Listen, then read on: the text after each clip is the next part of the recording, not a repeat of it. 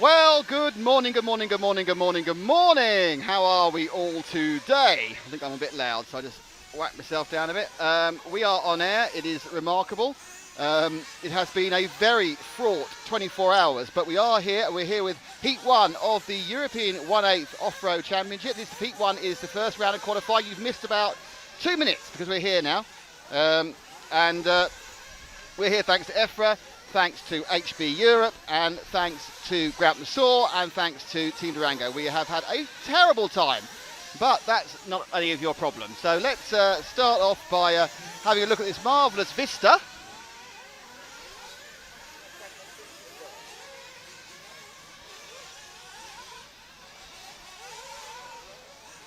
And it's pista on Gary. We're giving you several hours. There are 3 rounds of qualifying today, 13 heats. The top guys are in the top 5 heats. This is Heat 1, so it's one of the top guys. And let's go. Right, so anyways, let's officially start something. It's Robert Bataille, Timo Lino, Yannick Igon, Neil Cragg, Ari Heinhen, Carsten Keller, David Tortorici, Jorge Soler, Darren Bloomfield, and a number of others in this at the moment. 5 minutes of qualifying in a 10-minute heat. Let's... oh, that's brilliant stuff, Frank. Thank you very much. There are our drivers. Recognise luckily Yannick there. There's Neil Cragg. And in car 1, it's not position 1, it's Robert Battle. Okay, let's see if we can find Mr. Battle's car. It's car 1. The first time I'm going to say let's see if we can find for this weekend. Don't trust me, there'll be many, many, many times I'll be saying that. Looking for orange and red cars because that's Mr. Battle's car. Bataille, of course, the last but one, the last world champion, European a few years ago. So look at the car number 1, and obviously because it's always the way, we can't find him. So Frank's found him. And here we go. Right, so here is the track. And they go down this main straight. You can see it's a lot of dust. There's a huge storm last night, more on that later. And they've had to sawdust the track since then. They've had a 3-minute, everyone's had a 3-minute round of qualifying. As Battle now spins around the corner, comes down this long straight, which will have a camera on it at some point. We'll get a chance to fix it up. As you can see, already from this race, we've got none of the huge, large American jumps in this. It's quite a flat, fast circuit with little skippity-dippity stuff, and it does seem to be a track where most people can get round without making too many mistakes because the landings are quite simple. And it's all about getting that maximum speed. So theoretically, it's the guys who are good touring car racers who'll do well. So Battle says there's main straight here. I think that's timing there. There's time being under, of course, he turns around the corner there, and that could be a chance for a replay then.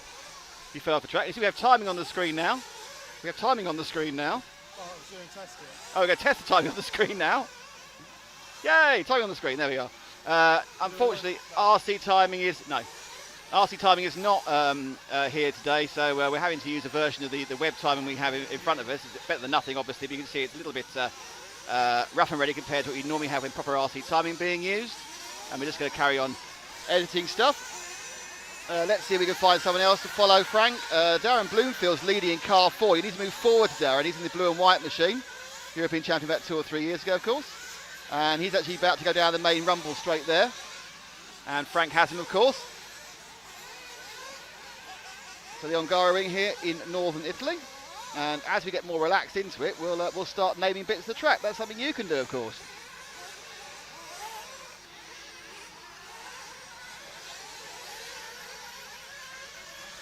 Now underneath us,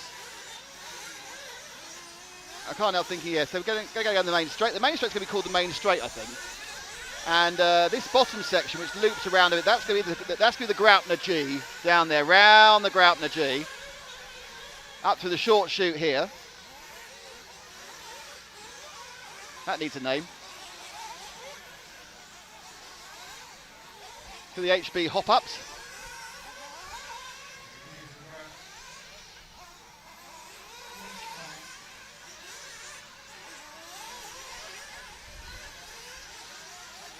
To that hairpin there in front of him. So it comes around back now through into the... that's the Durango. Is that a D? Is that really a D? Can be, can't it? So you've got the Durango D.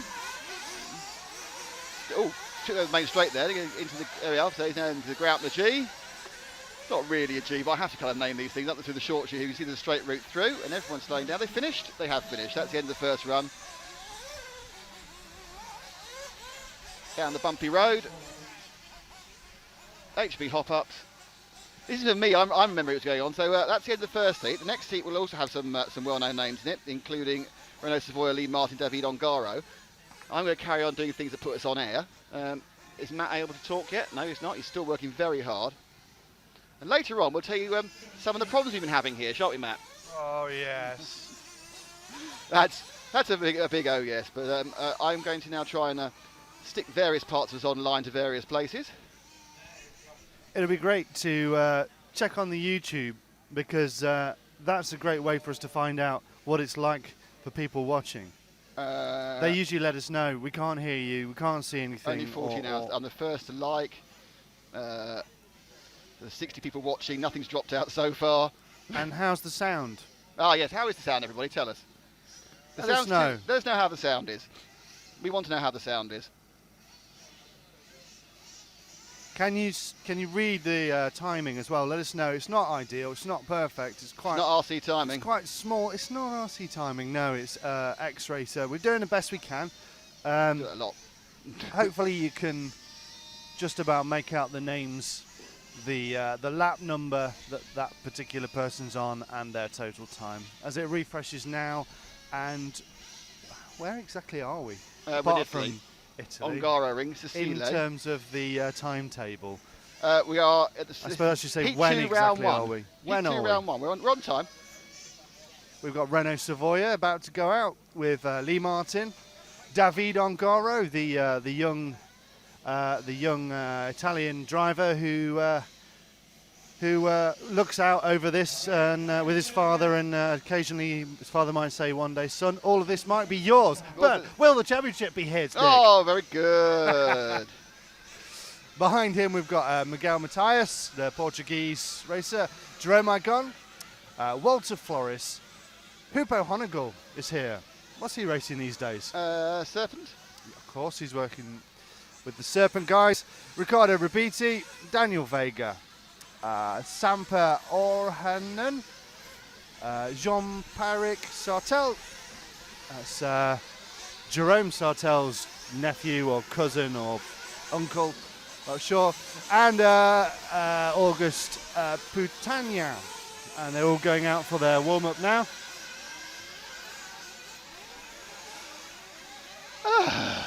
And relax. Is it work? Is it really working? After a fashion. Dear, oh dear, oh dear. I know people moaning about what's been going on in their life is not what you want to hear as you watch this programme, but my God. No. My God. But you get to be the winner in all this. Yes, one prize. person might get to be the winner. We're going to give away. We're going to reveal the top 5 heats are going to happen, and that's all the top drivers. And then coming up at heat 6, we're going to reveal the full story of the nightmare of RC Racing's trip to the Ongaro ring and the fantastic prize that has come out of it. Yeah. There's a fantastic prize. She's called Sally, and she could be yours. No. In fact, no. Well, we did name her. Oh, no, good point. You did call her Sally. Yes, but I take that back. You did call her Sally. Sorry. Yes. So yes. Yes. Oh, yes. So yeah, there's that something quite key to our proceedings will be up for grabs. It's now useless, but it could be useless in yours. And we're going to make it fabulous, aren't we, as well? We are going to make it. Oh, we're going to add value to it. Yeah. What the hell is that you're watching? That's an advert. Oh, the advert before our stream. Yeah, I don't want that because I just wanted the Thanks to Marco Settler, who tells us the sound is perfect. Perhaps he's not turned it on. Yeah, but also we need to thank. Can you remember all the people here? Because the organisers here have been fantastic and really helped us out after our terrible day yesterday, which we'll tell you about at Heat 6. Yeah, great guys here. Great guys running the Ongaro ring. I had the pleasure of coming here 3 or 4 years ago for the B Euros, and they did a fantastic job then for the kind of second tier of this event that happens earlier in the year. And yet again, they're here on the big stage. On the second biggest international competition. Yes. Or would you say the third after the Neo? I don't know. That would be that's a bit of a judgment call. It's the second biggest by IFMA and EFRA standards. Yes. And how fantastic it is. All the big names are here. A couple of visitors from the US, which obviously adds to the gravitas of the occasion. And they'll climb upstairs later. Not today, because today is day. Yeah. We'll have that all going on. So yeah, a couple of guys here have come over from the States from the tyre and body manufacturing industry. So it'd be great to check in with them and find out why do they always come here? Because it's important, clearly. It's important to the industry across the world what happens on the shores of Europe. Here Shores? in Italy. For those of you already here, but the timetable obviously is a bit odd because they mix and match the order of the heats. So we are seeing the top drivers going out in the first 5 heats here. I forgot about that. Yeah, more importantly, I forgot to write down what anyone's time was in the last heat, which is a bit of a disaster. They were all pretty fast. Yeah, that's not very useful though. So I need to know who's first in the round, obviously. I don't think there's an archive feature in this, is there? You can rewind on the YouTube. Oh, I could. Did you know about that? I could check Did you back know on that? my own YouTube. Go on good YouTube point. and just rewind a So little bit. this runs heat 1 to heat 13 and ends at 12:30. Then we get a lunch break for half an hour. But the top guys aren't out again until 2:30 Blimey. because they're at the back of the next round. And then they're in the middle of the final round. So they then go out twice in 2 hours. Because I forgot about this setup. Has it changed? Because it used to be that they split the top guys all. The top 60 drivers are split evenly across the top 5 heats. Right, yeah. And then they, because it's off-road, it's round by round, they mix up which heat goes first and last each time. Yeah. To make because of the changing conditions. Theoretically, yes. Because obviously in other classes of RC, sometimes it's slightly more convenient because you just have the top guys all in one, as Nick drops water everywhere. You get the top guys all in one, don't you? But we get the top guys over a half hour, 40 minute We do period. get a brace, all the top guys over a period of time. But the good thing about that is there'll be other people we've never heard of. Like personally, I'm not aware of Walter Flores, but I'm sure Walter Flores is somebody who is going to be coming up the ranks. And we get to see him going around and talk about him, and then perhaps he'll be performing in the higher up groups, and maybe he'll qualify higher up than we would have expected, and then we'll get to know who he is. Who is Frank with? Frank is with car number 8, I would say, and car number Riccardo 8 Ribiti. is Riccardo Ribiti, yeah. Let's see if we can find Renault Savoia, and here he is, Shark beneath us in car 1.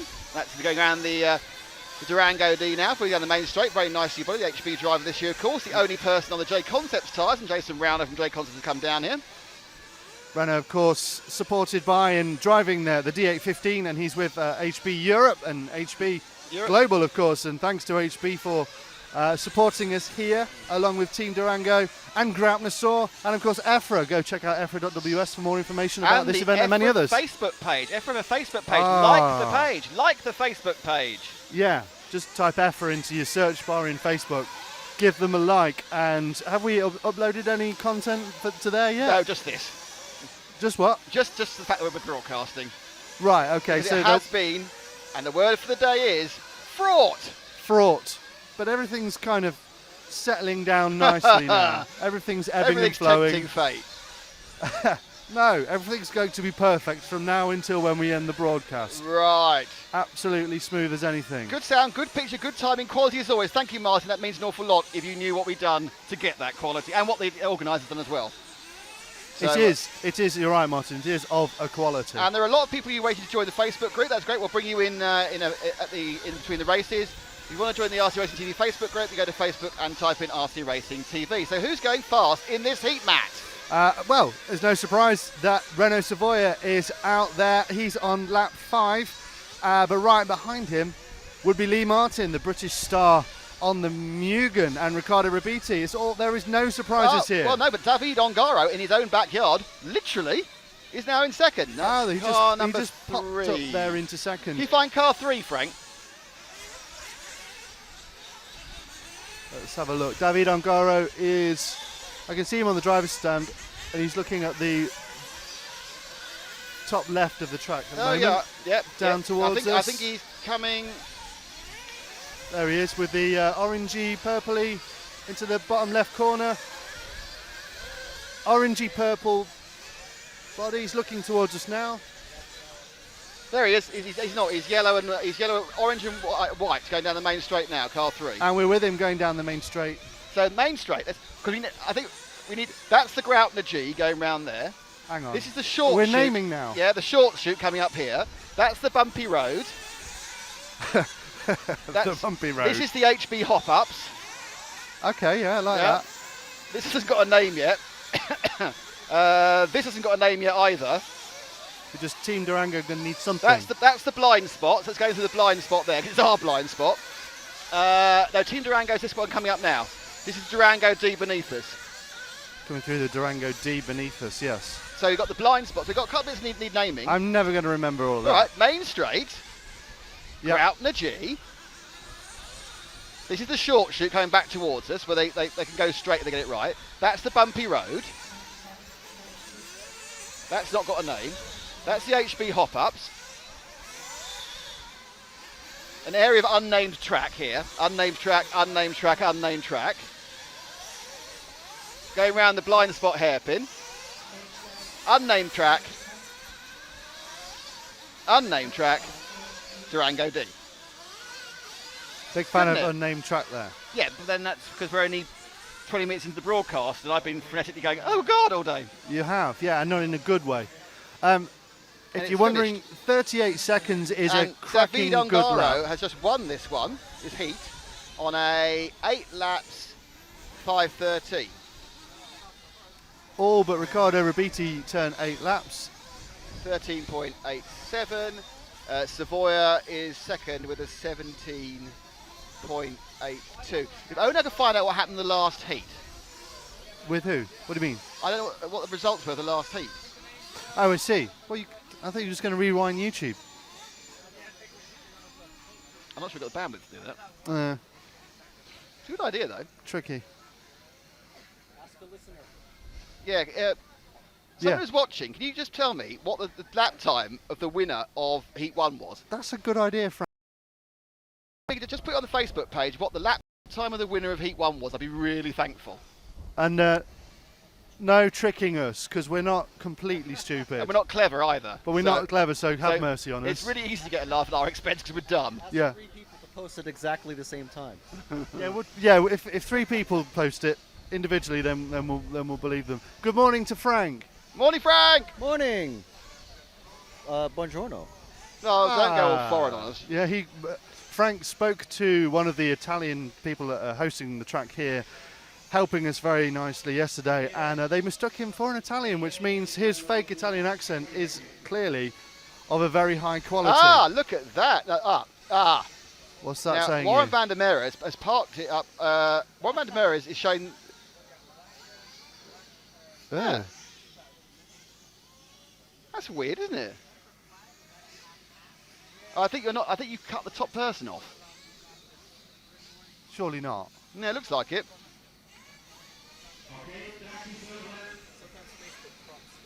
No. I think, this is my fault. Yeah, This is my Warren, fault. thank you very much. That's excellent. That's excellent feedback. We've just cropped it. As you said, we're having to learn as we go. We just cropped the top one off.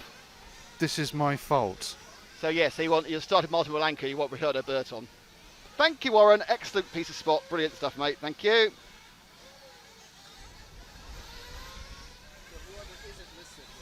Okay, Mervyn Muller. Is there no 720p available this time, or is my proxy? No, Mervyn. There is no 720p, and that is part of the disaster we had yesterday, which we were talking about at Heat 6. And trust me, you will realise why there's no 720p when we show you why there has been a disaster. It's 480 only today, 480 tomorrow. There's an outside chance we'll get high definition for the final. If we don't get high definition for the final, we will post a high definition copy of the final up before you can say, oh, it's Sunday morning.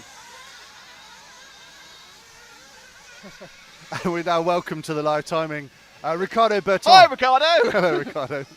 And welcome to the Facebook group to Uwe Helga. Hi, Uwe, how are you? And welcome to the Facebook group to BU Isa Salah. Hello, BU Isa Salah. You're just opening the floodgates. You're not checking them out or No, anything? if they got mutual friends or mutual thing, I let them in. Yeah. I check the ones who I can't. And welcome to Peter Dardarian. Hello, how are you? Hey, Peter. Welcome to you. It's great to have you with us here in Italy. It is. The temperature has been very hot in the early 30s, apparently. The day before we arrived, it was even hotter. Oh, we've had a little bit of a... Occasionally they water the track, and we are informed that the track has been coated in pig excrement, Yes, a little bit of a which is fantastic string for traction and for action, but it's not so good for the nostrils. But, you know, obviously the racing's the most important thing here. and Yes. you can't smell it. So it's good for you guys out there to be able to see. Stuart Williams, welcome Just to the to be able Facebook to see group. Stuart Hello, Williams, Stuart, yes. welcome. Is, Great. oh look, all 12 people are here. So no one else tell me who won that last race because it wasn't on the screen, the first heat. You told them. The first heat, which I was trying to find out who the winner was, we'll never know because it wasn't on the screen. People will be watching X-Racer though, won't they? Okay. Tom Bukas, hello Tom. 35 friends in the group. We've now got 30. You do have got 30. You've got 6,000 friends, Tom. And last one for now is Daz Benuis. Hello Daz, how are you doing? Welcome to you. Welcome to the RC Racing TV Facebook group. And we'll do some more at the interjection of the next race. Meanwhile, on track, is the timing not updating? Or are they still warming up? Yeah, they warm up for a lot. For a lot. Haven't started yet. It's a bit technical. So we've got Ricardo Berton, Martin Valanca, who was a runner-up last year in this championship, Ricardo Montero, Oscar Baldo, JQ, Mirko Bianchi, Jürgen Traub, Max Mort, Leonardo Valenti, Andreas Meyer, Maxime Noble, and Callum Niblett. Well done, Callum, getting in the top section. No surprises, really. Has he been doing... Have we shown any of the other cameras yet? No, we haven't. We're unfolding our quality very slowly. Over a period of days, in fact. Don't jest. Welcome to all of you who joined us very early in the morning. It's obviously only 9:30 in the UK, 10:30 in Europe. It's lovely to see you all. I haven't even thought about how to do a replay yet. Joseph Vagon said good morning Nick to me on LinkedIn. I've no idea if it needs to do with anything, but I'll read it out because I'm vain. Do you want to have a look at the two other cameras we've got? Yeah, at the moment? let's do it on a lap. Let's find out who you're following with. Frank, Oh, follow what, and someone you want me close to- to us here. You want me to- Pick up this guy here, car white and red, car number 10. And we'll take a lap round mini car. Oh, there is below us there. That's car number 10. Andreas Meyer. Andreas Meyer. There's Andreas, and he's down the main straight. There was another camera there. Go past it already. Well, I don't even know what the cameras are. Oh, So that's let's exciting. introduce them just cold. Let's just look at them. Up the short chute. Well, no, because that I know that camera's a pit lane camera. Right. What's this one? It's coming up in a second, actually. I'm just going to look at them. No, hang on. Not. All right, he Well, comes around I've here, done it. and wait a second. And now go to it now. That's Which pit one? lane. Next one. Other one. That's him. No, that's him. That was him. He's gone. Yeah. I think it's a bit ambitious to do it timed in a lap. Let's just look at the camera shots to begin with. All right, go on then. Look at So that now shot. we're on the main camera. All right, and No, now we're not. Now, no. Yes. now we're on the main This is camera. stop. Right. But hang on. Let's look at somebody else. Choose another car. He's trying to do a any other time car. lap. He's trying to follow a car around again without just looking at the shots and enjoying the shots for a moment. Well, no, but I need to tell people who's on the camera. You don't. That's my job. That's what I'm here for. Inform, entertain, make stuff up. And not hit the bar. Oh, I see. Okay. I'm really confused. We should show one of the top guys, shouldn't we? Ricardo Berton's leading this in car number 1. Can we find car 1? Oh, right. Frank there getting a bit nippy. You know, I was on him first. Let's find him again, car 1. But if you don't announce who it is, it doesn't matter. Where is he? Oh, here he is. He's got car 4 behind him. There's car 1. That's Berton in the with the Orion engine, and he's in the, as you can see, the blue into yellow car down the main straight, which is Matt's on the moment. He's down the ground. The G's can come round that. It'll power up to the short chute. They should be able to do it straight. You know, it's got a kind of kink in the track. Good lap, about 39 flat, 30 for a fast 38. Turns around again. Comes into the blind spot hairpin. Parts of this unnamed track. Unnamed track can be named. Unfortunately, we will not name it after any manufacturer or product unless it's accompanied by a check.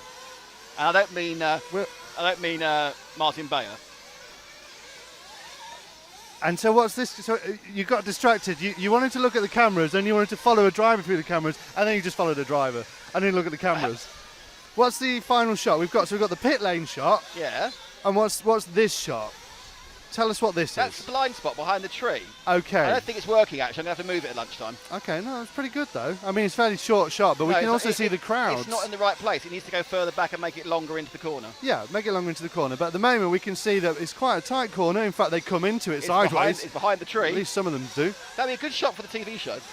And we can also see Crowd. quite And a few above that people crowd is us. watching the track. And right above that crowd is us. No, I didn't. I must admit, I did change my plan, mainly because you kind of said, "Oh no, I want to look at the cameras and work out where they are." So I then thought I'd talk about something, and I've completely lost my train of thought. Doesn't take much. No, that was it. If you want to name the track, a bit of the track, do that. It's fine. You can make suggestions on the YouTube feed or on the Facebook group. But if you say I want to name it blogs with tyres, you then need to accompany that with a PayPal amount of £200. Unless you're a painter and decorator. Because you only get a bit of the track named after you if you're a sponsor or a Commercial entity. EFRA. And we have An and EFRA. we have another sponsor, which is, have you got the swoosh for the replay set up? Well, yeah, but We have replays. When something exciting happens, we'll replay. I got no idea. I've really got no idea what's going on. All right, I'll say VRC Pro then, 'cause it's only fair. Just keep saying VRC Pro for a VRC bit. Pro are one of our sponsors on the replays.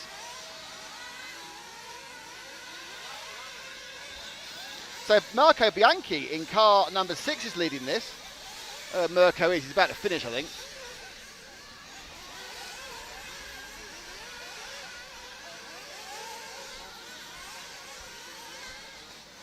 There's a real problem that of the entire track, I can only read the numbers in the last 7 seconds up here. Well, you need a monocular or a telescope. Here's car 6 going into underneath us now, Frank. It's the yellow and orange top and yellow body below. So we're only going to see him come across the line. He's about to finish. He's actually in second, but there he goes.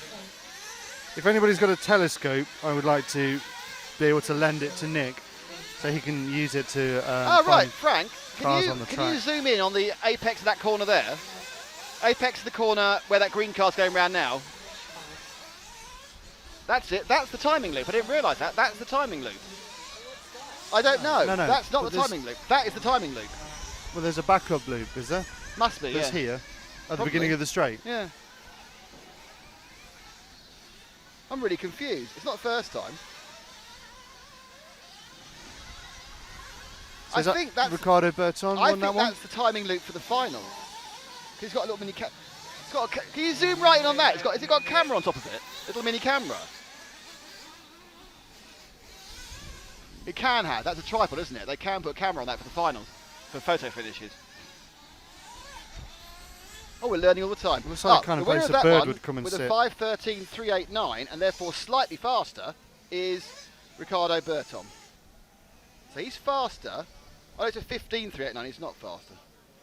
He's second fastest. So fastest still is local boy David Ongaro, apart from whatever happened in the first round. I'm going to check RC Racing TV to find out if anyone's told me what happened in the first round. It'd be really useful if you did.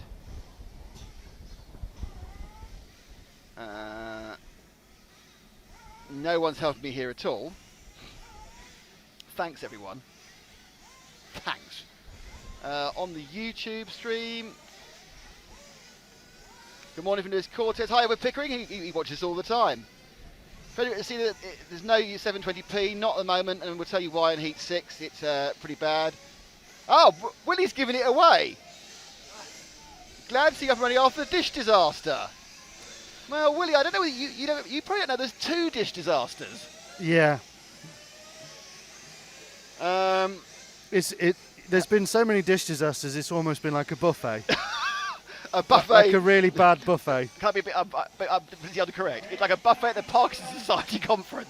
Oh dear. Hello from Spain. Viva, hello. Superb stuff. Thank you, Eric Brawley. Klaus Dickinson, good morning. Yeah, only 480. Yep, sorry about that. We'll tell you why. We've sorted out the timing thing. Thank you for telling us that. That was day marker. Time is hard to read. Sorry, Marco. That's what it is. Am I the first? Yes, that's a long way. Oh, I'm going the wrong way down the comments. That's why. And Tim Vessel, 6:35 in Australia. Well, that's 6:43 now. That's certainly that's quite nice actually early evening.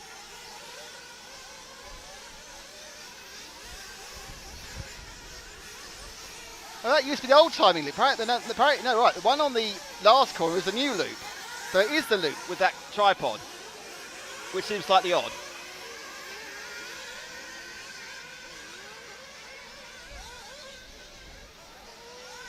Oh, blimey. So, What? So we have, in this heat, we have Alex Antonetti, Alexander Stocco, Marco Bodafo, Elliot Boots, and in fourth, Marco Natale, Edward Hugon, Nick Stadler, Dominic Bauer, Louis Candell, Christopher Svensson, Jeremy Petit, and Borja Hernandez. This is where you could use the kind of the pit camera, couldn't you? a pit camera. The pit lane, the pit lane and main straight camera. Look, but the bit camera two. Yeah. It's not, yeah, I'm going to do some camera adjusting when we get a break.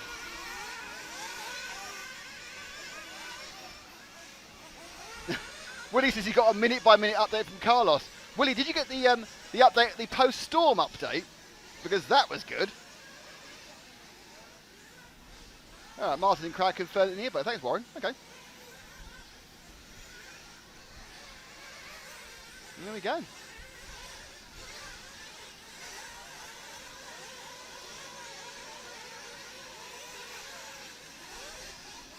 So this is heat number 4. We are following somebody. They haven't started the actual timing yet.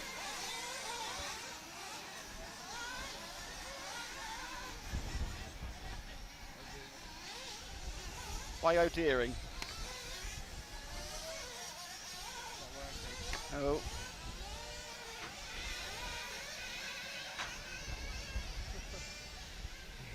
You have to do it manually.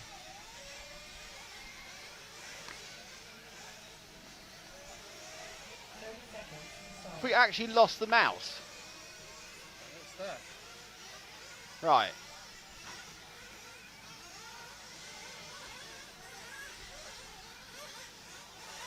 Well, at least we're stuck on the right camera.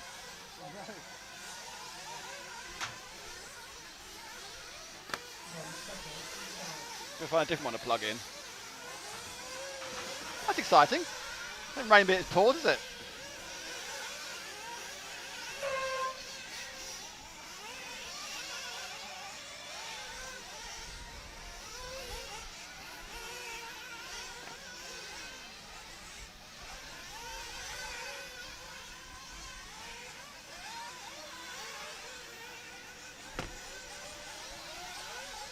Okay, so let's go and look at some. Who should we look at, Frank?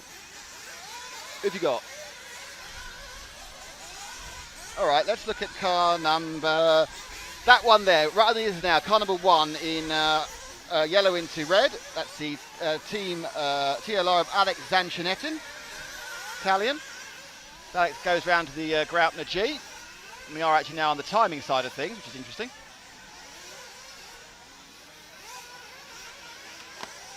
That works. This is quite indicative, really, of our weekend. That the mouse on the computer just stopped working. We had to replace it. Oh dear, oh dear. This is Antonetti.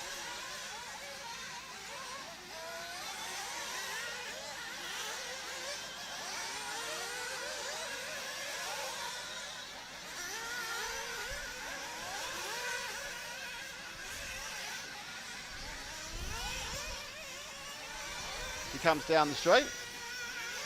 So that's through the bumpy way up. Now he's going to come through the HB hop-ups. One of the unnamed corners. Another unnamed corner. He comes down this sweeping part. You can see it's a very, very fast, flat track as he comes through the blind spot, through the old timing loop. Waits to get the power on. It's very much a case of really it's a really different circuit to what we used to see. There's so little air time, really. It's just going to try a turning replay. around. Oh, we're going to try a replay. Here we go with VRC Pro. Yay! Look at that. It's a VRC Pro replay. The thing about the replay is it also takes the timing from the time of the replay. So that means that ignore the timing during a replay. And you can tell it's a replay because VRC Pro is written down the bottom. VRC Pro, of course, the #1 RC racing simulator. Improved. I see that every week it's improved quite significantly. Extra tracks and new features. Okay, there's enough airtime for one. Drop back one car, whoever it is. It's car number 2, which is the yellow into sort of orange into purple. It's every colour of the sun in car number 2, and that is Alessandro Stocco. Stocco currently running in about 6, so he's about 4 seconds off the ultimate pace.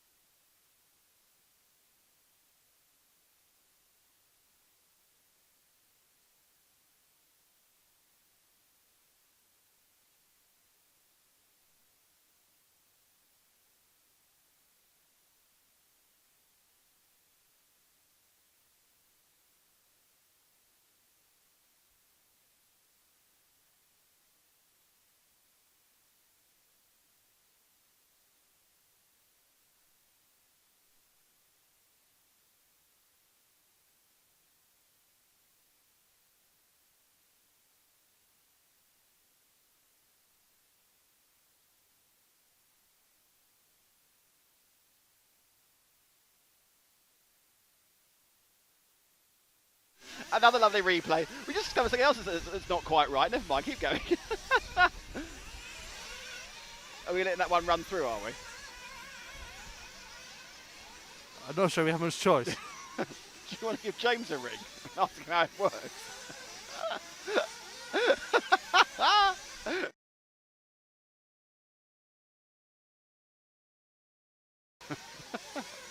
There's no graphic on that.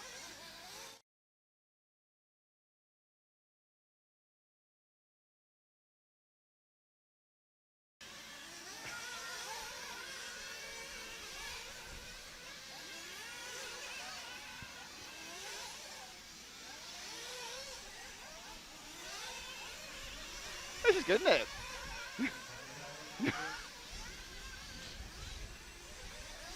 It is round 1 of 1.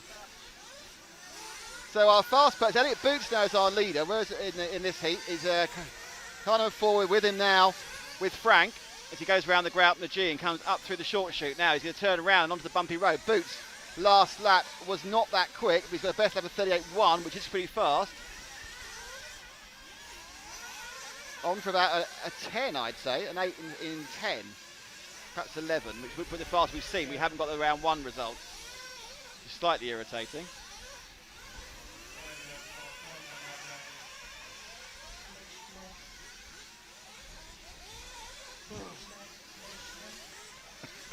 Oh look, the graphics are back. Yeah, sorry about that. We had another one of these new issues we never had before. So Boots has finished now with a very, very good time. 5:11.142. That's the fastest we've seen, apart from the first heat, which I haven't got. Now, if I'm really honest, I would have thought the track would slightly improve. Marco Barifalo comes in with a 12.174, which is the second fastest we've seen. So it's currently Boots, Barifalo and Ongaro, but as I said, I didn't get the results of round 1.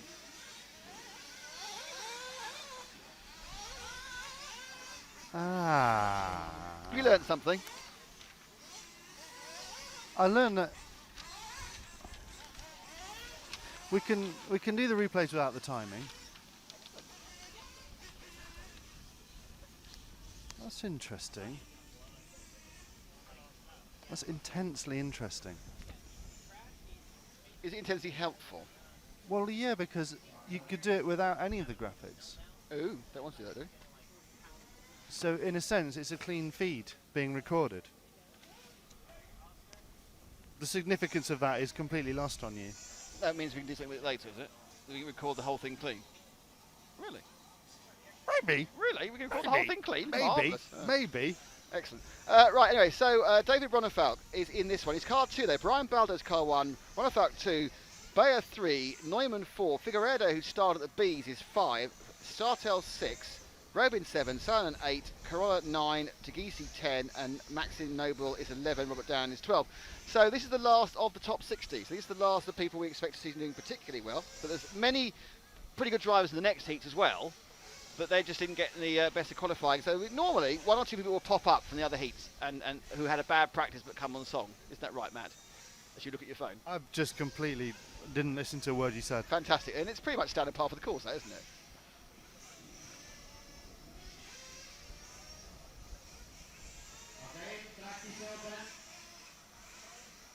Oh, my Lord.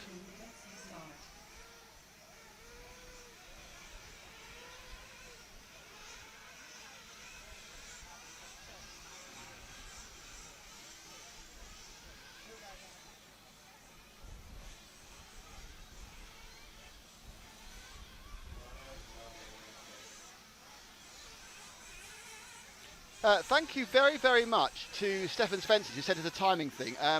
We will definitely look at that. Stefan, you might be a genius. You are probably. We'll look at that when we can, which may well be either at lunchtime. We may have to give it a bit more time at the end of the day. But that is fantastic. Thank you so much for sending that information about timing to us, Stefan. Really appreciate it. And if we can get it working at lunchtime, we'll. Otherwise, we'll wait till tomorrow to get it up and running. But that's fantastic if it works. So thank you very much indeed for that.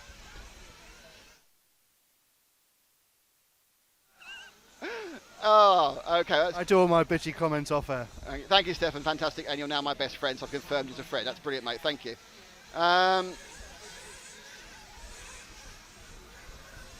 What's going on in the RC Racing TV Facebook group? Martin Officer says lost sound. You didn't lose sound. We turned the sound off because we had to have a conversation off air about what the hell was going on. And he involved rude words, so we didn't want to offend you. Kai says follow Chris Svensson. We missed that one. Sorry, Kai. We'll catch up with all this sort of stuff as quickly as possible. It's a sprinter, apparently. So we'll get hold of all this sort of things. We are catching up rapidly, and in only one more heat, we will tell you the whole story. Heat 6 is the time for the whole story. Yes. So I need to go downstairs and get something. And you need to get your requests in for drivers to be followed a little bit ahead of time. Yes, a lot bit. Because actually, a little bit, I go. You, the listener and viewer, are actually in the past. Daniel Lovekin says, could watch these all day, just as well, because it's on all day. It is on all day. But you're in the past because there's a bit of a delay between us. We're in the future and you're in the past. Am I explaining this well? Chris Lovell says you should be in Greece for so many dish disasters. Yes, only 480p because of the thing. Sorry about that, guys. Willie White has had the detail and the pictures of all the problems with the dish, which actually doesn't look as bad as it did. Right, we have big drivers to follow here. Can we follow Ronald Falk on the way out, please, once we get going? Because he is obviously the double reigning European champion. Let's get him in the pits, can we? Can we see him on the stand at all? He's out already. He's the second car out. Is he out? So we're with Ronald Falk, Swede. Big difference. What's the big difference from this year and last year for Ronald Falk? He's got a new car. He's got a D815.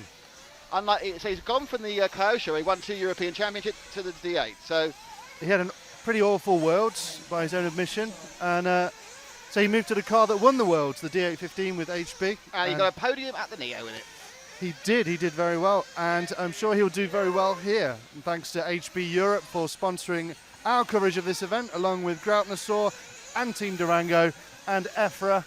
Go check out EFRA.ws, and don't forget to check out EFRA on the Facebook. I sound like an old person. Put EFRA into your search bar on Facebook, and you can give them a like. And if you're not a member of our group, but you probably already are, but if you're not, look for RC Racing TV and join our group 2. Excellent. Or group 1. Yeah, become part of the A-team. Ba ba ba. Is it A-team? Yes. Okay, so it's with Ronald Falk, who is where on the track? He's coming up to the short shoot. He's going to turn around the corner before he goes over the bumpy road. So it's £200 per sponsorship. If you're always about to hit my camera, but he didn't. You think our camera doesn't work, so don't worry about it. Up he goes. Comes through an unnamed bit. If you've got an amusing name, so that means he goes through the blind spot. If he's got an amusing name for a corner, it'll almost certainly make it. If you've got a financial name, a corporate name, it needs to come with cash. Unless you're a painter and decorator. I'm still not following that joke. It's not a joke. It's just Are you looking for painter and decorating? You want to do a contra with? It's just a get-out clause. We're doing a special on patrons and decorators. Are we? Yeah. Oh, okay. We should tell you about all these things. I do, you never listen. Okay, fair enough. So, nice little empty track in front of Runner Fuck as he comes now down to the blind spot, turns around. You see, a lot of this is all really about getting the car turned, back in, turn out. Quite slow around there, not too... Is the Scandinavian flick, of which that was one, the way to do it, where you flick out the rear end, and again there, or that isn't always, it's no spectacular way, it's what the Japanese drifters would love, but is it the fastest? He goes around the ground, he comes light up corners, he goes straight. Oh, a bit too much turn that one, so it'll cost him hundredths of a second or so. Runner Falk is currently second overall. I'm saying third because Sarnen's got a lap up on everybody because he started earlier. And everything Neumann, who's appears to be the fastest. That's Neumann in car number 4. Just below us now, Franken going over start-finish, which I've decided is this bit here, on the paved section. There's a few changes of surface. It's mostly hard-packed dirt as Neumann goes round hard-packed dirt here at the Groutner, comes up the short chute. They turn around, they get down this bumpy road there. They change a bit of brick, more dirt. There's a takeoff is again reinforced. They land this kind of downslope of this is a kind of almost a red astroturf. I think it's not a red sort of grippy sort of substance, like the stuff you use to stop people falling over in the wet by zebra crossings. It's quite wide there in the blinds, but I can tell because I couldn't see him the whole way through. That's again, no one's been very spectacular around the old timing loop. And now come over the straight. Ronafalk has just got slightly ahead of Neumann now by a few hundred, so Neumann is second overall. Doesn't look particularly quick, which might actually be the ticket really. Over the HB hop-ups. Much more pleasant weather than yesterday. The massive storm which caused so many problems for us in so many ways. Oh, dear. Has, of course, freshened the air up beautifully. Now behind him is car 1 of Brian Baldo. Just drop back one car, Frank. That's number 1 of Baldo. Italian. Yellow and orange. There's a lot of yellow and a lot of orange. He's right behind. Now the problem really is I think Baldo is a little bit quicker than Neumann. And whether Neumann wants to give him track position is questionable. So Neumann and Baldo, who are very close to the time. In fact, they're first and third overall as Baldo makes a small mistake and drops back, as you can see, off Neumann. But whether he wants to run at Neumann's pace, which will probably still leave him behind, I'm not sure. So Baldo, again, is easing back up towards Neumann. This is qualifying, remember, so you're all on your own and doing your own thing, really. And traffic is just a painful thing you have to deal with and you don't want to get involved in. He's got a bit of it back off Neumann. That last lap, Neumann was a 39.5 and Baldo 40.2, mainly because that little error, but 38.6 for Ronafalk, who's flying now. And if only I knew what happened in the first heat, oh dear. Car behind him falls off. If only I knew what happened in the first heat, it'd be great. Well, you should have been paying attention, shouldn't you? Other things, is there any way that we can get a big screen up? A big screen. Output. That's another job for later. Oh, yeah. So many jobs for later. We're doing more prevaricating than someone studying for their O-levels. Oh, I'll just have one more record. I'll just watch what, yeah.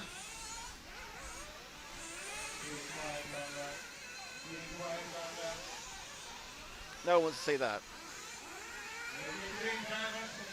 Well, you wanted setting up for the satellite stuff, etc. That's true, yeah. That is true. So we are now at the end, and Ronafalk will come across the line with what could be the fastest time of all, but we're still watching the Baldo-Neumann interface. Baldo's got past Neumann that last lap while we were arguing. And so Baldo's going to finish a little bit ahead of Neumann. Neumann's, they all go around in 4 cars together.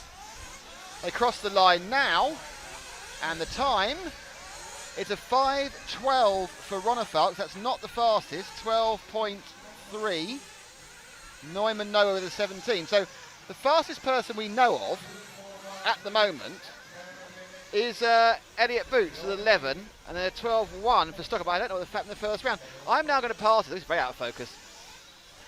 I'm going to pass this to Matt, where I go and get something for our exciting. This is what happened to us. Why don't I go and get it? You go get it. All right. Oh, I've hit my knee. I really wouldn't. I'd probably go back on the track again, actually, because that's. We're not on the track. I mean, we're not on that. Okay, that's super. I wouldn't go. That's not working, is it really? the other camera. The Thanks for camera's telling me that. not working. Okay, so Ronafalk, Neumann, Baldas. At some point, if I can only find out what happened in the first heat, I can actually tell you who's fastest overall.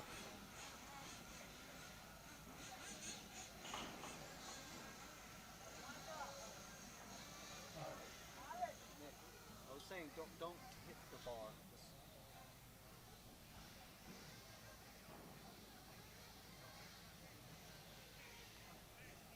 Stefan says thank you. Stefan, great, thank you. Benny, Stefan's going to help us with some timing things, hopefully, either for later today or for tomorrow. So, yeah, so yesterday was, what's the word for it? Fraud.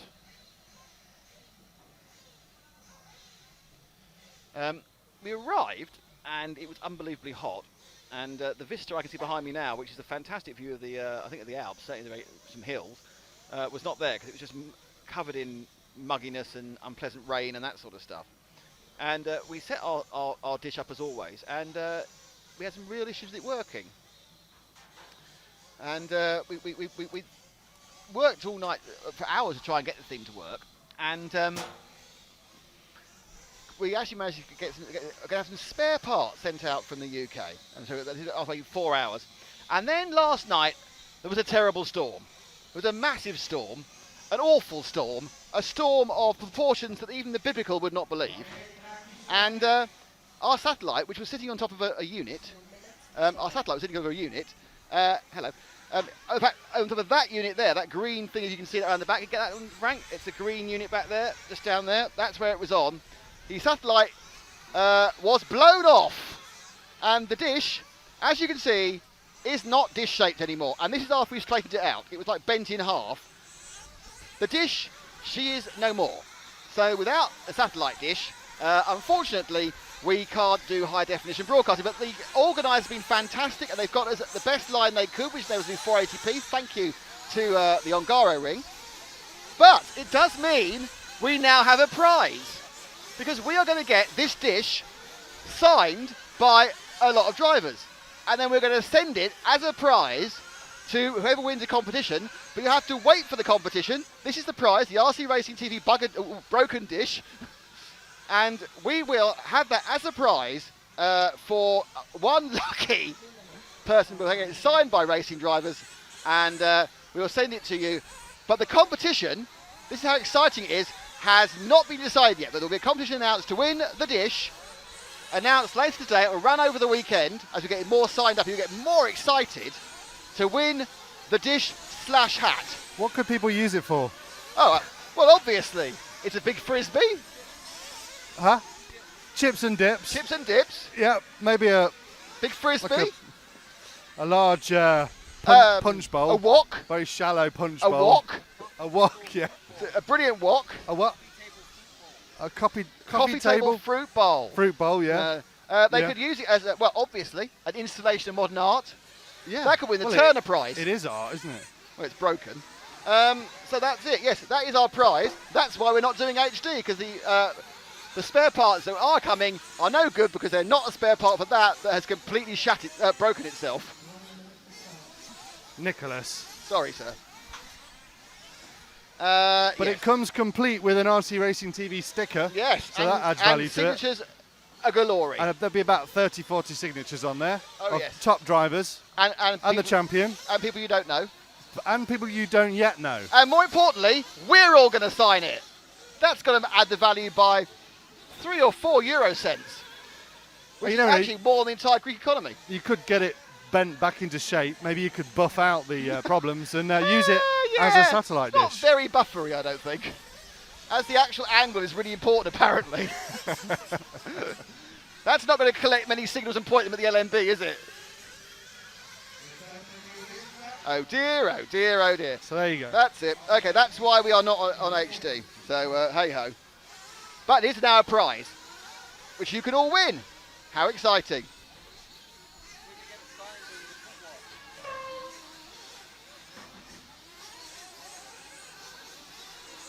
So yes, on the pit walk we'll get it signed. So this is the first of the heat of drivers who didn't come in the top 60. Do you want to do me a favour, Matt? Do you want to fill for a minute while I go and look at the result page? I can tell you some very basic info. Elliot Boots is overall TQ for this round. Why do we know that? Robert Bataille won with Boots, with Darren Bluefield behind him, but they weren't faster than Elliot Boots. My colleague at Red RC. I'm going to go anywhere then. Okay, so Elliot Boots has got that first round. That's good news. We'll get the whole thing later. But as expected, Bataille was fast, and Darren Bluefield, as usual, was fast and aggressive. But they've still got work to do if they want to get faster than Elliot Boots. I think, see, this is the track that's going to play to the aggressive because there's less chances of people falling. Because it's got it's a much flatter track. Is it a good track? I don't know. It's a very flat track for off-road. It's very, it's quite flat, isn't it? Because it's flat, it's going to really favour the aggressive because there's no big losses, there's no chance of falling off, is there? Well, you can fall off sideways. Yeah, but normally in this thing, the big problem is you misland something, or you get, and you're upside down. You're upside down. Yeah, you're upside down. He's upside down. But at this point, because it's all about going as fast as possible and re-driving it like almost like a touring car track, but on mud. Yes. I think it could favour the aggressive. And we're with Bradley Baird, the Irish guy. He's leading. One of the many JQ drivers here in their all-new ginormous motocross style tent that they have. With their JQ style, motocross style outfit. And caps and attitudes. Yeah, they're the cool kids in town. Everyone wants to be a JQ driver. Apart from Ilias. Apart from Ilis Arcaudius, who he's here, isn't he? Is he? I don't know. I think he's here, but he's not wearing the JQ outfit. We need to be told. We need to know. We need to get some dirt on that. So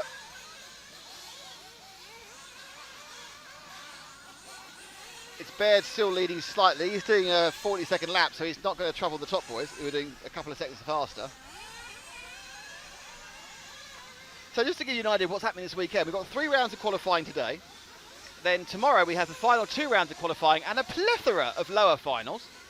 It's going to start at what, the 256? No, the 1,000 and millionth, I think. Oh, the 1080. I only had the revised timetable for today, I'm afraid. Okay. But I know from memory, it's probably going to be like 1,028. I think they haven't. I think they haven't got a 2,050, whatever it is, because a couple of them didn't turn up. They're only going 13 heats, not 15 heats, which is quite nice. Evens it, cools it all down a little bit. So they will then have that. Then the final. Then the main final was programmed to go off at 4 o'clock local time, which is 3 o'clock in the UK. But that may change on Saturday. Hopefully, we'll only get earlier rather than later, as myself and Mr. McKinney have a plane to catch. Yeah, it's hours in the time. Some of us have to drive on Sunday many hours to you Austria. love it with a bent satellite. I don't think you question sexuality. Oh yeah, and we named. Well, we had a little bit of a wake for the satellite yesterday, and so we thought we should name. I thought Sammy, but Frank was right. Sally the satellite. Sally, and you can win Sally the satellite. You can. We need to take a picture of Sally now. You can win. And we need to get it on the social media elements. I reckon Owen's picture is the one. Yeah, send that. Put Owen's picture up. We'll put Owen's picture on the group so you can see, because that was awesome. Awesomely bad. That's how he found out. We actually had a really hot day at the track, and we had solved most of our problems. And then we were literally in the car after our showers, driving to a pizza when Matt. And let's put it into context. We were already a little bit down yesterday. Bad day. Bad day yesterday. And we were driving to get a pizza, and Matt goes, "Oh, I got a picture. I got a photo of Owen." And Owen's message said, "I think you better come back. Your satellite has not fared well in the storm." And I went, "Oh," and then a picture of it was a little bit unfortunate. And Matt is going to post the picture of the satellite to the Facebook group as soon as he can. And the storm was it really was the most amazing storm. It took the power out at the hotel twice. The hailstones were about golf ball size. It took down small branches and trees all over everywhere. And then when it swept through, and there must have been an inch of rain, it was amazing. And then I think, is it being posted now? I'm just working out how you use Facebook. Oh, okay. You just use Facebook. So Bradley leading this one. He's gonna get an 8-lapper. Ben Williams is second. Who are you still with Bradley? Have you changed? Who are you with? All right. Okay. Coming up. Is you with the orange one? No, just find anybody. Find anybody and stay with them. And that's car number 6 of Maximilian Hautzenchild. Thank you for choosing that person to go with. So Maximilian there with the white and orange into purple car as this race comes to an end. Heat 6 of 13. At the end of this round there is a break and then we start again, but we don't start again with 1, 2, 3, 4, 5 and the top guys. The top guys actually don't go out again till about 20 past, no.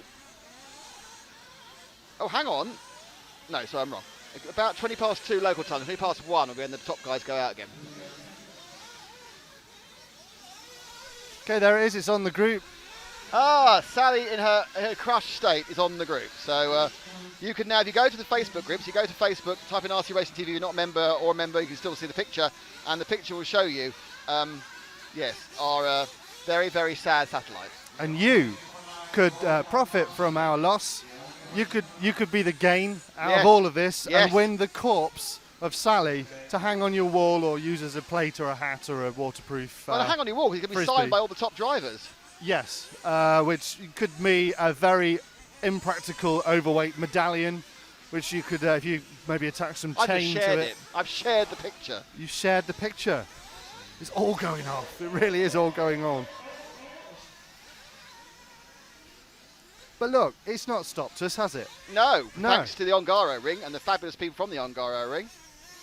And I need to welcome some people in. Because they all want to see the carnage.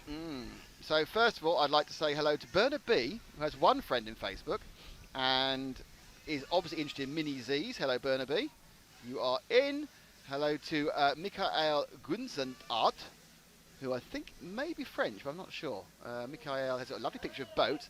And Je suis Charlie. Je suis Charlie, I found out, is a purveyor of marital aids. Eh? No, Je suis Charlie. Well, no. Je suis Charlie is not that. I've probably been the most inappropriate I've ever been there with getting two things mixed up. Je suis Charlie is not that. There's J and S. Je suis Charlie is the people who are feeling. Yeah. We don't even need to go into camaraderie. No, I've got to come back on this now. The camaraderie, the artists. people who got shot in the thing. I'm really sorry. I've got this completely wrong. There is a French company who have a J&S, which is all over French Facebook. I just feel even worse than normal. I'm going to resign, I think, now. Je suis Charlie is a very honourable thing. And hang on, this hole's getting deeper.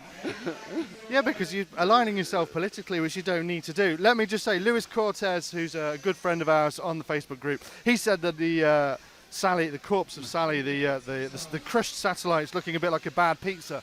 And it does look a bit like the calzone I ate yesterday. But we had a good pizza yesterday. Fantastic pizza. Here, we've still not found the washing line bacon that Timu Linu had and posted on Facebook. But we want to find the bacon washing line pizza that you can get. It's a speciality around here, we're told. Hello to Christy Costache from Romania. Hello, Christy. Welcome along. Any more comments on the dish? John Wells wants to know if did Nick sit on it and break it, just like he broke his chair at last year's Euros? That was the B Euros last time. Yeah. Well, it does look a bit like Nick finally lost the plot after nurturing and coaxing this thing into working for how many hours was that on that hot roof yesterday? I could add the photo of you and the satellite technician on the hot roof for about 4 hours. Yeah, and to have this the outcome of your work, it's quite soul destroying, but yeah, it does look a bit like Nick kicked it off the roof in frustration, but it wasn't him, it was a freak storm. And welcome to Danny Heershop Senior as well, and you are welcome to the group. And we'll now turn our attention to heat number 7, which has, amongst others in it, Marcel Guski, Vincent Mertens, Matthias Umfauer, this is a real pronunciation one, Majek Borozowski, Jonathan Barker, Arto Heinen, Eunice Hoveneren, Nick Blackwell, Steve Shakespeare, Bart Mullick, Philip Peter, and Werner Spanbrucker. That's a fabulous name, Spanbrucker. And we will welcome some more people into the group at the next one.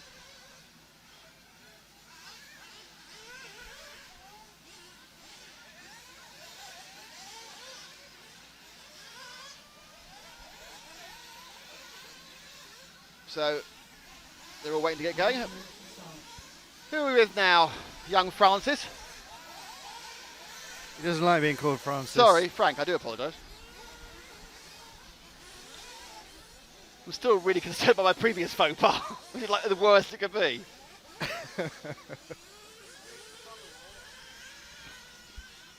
Can I put down the fact that I'm overly tired due to problems?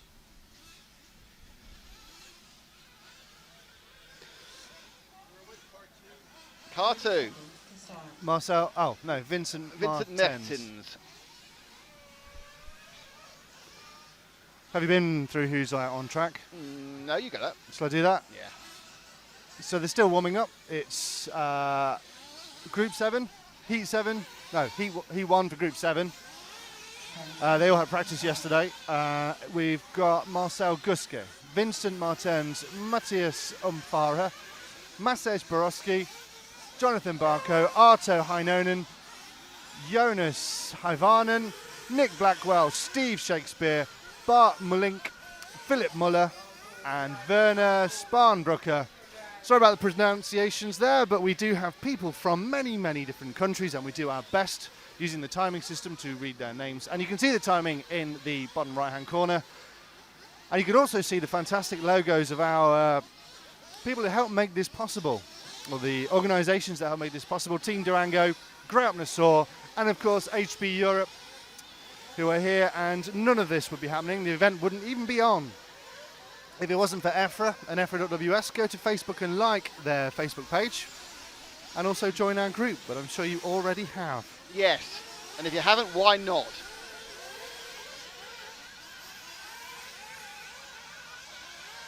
John Wells said, at Neo, Team JQ like a boy band in their race where we called them No Direction.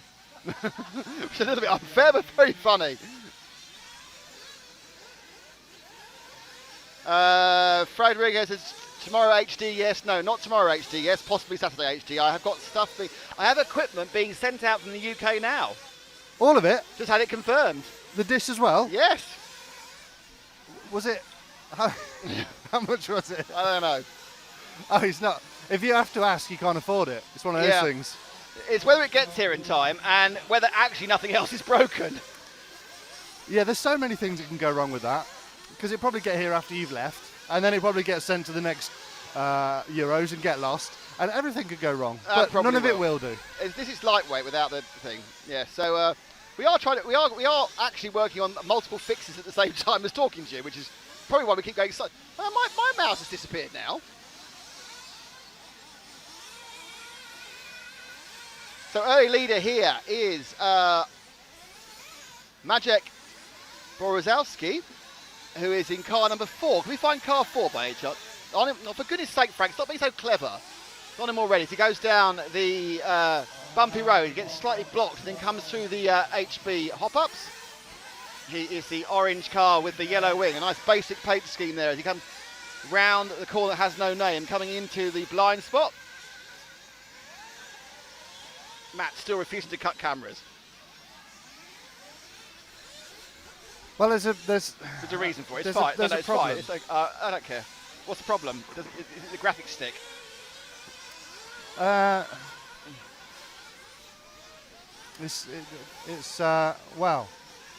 let me just try this. So you think this is going to, yeah, see, that again. Why is that happening? That's never happened before. Why is that happening now? It could be a really good thing. It's the potential to be a really good thing. Yes, it is, but at the moment it's an irritating thing, isn't it? At the moment it's an irritating thing, yes. So how many things do we have to fix the half-hour break we have? Is it 130? Well, no, okay, no. Look, now I can cut. Look, I'm cutting. Look, well I'm cutting. It's fine. It's fine. Hey. But I'm just confused about it. And now you're recording No, with I'm the not graphic. No, I'm not recording it. Yeah, well, I'm not recording anything because I don't really get that bit. Okay. So if there's a replay now, will it work? No. Do you want there to be a replay now? No. If something happens, Yeah. No. If you anticipate something's about to happen, then I'll have the ability to do it. otherwise,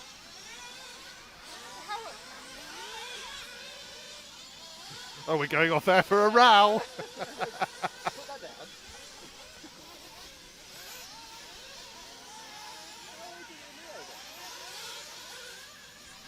Well, yeah, no, it's a doable thing. It's just a thing I don't know. That's fine. It's not a system error. It's a human error. Hello, James. That's what I was trying to do. But you want me to cut the shots? It's always the way, isn't it? Always the way. Matthias Umfacher is leading now in car number 3. Where's car 3? There's a question, is it where's car 3?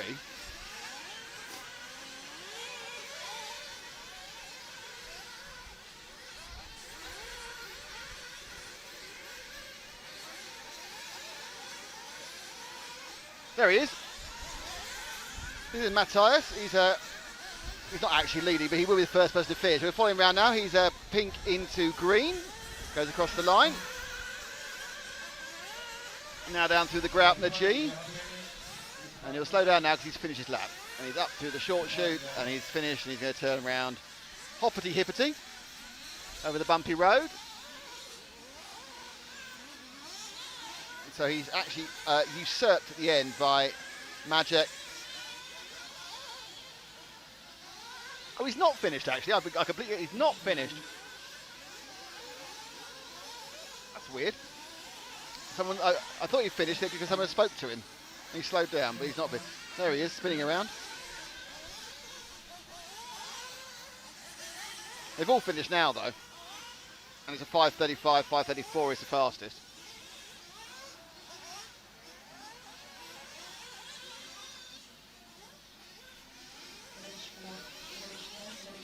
So thank you all for watching us. It's much appreciated. It really is.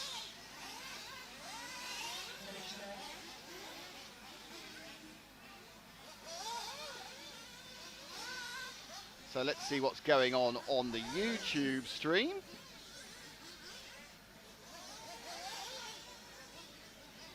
Everything's fine there technically, which is good news. Let's have a bit welcome into.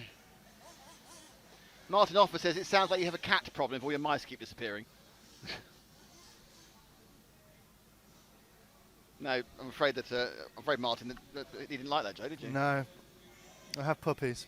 Well, I have a puppy and a cat, but the cat's horrible.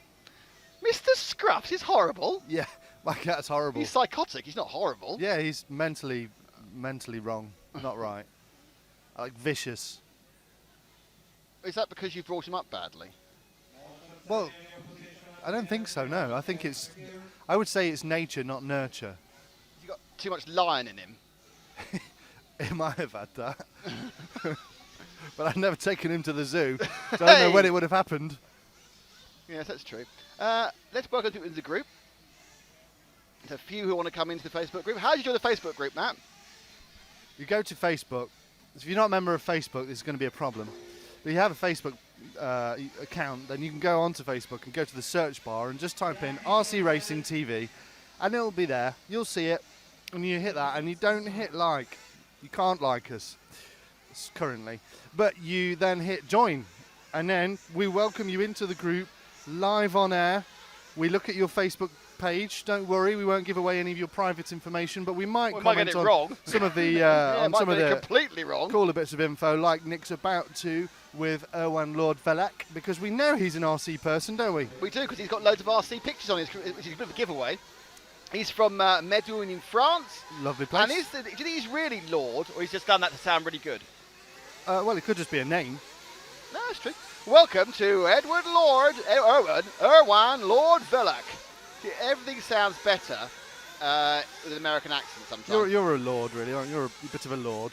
You're a lord of RC racing. If only. Coney. Frank did a thing. I can imagine. Who I think is from Germany, and it might not be his whole name, but he was with Daniel Reckwood recently, which is always a good sign. Who's no doubt here. Yes. Having made the podium last year. Is he? Did he? I haven't seen him. Isn't he? Did he, though, last year? He did well, but I haven't seen him here. Quit while you're ahead. Thank you. Cody, welcome to the group. Next up is Joel Smith. Hello, Joel. Once again, someone else is from New South Wales. What do we say to Australians? Good day. No. No. G'day, Joel. Oh, right. So it's 1, 2, 3. Okay, ready? Okay. Hello, G'day. Joel. Sorry. Try again. I'm going to get it wrong again for comedy purposes. No. No? What? Hang on. Good Throw day, another Joe. shrimp on the barbie. Oh, anyway, Joel's in. I can try again. I might get it. I would like to point out that James, who knows how to do replays, also knows how to do the good days as well. Well, he's obviously more compliant than me. That's the last thing he is. Oh dear. Martin Kroch from Fregershaven, which makes me think he's almost certainly from Denmark. Hello, Martin. You're a member. Morten, sorry, you're a member of the group. Welcome to you, Morten Crow. Hey, Morten. Morten. I got that wrong. And that's all for this time because we're about to start heat number 8, which has Roman Volta, Andrea Scharinger, Stefano Cantoni, Jarno Siltonen, just brilliant at reading, Guido Risotti, Samuel Lenzi, Federico DeMarco, Vanni Monopoli, brilliant name, Rajko van der Sluis, Eric Klansjek, Juan Carrasco, and Max Johansson. So all those names, I could get Max Johansson right. Frank, who do you think you're going to choose to begin with? 10 seconds to start. Carrasco. Duarte Vasco says hello from the Madeirans. Hello from the Madeirans. Let's get some caller names going here, Edward. Edward, I've named them. There's several names to callers to be named that no one's come up with a non-financial reason for doing it. Unless you're a patron decorator, apparently. Them's the rules. Them's the rules. Where are we at the moment with Frank? Frank's... We can see the skyline. It's beautiful. Here he comes. He's zooming in on a car. This car is the car that's now coming down one of the unnamed parts of the track. Car 11 has just been overtaken. And we are with car number 11, thank you, of Juan Carrasco. They've not started yet, have they? Some of them have started. They're starting now. This is their first lap, and he's now gone past the man who crashed. Down the straight he goes.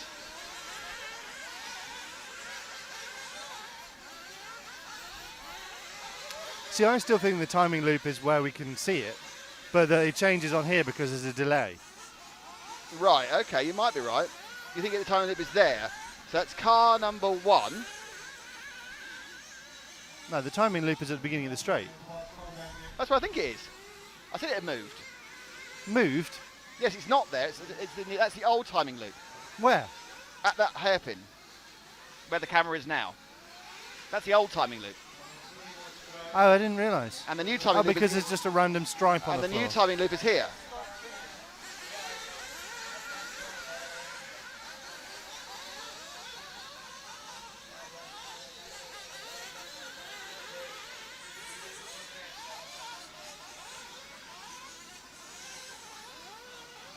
So down the bumpy road is to turn around through the HB hop-ups.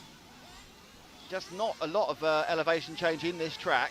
It's a very flat, fast, quite flowing track, certainly with the relatively loose surface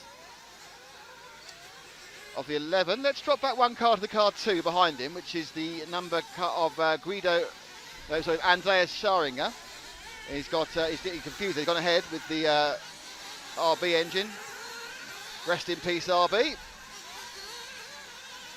So he is the car we're looking at now. He's got the orange nose, yellow main body, and some green flashing. Where's the blind spot then? Is he coming to it soon? No. Okay. So he's coming now through the HB hop-ups. He turns around the first part of the circuit that's not named. I think he's called the EFRA or something. And the blind spot now. There. I need more There notice it than is. that. Is that him? That was him, yeah. Okay. Unfortunately, the other camera is more for the pits, and we haven't. We need to work out why the third camera's not working. I can go down now if you want. No, so we've got half an hour. Fiddle with it. You sure it's plugged in? Well, I'll just... Go on, then have a look. You see what you... I'll have a little wander around You the can track. wander around, fiddle with that, see if you get that one down there to work. That's fine. Yeah. That's all right then. Okay, that's If all right, anything breaks, I'll wave like a panicky person. You'll flap at me. I'll flap your hand, absolutely.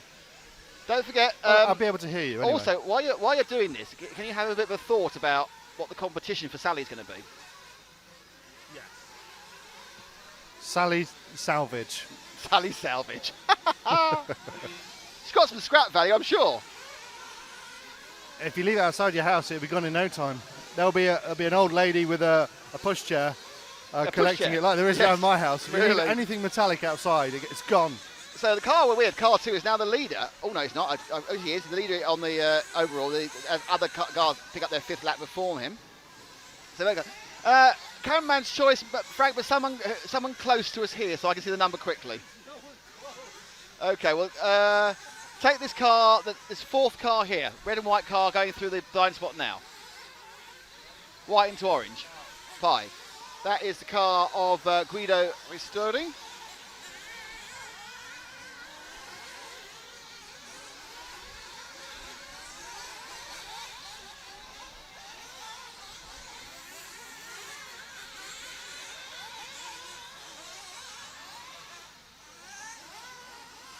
And he now goes down the bumpy road. And we'll turn around through the HB hop-ups.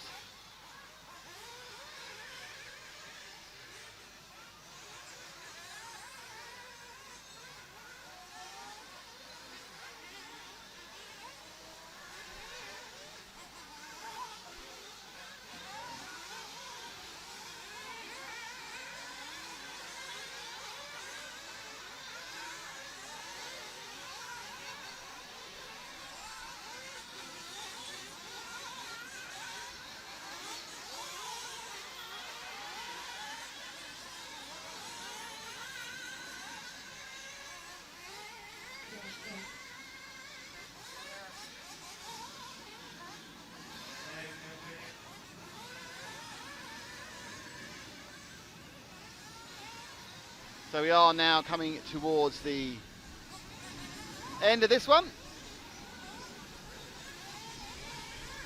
As our driver now will clip on his last lap now, number 5 of Guido Ristori goes through, and he has done that. Oh no, he's got one more lap to go. So it's last lap now as he goes around the ground the G, coming up the short chute. He's going to get himself an 8 lapper, not a very fast one, but an 8 lapper nonetheless. Boots is the person who TQ'd this first round.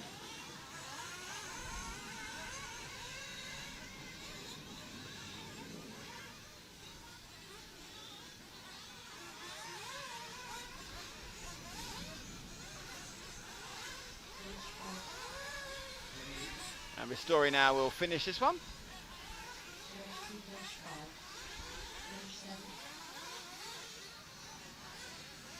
So this is the timing loop here. There he is, you couldn't see because he was, and he goes in, he said, hurrah, I finished, and off he goes. So actually it's Jarno Stilton who ran that one, the 5:28. Rowan Volta was 2nd, Guido Ristori following was 3rd. Andreas Schering, who was doing well for a while, dropped all the way down. But the best laps in anyone there was a 40.3, and we were seeing 38 somethings.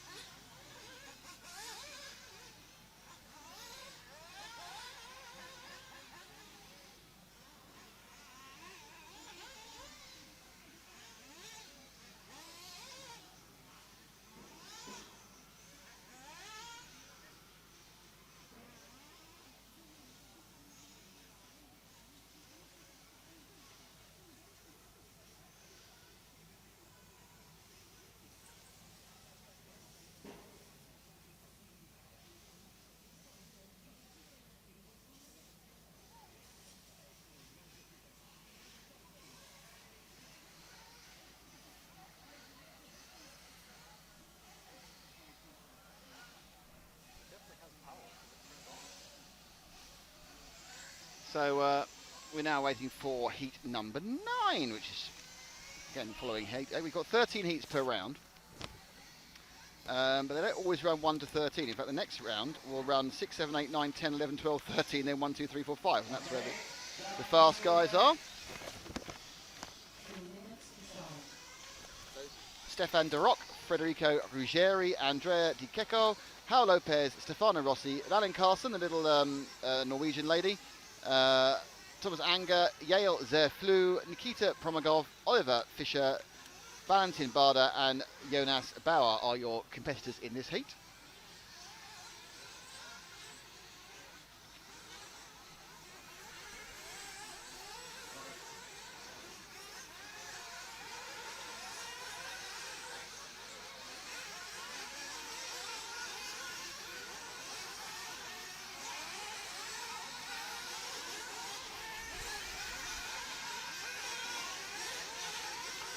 So we gear up this one. JP tweet, hello guys. Is there a program event of heat for the day weekend we haven't looked at somewhere? There was. If you go to the Ongaro Ring website and just do a search for Ongaro Ring, Ongaro Ring, ONGARO Ring, .it, just search into Facebook, into Google, and it will take you to their website, and they have a special section for this European Championship. It did have the time, but from there, I'm not so sure what happened after that. So whether there's been a, because we didn't change it, whether the updated version's on there, but that's the best place to go for that is ongaroring.it. And it is in English as well.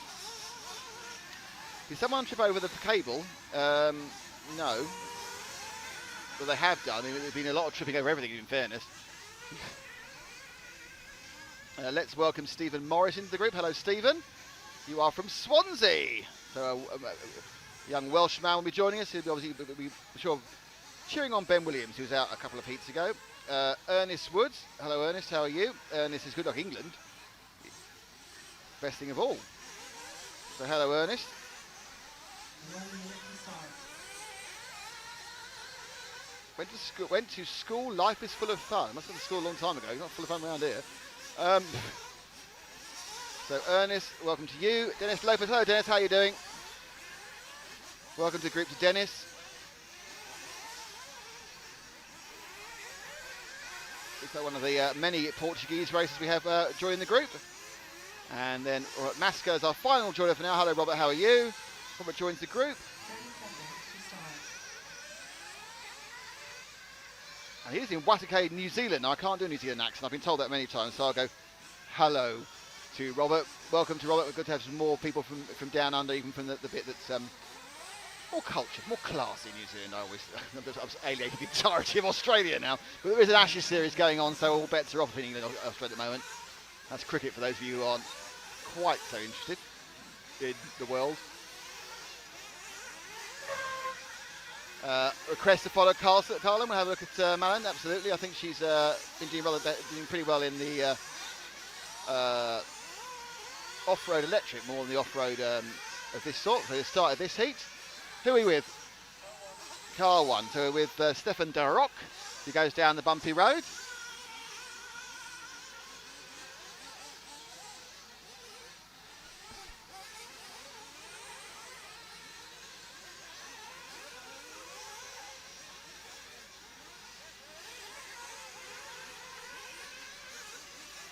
And just so Matt, who's listening, Matt, the camera is now working, but the aspect ratio is all wrong. So you need to come back and work out what's wrong with it, but we do have a picture from the camera, which is interesting. So we'll have another camera in a minute. It's just doing something weird with the aspect ratio. Don't know why that is.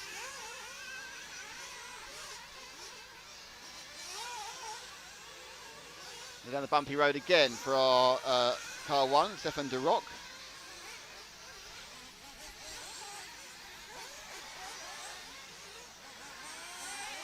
Quite tardy start of this one. Frank, do you want to pick up the car that's just at the start finish line now? Go down the straight. That's Malin in the. She's going through the Groutner G. That's the young lady from Norway. First lap was a 39.4, which is quite good.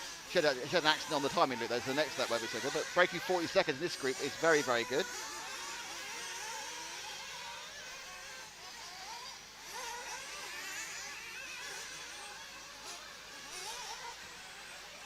So Malin now comes round a bit too wide, as you can see through the blind spot. It was completely blind.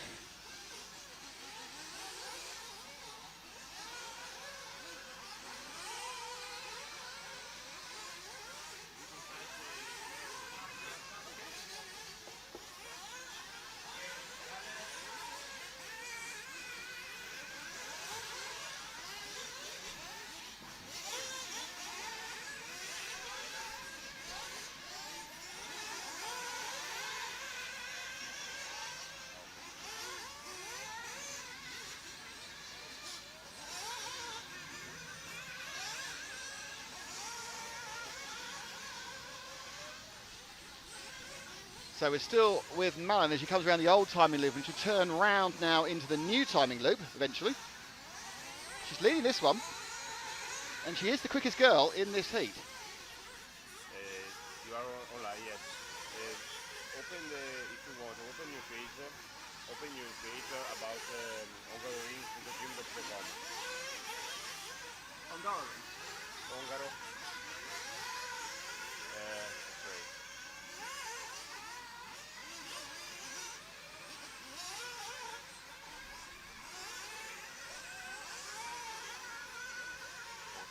Okay.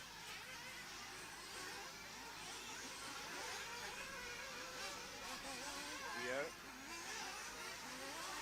Okay. We put all PDF results. Now update. This is the. We have finished to put the yesterday. Now we put the today, so it's okay. Oh, very nice people from Mongaring to have a word with us, and they are going to sort out the. I'll be able to refer back to timing pretty soon. We've got results being plugged on there, so that's great news. I think we're still with Malin, are we? Okay, she's doing very well. Let's find somebody else. Just choose the next car along. We'll pick them up. So that should be the orange, another yellow and orange car. There's a lot of those. That is car number 2 of Federico Ruggeri.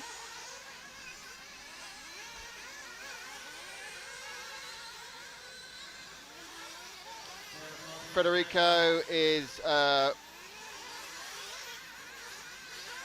a Kyosho, a Nova Rossi engine, GRP tyres.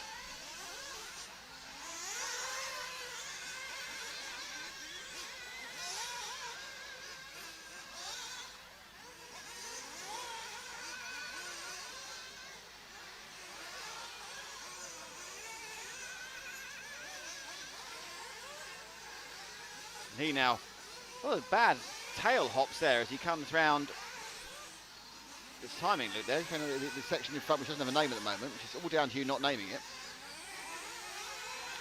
And Ruggeri now has taken over the lead.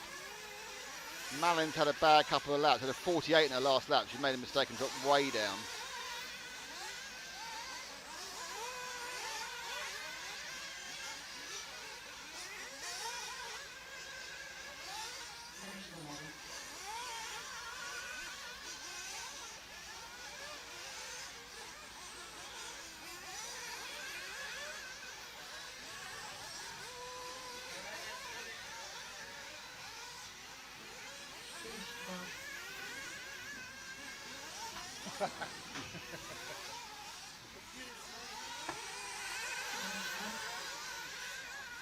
So everyone's doing their last lap. Oliver Fisher just finished. In fact, the first person to finish lap. This is the last lap as they come round.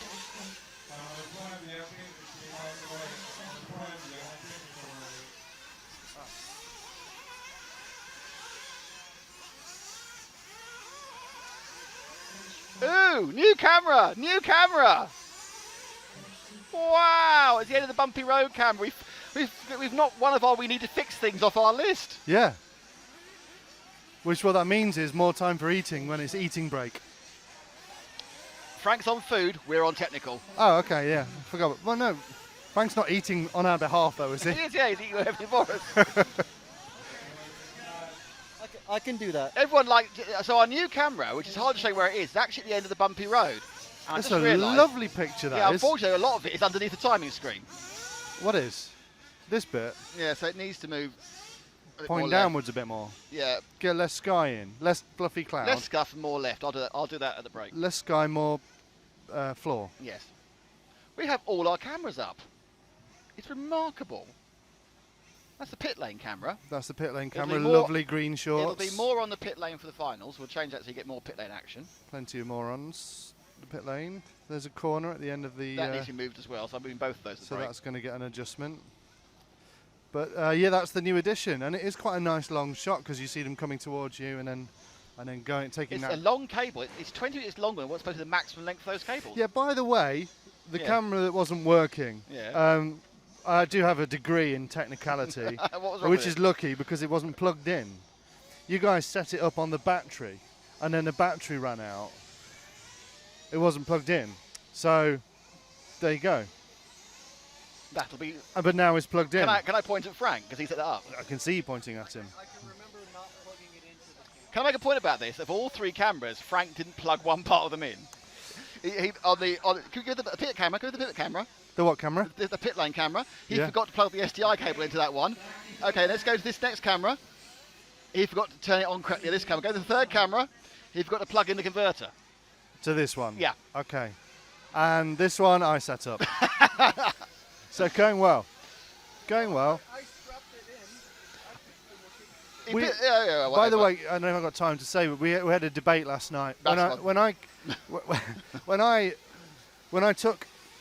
When I, in a very solemn way, took on a little bit of responsibility for the death of Sally Yes. by admitting that it was my idea to put it on the roof. And then I said, but there was a freak storm. And after letting us call it a freak storm all throughout the whole time, at that point, you two downgraded it to a bit of wind. Right, well, I've just been informed that there was officially, Yeah. this is not tabloid speak, this is officially Yeah. a mini tornado in the region. Wow. Seriously. I feel so much better. But there was a mini tornado. Well done. So we were caught up in that. A mini tornado. Fantastic. Well, that explains everything. And I just noticed the EFRA flag. Yeah, it's Flying not at high enough. half-mast. Yeah, I don't think it's deliberate. Is it flying at half mast because of Sally? It could be. I think it's because that's as high as it can go. If you look at the top of it, I think there's a Wi-Fi extending thingy on top of it, so I think they probably don't want that to wave around too much. You probably don't know, and they've probably plugged it in, I guess. Matteo Products says, shout me out. Okay. All right, Matteo Products, here's a shout out. Who wants a shout out? Matteo Products. Hey, Matteo. Oh, hang on. Matteo Products, do you want to name a corner? £200. No, euros worth nothing now, isn't it? £200. £200, you can name a corner. You can name it after your friend. You call it the Barry Smith corner. The Barry Smith corner. Or the, how about, what a wonderful anniversary present. Yes. You could To call who? it- Him and Barry? No, you call it my darling Deirdre corner. Deirdre. My darling Deirdre corner. Yeah, or Sorry, we will. Deirdre's D's. How about- Deirdre's double D's? Stop it. How about the Beryl and Frank Silver Wedding Anniversary corner? Beryl and Frank. Well, it could be anybody. I'm not sure, Frank, you're not. Sorry, Frank, that wasn't meant to be you. Because your girlfriend's called something else, isn't she? What's she called? She's called Jerry. Jerry. The Ben and Jerry, that's even better. Because that's ice cream. Yeah, but it's not. There's no Ben involved. Well, you say that, he's away. Who knows? We are about to have the excitement that is heat number. Look, it's gone again, look. What's gone? My mouse. We're about to have the excitement that is heat number 10. With Sebastian Winterstown, Hannes Kaufler, Roman Kuma, Martin Karner, Quintin Legal, Elliot Marcon, Thomas Gedniski, Gianmarco Franzoli, Alexei Burrell, Thomas Redzenart, Thomas Rezenart, Maurizio Fantinel and Tiziano Ravelli are in this heat. It's all very exciting. Matt's treading on my headphones. And they're off, and Frank is covering who, Frank? This car here, this yellow Carnival 1. So he's with Sebastian Winterston. Then he gives me information about Sebastian. I have information about all the drivers now at my very fingertips. So he is driving a Mugen with an OS engine and sweep tyres. There we are, that's the information I have.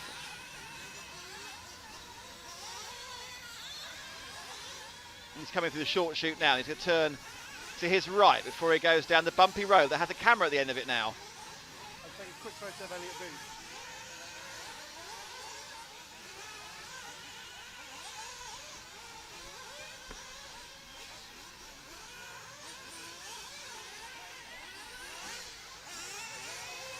Mick's having a bit of traffic there. He's been I don't know if he's just getting in the way or whether actually he was being slightly balked there by the number 6 of Elliot Marcon. He's actually fallen back now behind the 3 of Roman Kaufler as well, so not a good run. What we'll do this time is I will show you the other thing in action. So as he comes now, they all come round and they come here, and now this is the new camera. And here they go, 1, 2, 3, popping on through. And they're back. So that's our new camera, which we're going to adjust at the very far end of the track.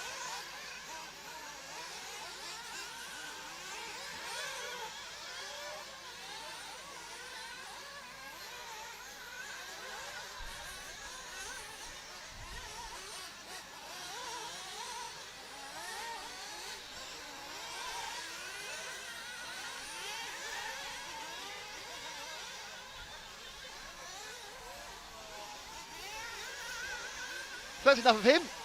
Frank, pick up this all yellow car coming down here. It looks quite interesting. Coming underneath us down the old timing loop.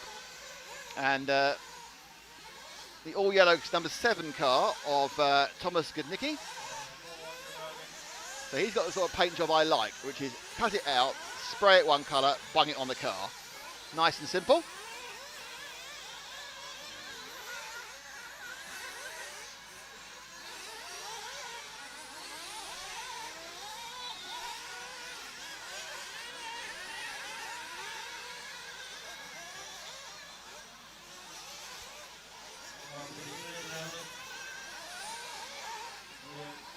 Okay, a bit wide there. So he now comes back through the old timing loop and he'll turn now round into the Durango D. And quite tight, a little bit tentative there as he now goes under the timing loop. Down the main straight, and he'll just now get nipping it. Oh, massive tank slap as he goes in the Graupner G.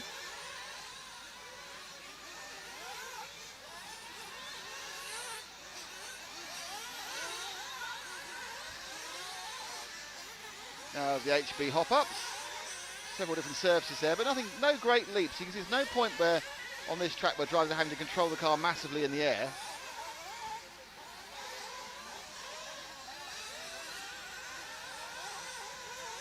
And comes round again. These are not massively fast lap times.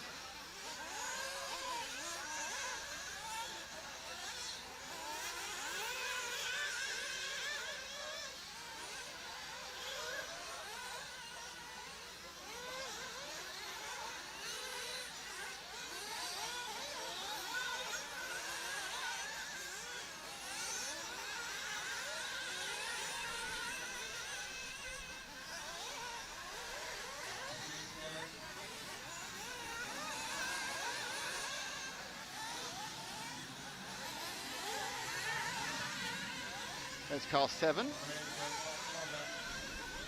That is the timing loop, Frank, where I said it was. The thing I'm calling the old timing loop is the timing loop.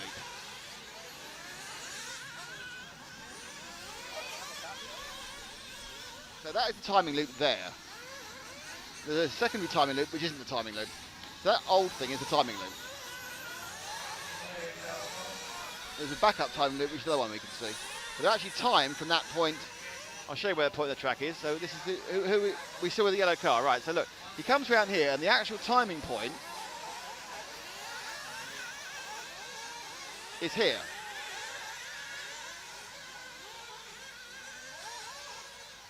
The only problem is that the refresh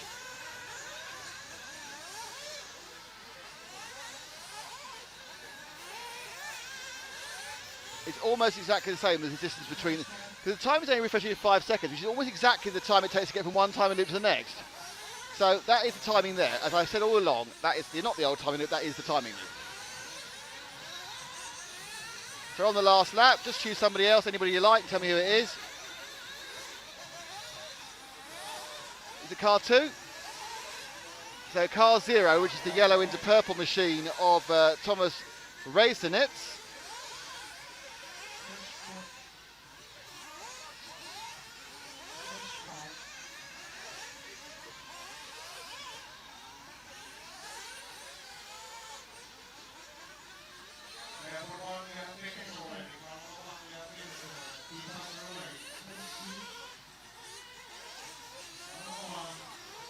So we are now finishing this.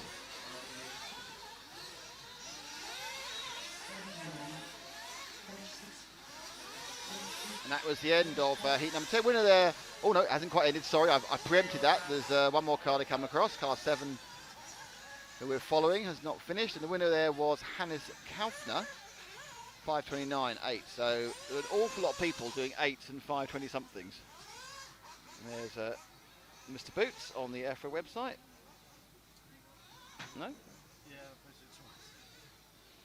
so if you go to the EFRA Facebook page and like the EFRA Facebook page, you will see our current TQ in round 1, and I can't see that being usurped, Elliot Boots with a big smiley face.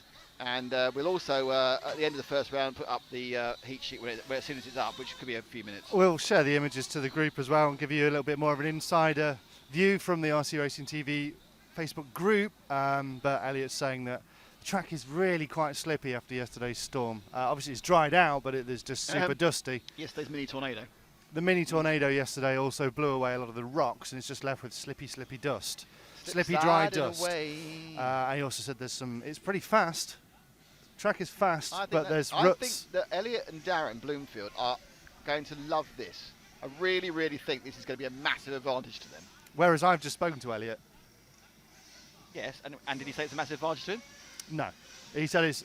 I'm trying to tell you what he said, but you're telling me what you think he would say. I'm trying to tell you what he said.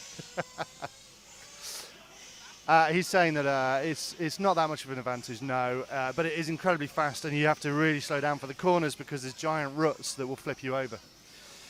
So there you go, but I'm sure those ruts will even out a little bit as the cars attack them over the next day. There are several trolls and a couple of goats. That's Billy Grove Guff. Guff? But there's no bridges. So there you go. At the end of this heat, have you got the half-hour break at the end of this heat? We have. So at the end of heat 13, we've got a half-hour break, where we're going to do loads of adjustments of loads of things. And Frank's getting food. Does Frank know that? He does. And at some point this afternoon, we will think up the competition that's a good idea, to win Frank. Sally. Good idea. He's setting up the Wi-Fi so that it can cost me a fortune to post pictures of Elliot Boots. Does it?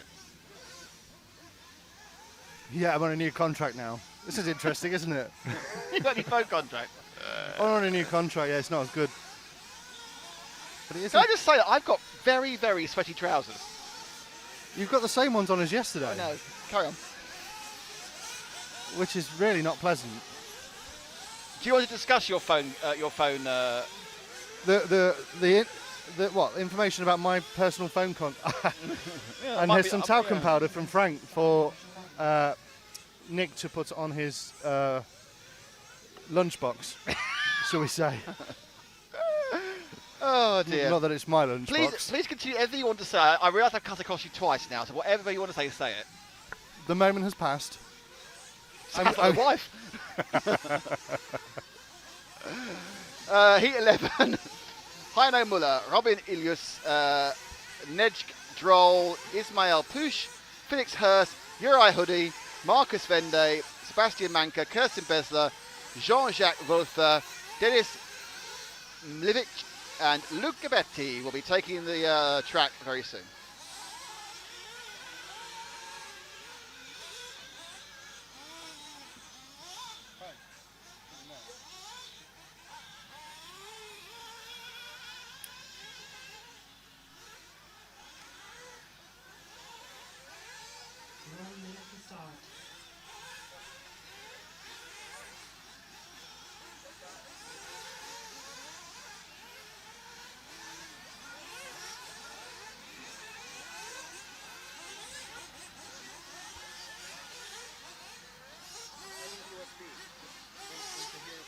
Someone from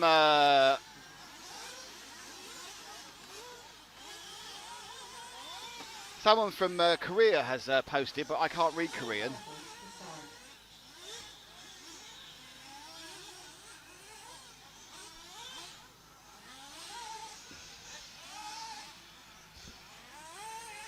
Use the Google Translate option. Oh, I don't know. Look. So, hello, Korean person. You're very welcome. 10 seconds to start. So 10 seconds till heat 11 gets underway. Oh.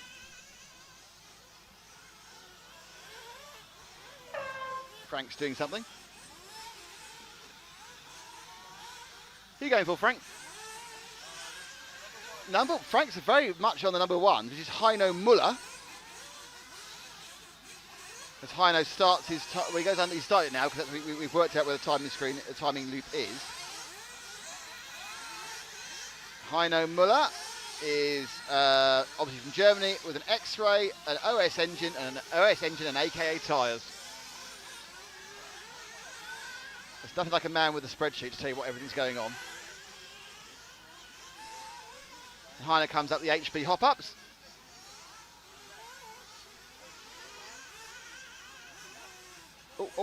Oh, he's made a big... Can we get a replay? No. replays aren't on for a while, so we might have to find something else to. Well, VRC Pro. Yeah. VRC Pro. VRC Pro. yeah.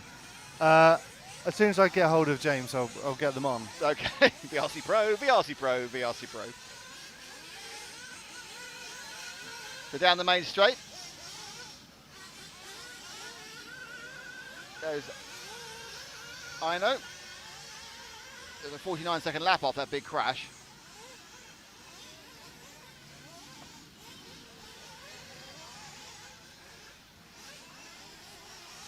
And he's not really covering himself in glory in this particular heat.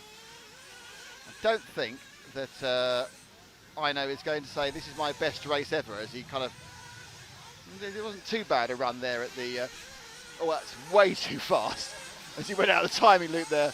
I think Ino now has thrown caution to the wind and said, oh, forget it, I'm just going to go for it, a bit of a laugh. So I think there could be lots of power, more power! Could be the Muller way.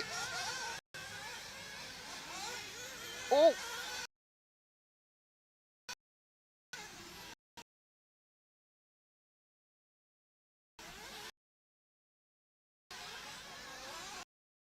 Can we find car number 9? Because that's a friend of mine, a Facebook friend of mine, Kirsten. Kirsten Besler, one of the 3 German lady racers. And there she is. She's being a little bit kind of obvious about painting her car pink. Why do you call them lady racers? Well, because they're ladies and they're racers.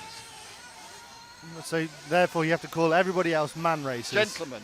Gentlemen racers. Gentlemen start your engines is the traditional thing for motorsport. But everybody else is a man racer. There's a male racer and there are some lady racers. Okay. I think lady is a nicer word than female. Yes. So, and it has no... Can't say like bird or anything, can you? It's not derogatory. It has no insinuation of anything apart from the fact she is a lady. Once, twice, 3 times. There are 3 times a lady in the German team, yes. And I love you, of course, Matt. Yeah. Oh, don't throw it away. So Kirsten now comes beneath us. Starting on the lap. Turns sharp left on the main straight. Simon with a full power. You see the front tyres expanding as they slightly lose grip with the weight transfer. And going round the Graupner G. Oh, no, a bit ponderous there. The very tip of it. Through the short chute. And now over the bumpy road.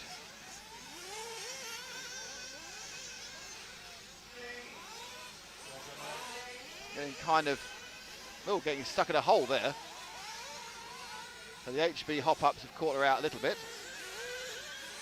So we'll find somebody else. Let her go out pictures. Just hold there, Frank, and we'll take up this next car coming through now, who is randomly car number 3, and that is the car of Nej Droll. White, sort of a purpley pink flame on the side. Stamped the brakes on hard as he went round the hairpin onto the main straight. So some dust being kicked up, most being kicked up and then thrust into our hut, isn't it? Of hut dust. We have Matt sweeping the table first thing this morning.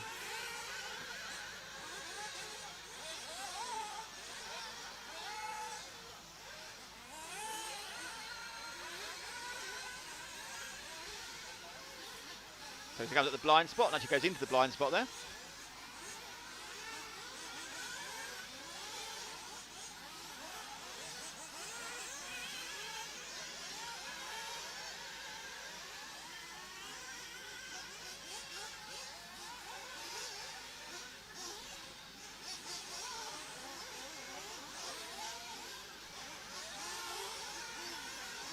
So this is heat number 11 of 13 in round 1. At the end of heat 13, there will be a half-hour break, and then we'll start again with heat 5. The top races, that's heat 1s to 5, will hit the track next at 25 past 2 local time. 25 past 2 local time, 25 past 1 in the UK, as we see the top 5 out again for their second round of practice. So, thank you. So we're going to qualify. Very good point there, Frank. You mentioned it. We're going to qualify. It's not very well practiced. We're all qualifying now. all about the qualifying.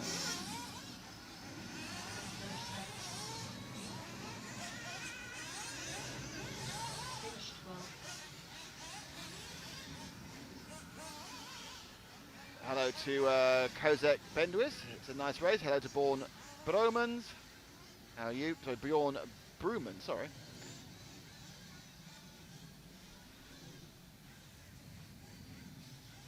So we have 2 more heats for a short break, and then we're back on solidly for about 5 hours. That's all.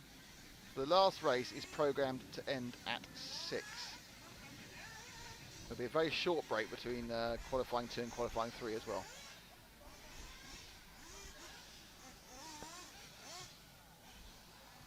My guess is that's to actually give them a chance to do some repairs, but they are now coming up to heat number 12.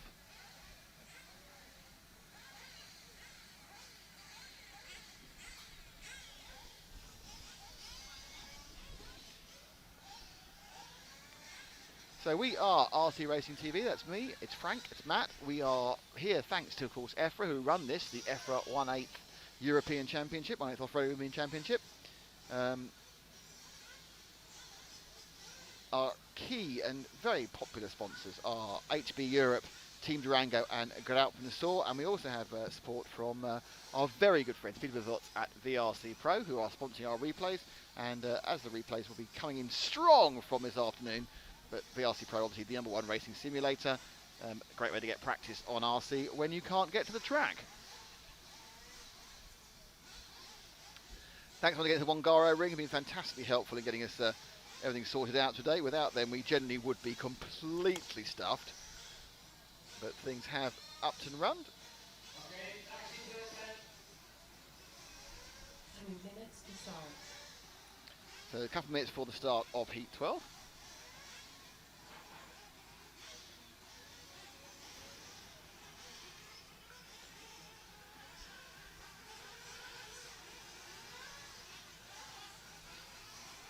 Have a look there at the pit lane.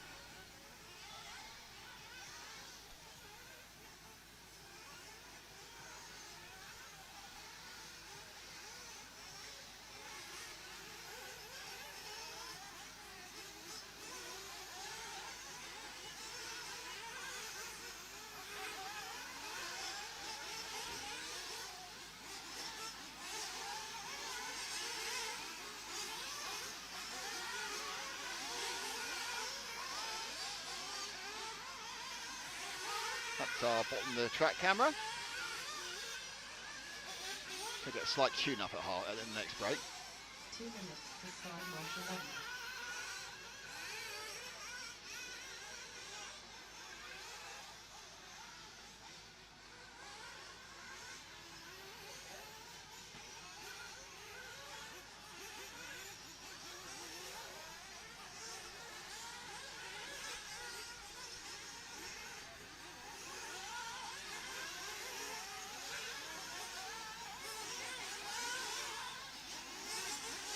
That's into where the blind spot is. Quite a nice shot that, just slightly tweaking, make it a bit longer.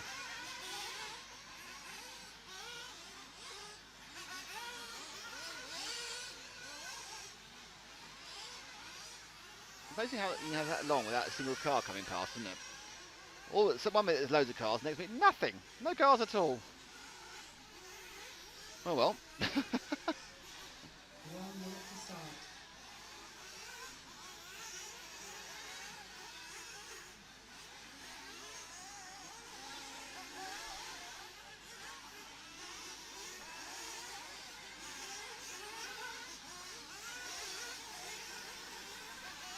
So 1 more minute when everyone runs around practicing.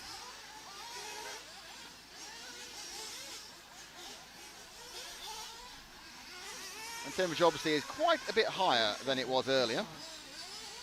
We've got ambience gone up from, it's about 23, 24. It's much, much nicer. Yesterday was horrible. It was so humid up until we had the mini tornado, of course. Significantly better now. 10 seconds to start.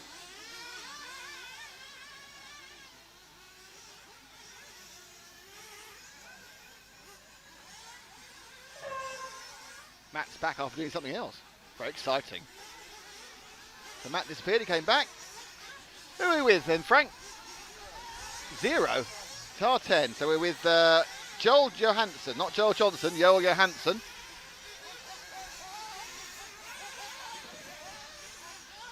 As he comes now down to the Groutner G and up through the short chute. That's the bumpy road.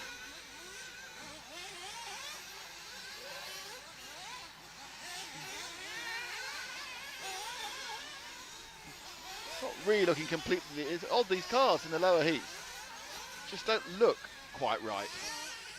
Car 9's having a nightmare here, and car 10's another one falling off the track. Managed to miss the camera though, so well done.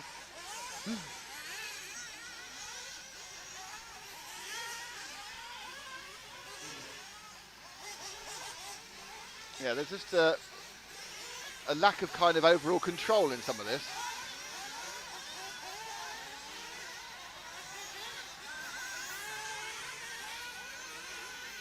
Comes up to the short chute. A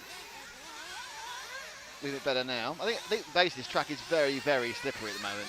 It wasn't obviously a hard packed dirt, so it never has a huge amount of grip. And with the dust on top of it, added with the wet, bringing up, softening the surface to leave more dust. This is a very tricky track to actually get your grip on.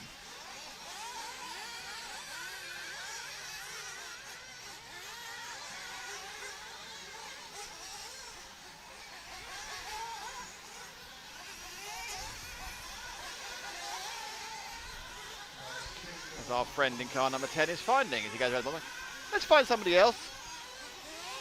The big pink number 5. Who's number 5? That is Rainer Razier, currently leading actually overall in the 5 in the bright pink car. She goes around the Groutner G. See if I can tell you something about Rainer.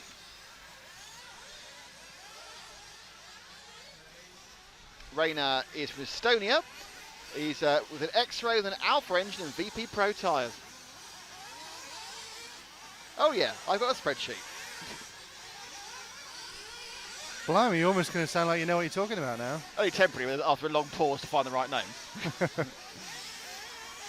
we do the camera cutting and everything. Well, Wow. I'm getting there. You're learning it, are you? I'm learning He's it. underneath us now as he's about to go onto what is not the timing loop. It's the start. Oh, there's been a dance.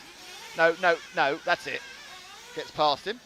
So he lost a second or so with that incident.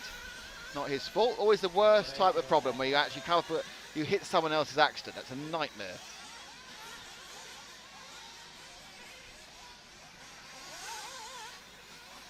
So through the HB hop-ups. Left-hand turn, around this right-hand section that still has no name. Coming up now, down towards the blind spot. And he's had a bit of a disaster there. Has that broken the car? No, just overreacted. There's the timing loop. And there's a big dance of broken cars ahead of him. He's going to try to avoid that. One there, 10 rejoining, one's in front of him. So Rainer now needs to get past a huge amount of kind of slightly drunk traffic.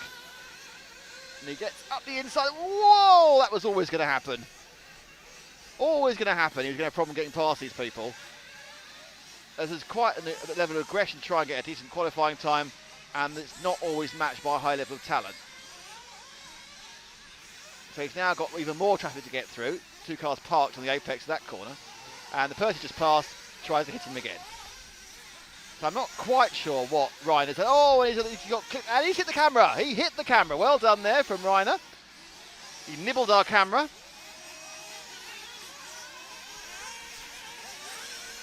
He's having quite an eventful couple of laps, which is why it's worth staying with him, really, isn't it?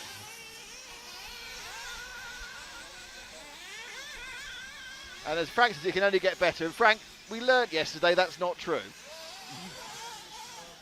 Sometimes it just gets worse.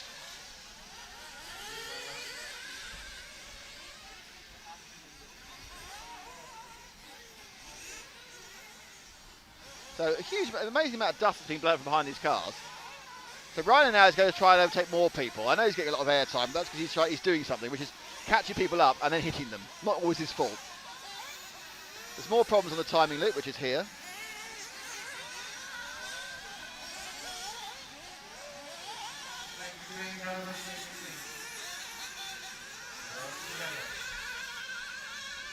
few seconds to go. This should be Reiner's last lap. Only going to do a slow 7.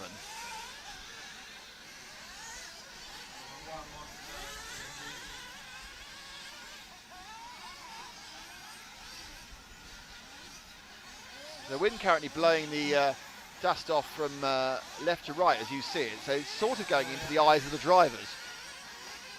Here he comes. Come on, Reiner, you can get these two. It's car 1 and car 10 he needs to get past. Car 1 is Diego Fusa. He's just at the inside of Fusa now, and then luckily car 10 has crashed. That's really good. It's really hard because they're all over the shop, and you've got to try and avoid them. And 2 of them are upside down. They're upside down, so he managed that way, and he finished the race in what can only be described as a very confused state. So that is heat 12, and we are going up now to our last qualifying heat. So I'm going to ask you to stretch your knowledge of wildcards a bit more. You need to make up a little thing, a caption. I can do that. Make up a caption saying back at 1 o'clock, local, 12 o'clock. Because after this heat, we're off for half an hour fiddling. Fiddling. Oh yeah, there's some fiddling going on. And then we come back with... Back at when? Back at 1 local. Which is obviously midday UK. And we're back there. So we're only going for half an hour, so we're not off for a big party or anything.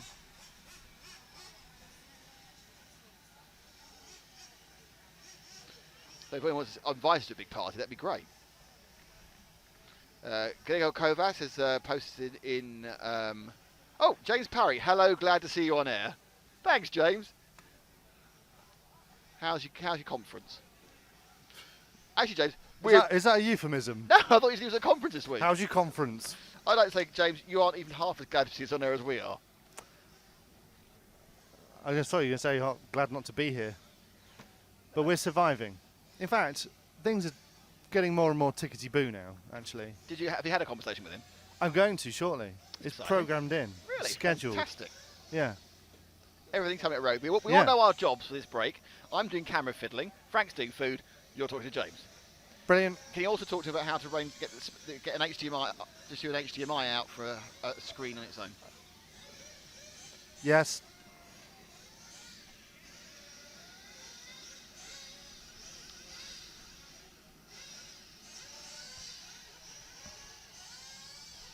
Oh, we had another little glitch then.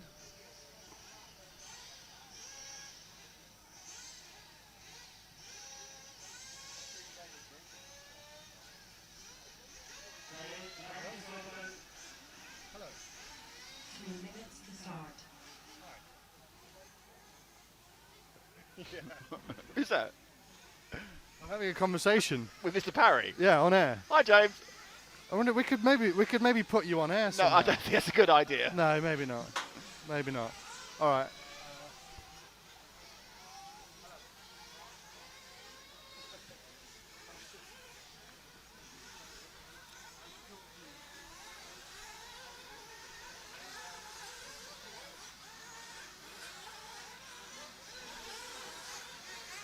So this is the final race. Christian Besler, Vanessa Wende, Massimiliano Casaldi, Alex Schmidt, Kula Ulias, Gabriel Romane, Carl Zettlinger, Gerd Pfeiffer, Marcus Grandel, Elvin Espinez, Philip Triplat and Giovanni Del Prete.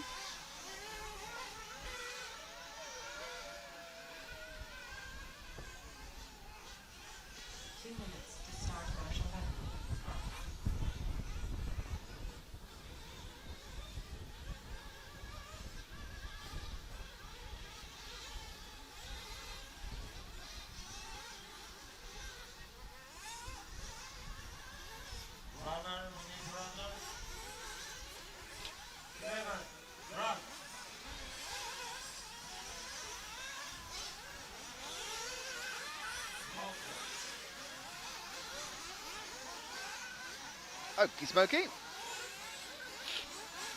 So during the break we'll also get at some point a photograph of the current order and get up on the EFRA Facebook page and on our webpage. Don't forget to go off the EFRA webpage and give them a big old like. Liking them is what they want. We like them. All of them, they're all lovely, especially Carlos, who helped us out a lot this week with the problems with Sally, the satellite dish. It's damaged but not beyond repair, and there's now a competition prize. The competition will be announced tomorrow or later today. This is the final heat of qualifying for round 1 of the 2015 1/8 Off-Road European Championships, brought to you by EFRA, the European Federation of Radio Automobiles, and of course also brought to you by Grout Nassau, HB Europe, Team Durango, and VRC Pro, who are our replay sponsors, and we are sorting the replays out as we speak.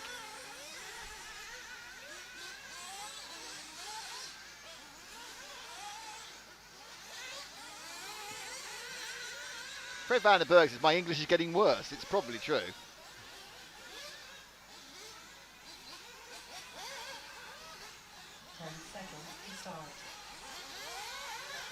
By worse, do you mean less understandable or stranger? More vernacular? Off we go. Who are you with, Frank?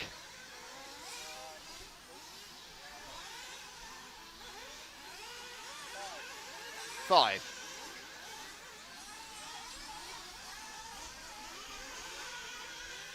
Down the straight, that's car 5 of Kulda Ilus. Kulda Ilus, who is very exciting as we wait for me to look at things.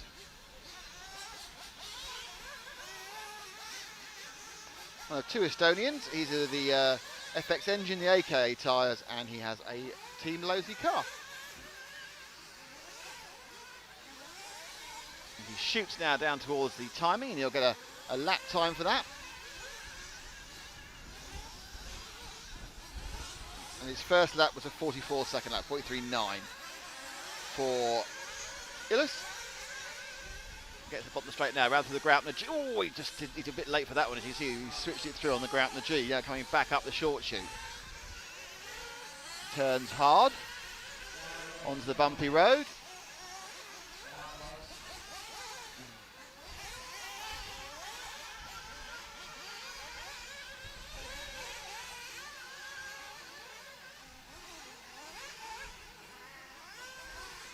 A bit wide there as they come back in again. So quite nice, pink into white car there. Had to get the 7's got involved with that, which is car Zellinger. Move 1 car forward, Frank, to car 7 of Zellinger, which is green over blue.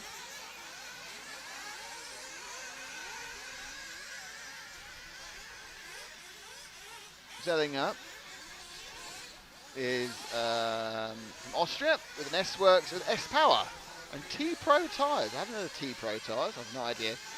They're particularly special. He's actually leading at the moment after 2 laps, or of those who have completed 2 laps, Zellinger is leading. You can see his time obviously in the bottom left, bottom right of the screen.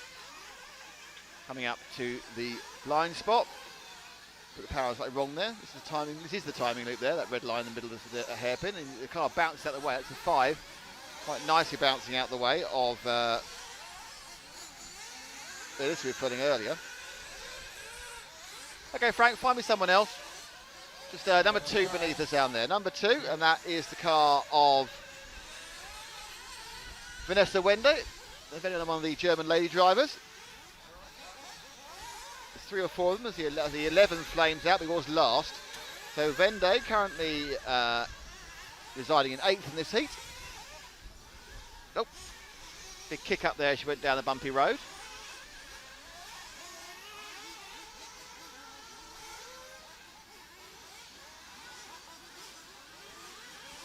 And she comes up around the switch into the blind spot.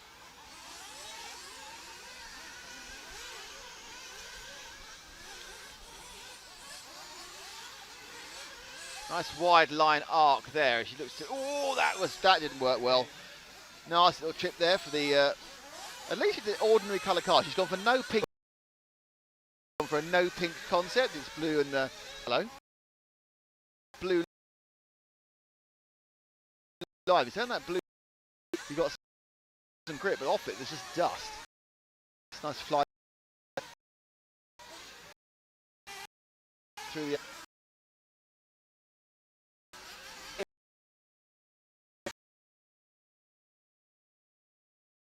and the guys at the top.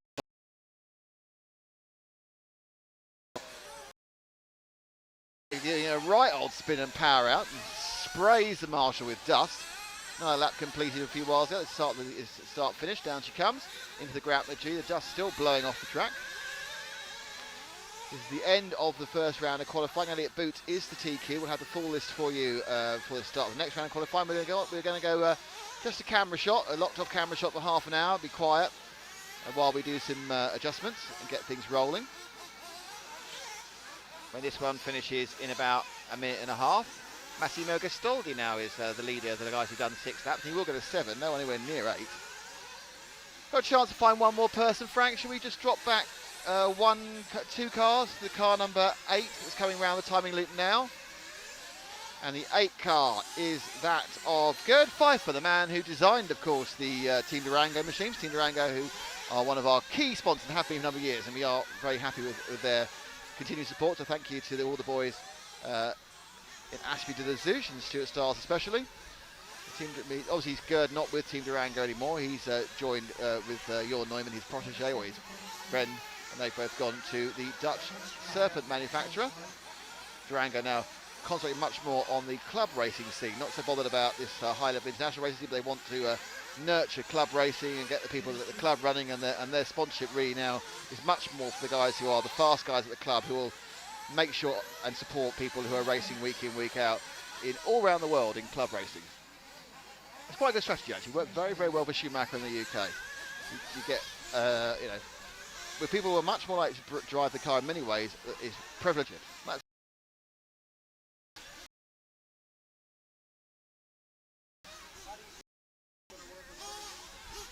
Frank, I can't hear you. I know you're talking, but I can't hear you though. I'm not sure. Frank said Billy Easton to me. I think it means I don't know. Frank, you'll be on the microphone later. We can have that conversation with you on the microphone. Right, so we are now locked off. I need to know how to get this on. Finished 12.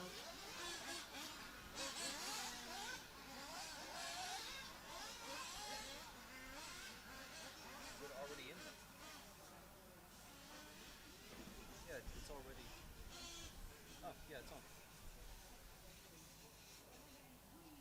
Yeah. Is that the live shot? Yeah, it's a live shot. So we will be back with you in half an hour's time with lots of information. Frank's going to go get some food, and then he's going to take a picture of the graphic result. Yes, Frank? Yeah. Fabulous. And thank you for this, and we'll get back to you with 5 hours solid this afternoon any minute now. I'm going to turn the sound off, but don't rise the pictures. You know we're here. Bye then.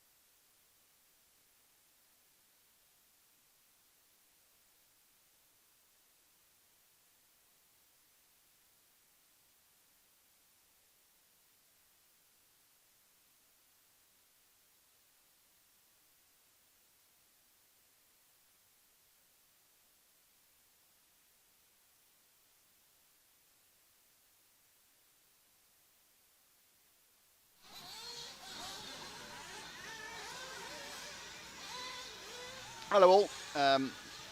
Apologies for a slightly longer than expected break. We've been doing a number of clever technical things, and also everyone's still eating. So I'll keep you entertained on a fixed camera for a while. Can I do that? Probably not. Can I do that? It's the only option. Thanks to James Parry for trying to help us remotely. I think that's a little bit louder than it was, am I right? And there they go. No, it's all right. So JP Sweet has asked to follow a couple of cars after break. Not quite sure. I think if both of them were in the last heat, then we failed miserably. And we did. But we'll get them for the next round. We're starting with heat 6, I think I explained. And then we're going to go up to heat 13 and then start all over again with 1, 2, 3, 4, 5, which of course are the top heats. And that's in about an hour and 20 minutes time. So Bradley Bird with an 8.5.22.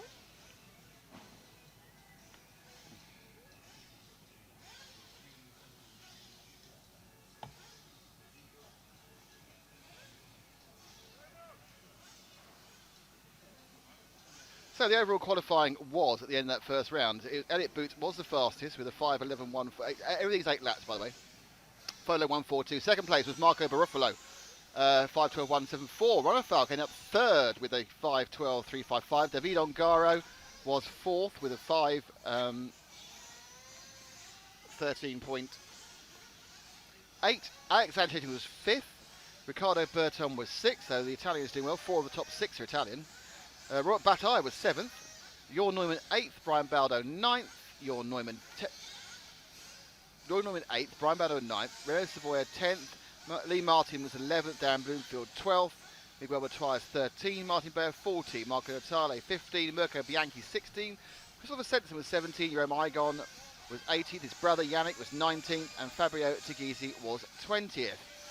JQ was 23rd, last year's runner-up Martin Volanka was 24th. Hupo Honegger was down in 34th. Who didn't really get much of a run? Who should at the bottom when they shouldn't be? Scrolling right down. Hal Figueredo didn't get a run. Ricardo Ribisi had a bad one as well. But it's best 3 out of 5 rounds to go, so you can have a bad round and it's not the end of the day.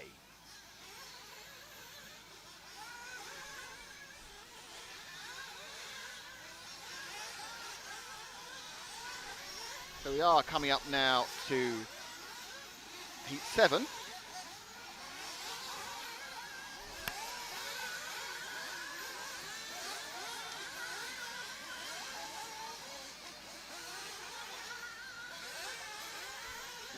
Marcel Guske, Vincent Mertens, Matthias Umfrader, Maciek Borowski, Jonathan Barco, Alto Heinen, Eunice Hyvarinen, Nick Blackwell, Steve Shakespeare, Bart Mulling, Philip Miller and Werner Spanbrücker, who I still think has a fabulous name.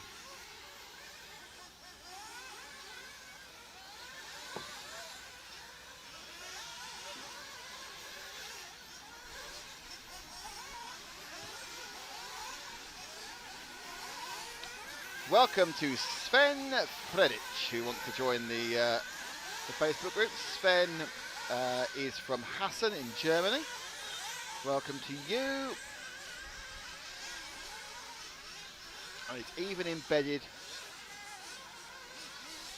a different link that's not ours. That's not on. Only embed our links, honestly, Sven. Eintracht Frankfurt fan, or at least it's got a picture of Eintracht Frankfurt and a big eagle. So Sven, welcome to the RC Racing TV Facebook group.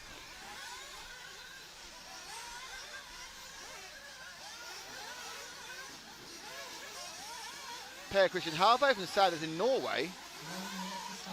Here's a picture of Stephen Fry, which is great fun. So a picture of Stephen Fry definitely in the group. And Tommy Alho also wants to join the group. Let's see, Facebook. He lives in Messina, Italy, even though he's got a... What was he selling his Ducati 996? Something like that. He's from Mali. I think he could be just making up where he is, but welcome to Tommy Alho, and you join the group. Hey guys, Todd, please post details of the first round of qualification. Yep, Todd, that'll go up in a second. I did read them out, but I believe as we speak, Frank's got the picture and he's going to post it.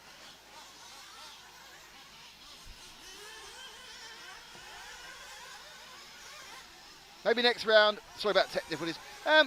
It's not exactly tech difficulties. It's just that when we had to rejig everything, JP Speak, after the change from satellite, some things needed redoing and rejigging. And this is a surprisingly complex organisation run by surprisingly uncomplex people. So it just took a little bit of time to work them all out, and that's what the first day is all about. It's all about working out all the problems. So when we come to the second day and the final day of the Saturday course, it's fabulous.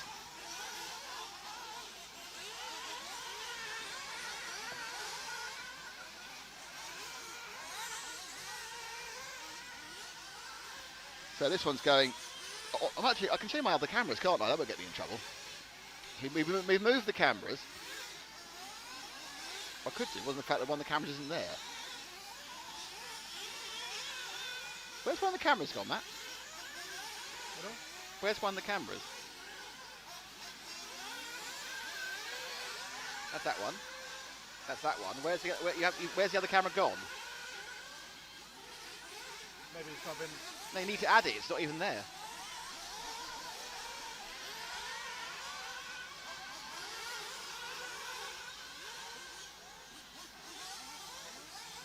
That was a desktop presenter, not the actual shop.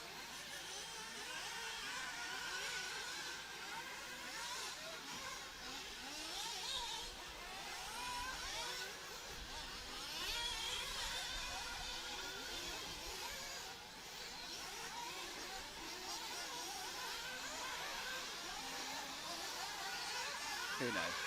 That's our new camera on the. Need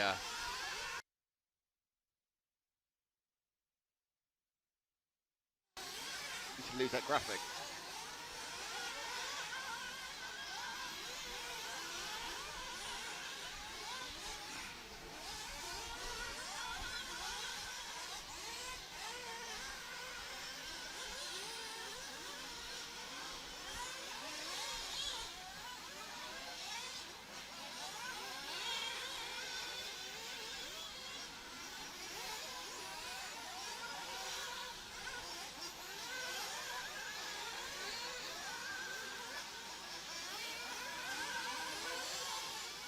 So it's Marcel Gusquez leading this one.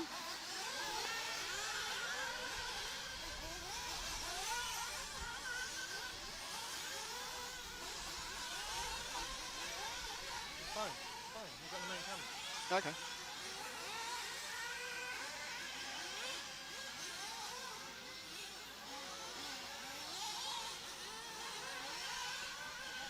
So it's Arto Hein and Round two, Marcel. Oh yeah, it is round 2. Good point.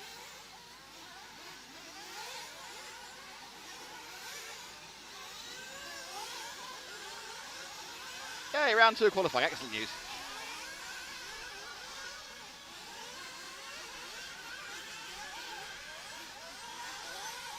So Marcel Gusquez still leads.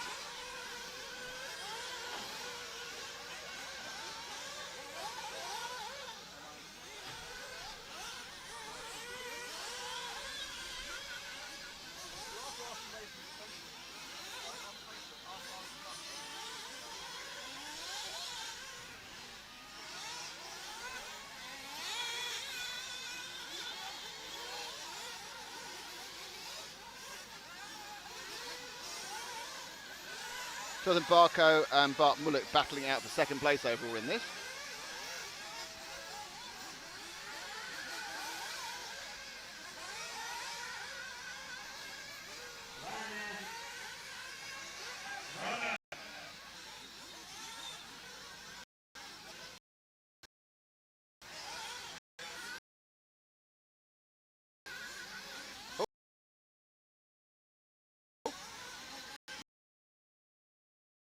Timing just disappeared.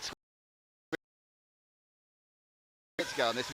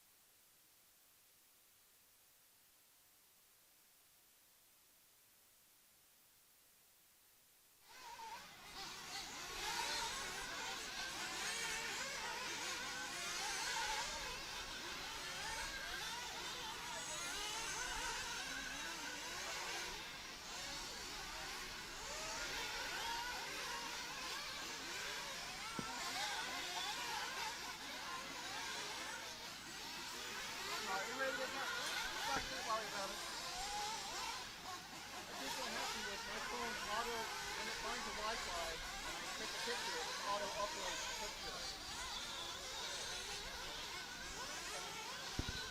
That's probably what was fucking the thing as soon as I got in within range. Hello everyone. Sorry about that. I had a little bit of a technical. Well, no, it wasn't technical. It was just a little bit of a interesting thing. I think everything's picked up again now. Apologies for the stream being a bit choppy for a few minutes. It should be relatively okay now, and we'll be back with moving cameras in a few minutes.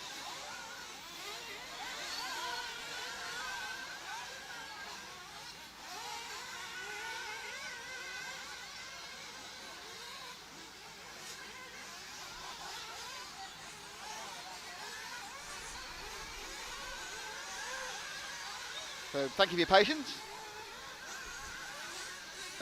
So yeah, it was a bit laggy, and when the sound went, we turned it off. We were fixing stuff. Yeah, this is a 480 stream. As you can see, we're on the edge of a 480 with the bandwidth we've got, and they are expressing new satellite parts, but I can't guarantee they'll get here in time.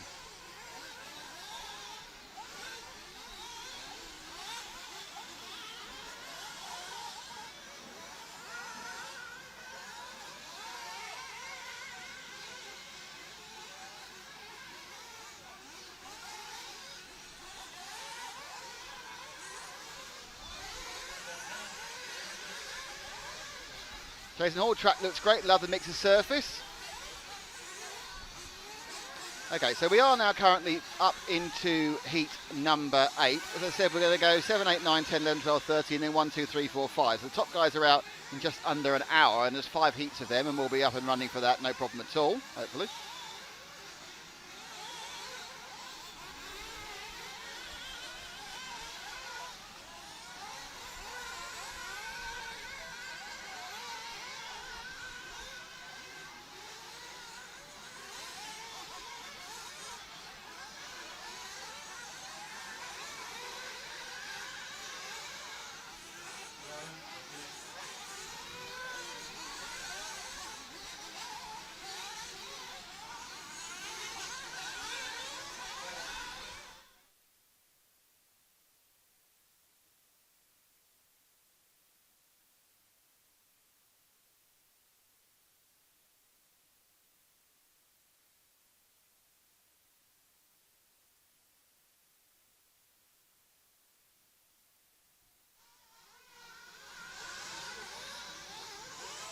Pictures on my camera and edit it down and then just...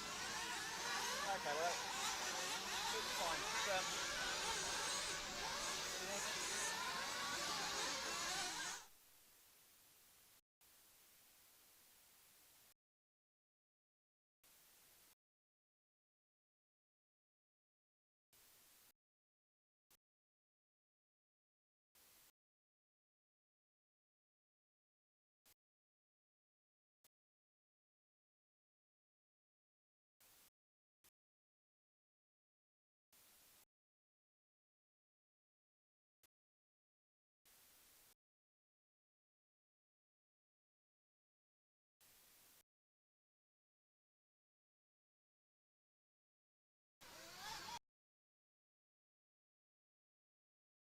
Oh dear.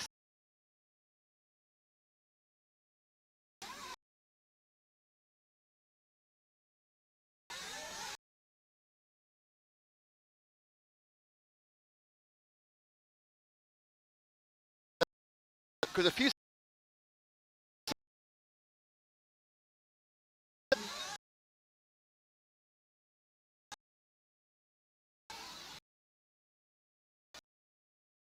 about 20.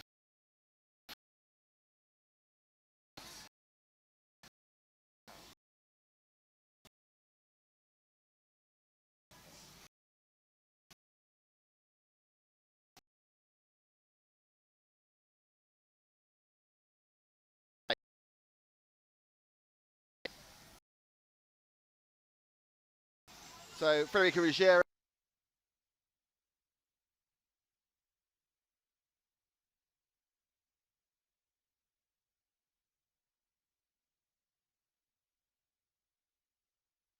Madeline Carson is the person we all know here because she's a 10-year-old lady from Norway. She was had quite fast lap times, but did not have a fast race. Too many times not pointing in the right direction. We're in qualifying round 2 of 5 at the 1/8 European Off-Road Euros. My name is Nick Damon. Next to me is Matt McCallum. On the camera, it's Frank McKinney. We're here thanks to EFRA, the European Federation of Radio Automobiles, and especially to Willie, Dallas, Carlos, and Jackie. We are here thanks to Groutner Saw, to our friends at Team Durango, and to HB Europe. And we have replays when they come from VRC Pro, the #1 racing simulator. RC racing simulator.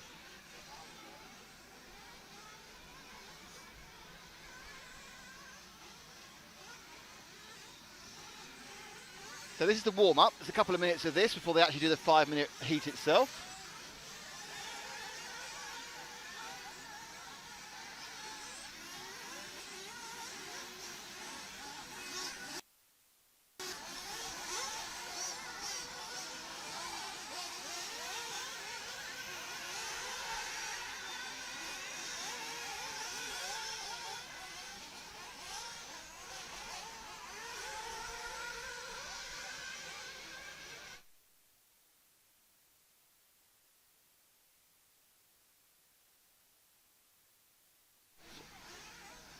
And so they're all sticking together, aren't they? There's 2 minutes to go. They're all kind of sticking together as they practice. But it's quite a slippy surface, that's for sure.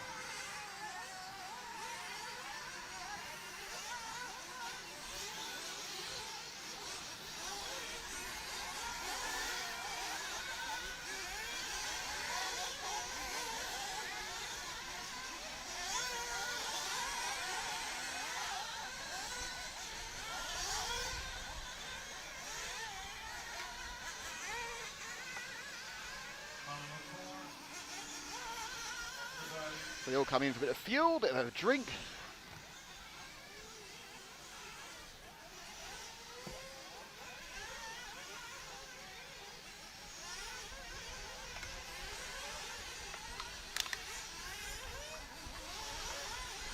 So flying straight.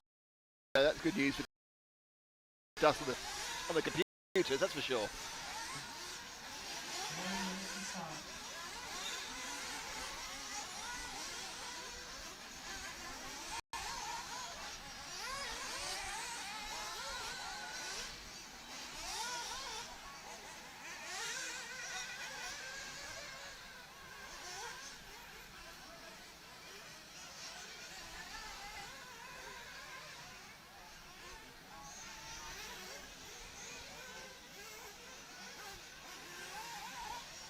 1 minute to start.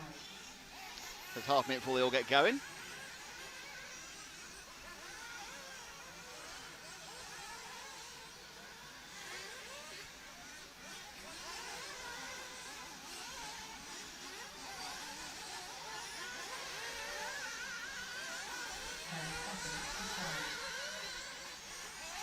Who are you going with, Frank?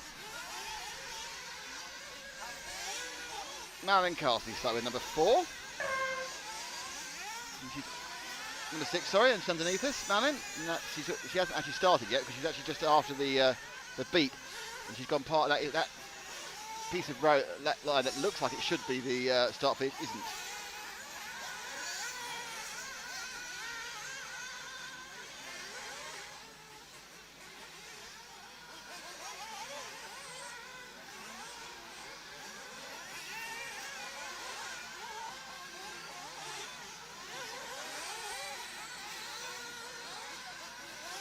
Round she comes. Into this is the time limit. She's actually just started now, I would think.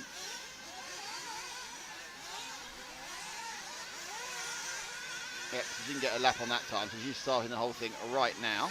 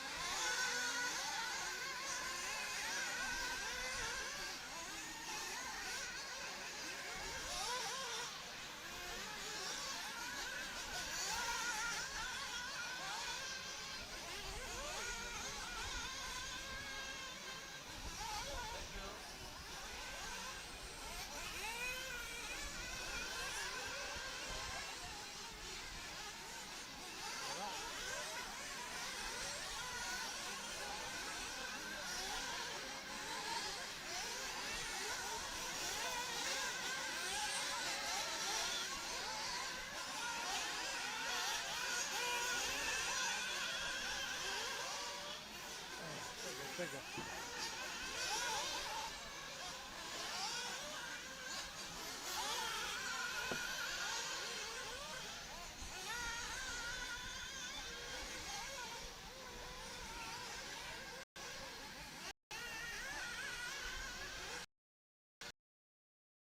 Frank, now, are you still in?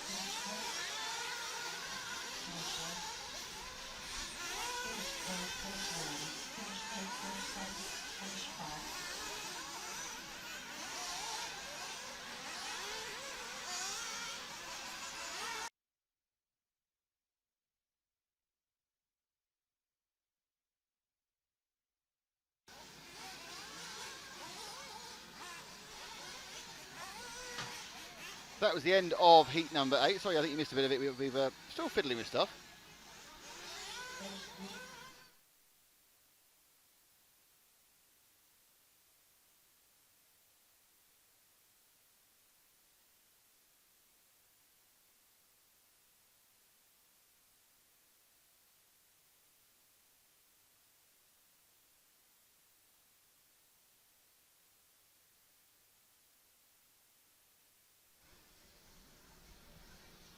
So that was the excitement that was heat number, whatever it was, 8.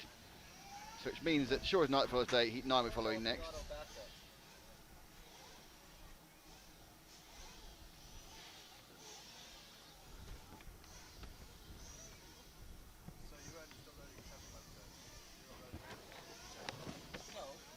No, just those photos. Seven photos I put down there, and then I went to Facebook and uploaded the 7 again to Facebook. But I've got this app So Stefan de Rock, Federico Ruggeri, Andrea Di Eco, Hal Lopez. That's the wrong heat, because heat 10 that's next, not heat 8, 9. That's what's coming out. Reading the wrong people out. So Sebastian Winterhurt, Stein, Hannes Kaufler, Roman Kuma, Martin Kana, Quinton Legal, Elliot Marcon, Thomas Kuzninki, Gianmarco Franzolini, Axel Burrell, Thomas Resdenarts, and Maurizio Fantinel and Tiziano Ravelli.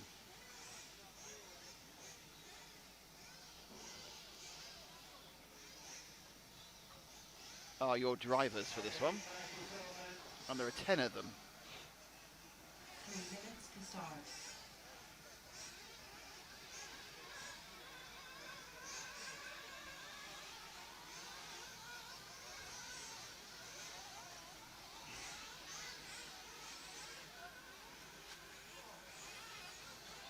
Okay.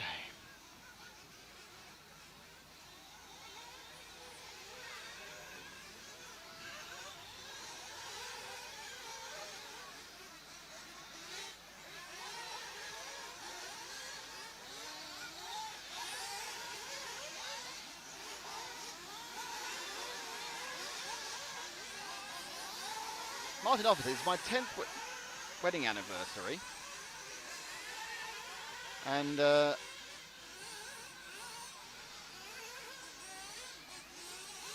Martin Officer, it's my 10th wedding anniversary, and he thinks that the little bumps for the blind shot will be named after my wife Samantha's ripples. 2 minutes to start martial ready.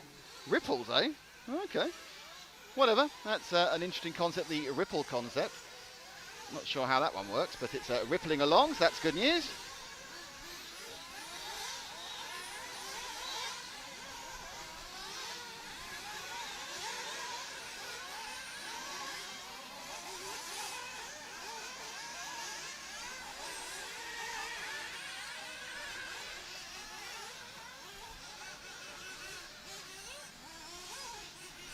So, as I got heat, this is heat number 10, and then we have 11, 12, 13, and then we have 1, 2, 3, 4, which are the fast guys out for the second round. So that's coming up in about 40 minutes.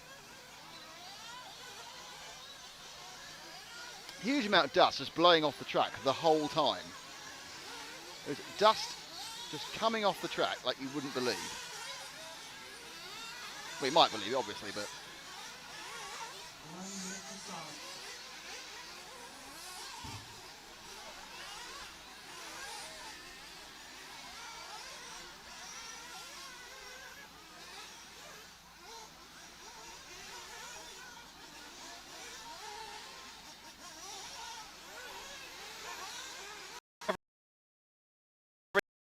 Frank's gone.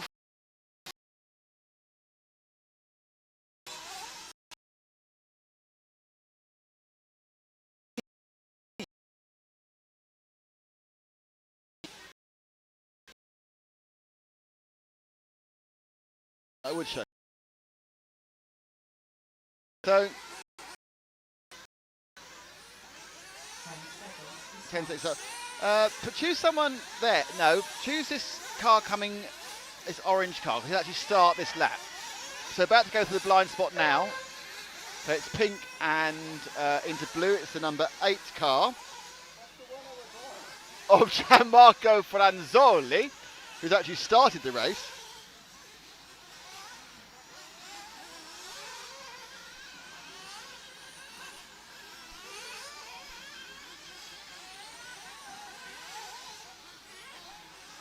So it was very nice for him.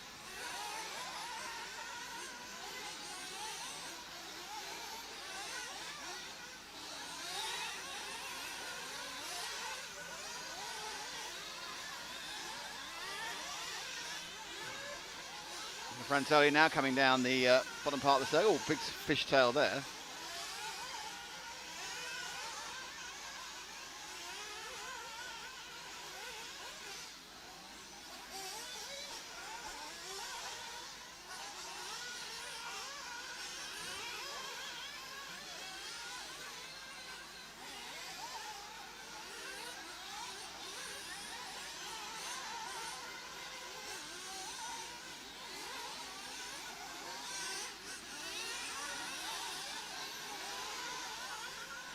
Hops over.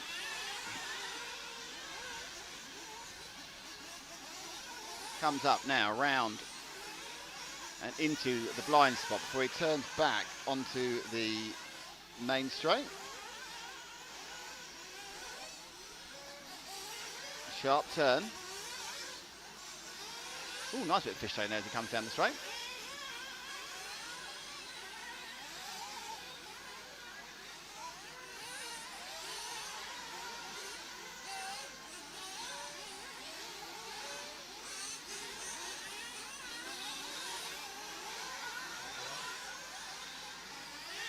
Apologies, it's like we've got some cyclical dropouts happening at the moment, which I apologise for. I'm not sure what's causing them, and as soon as we find out, we'll sort them. That's like frustration. You're getting about 10 minutes of programme and then several seconds of nothing.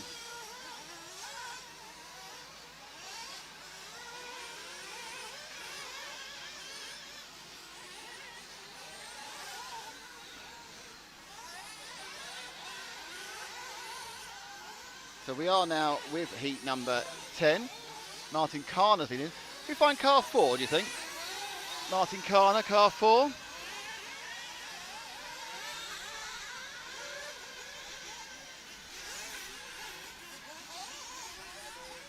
Where is he? You see, found him yet? I can't see him. Oh, he goes. Here he comes. He's now about to go on to the timing loop any second now. He's quite obvious. He's yellow into orange into blue.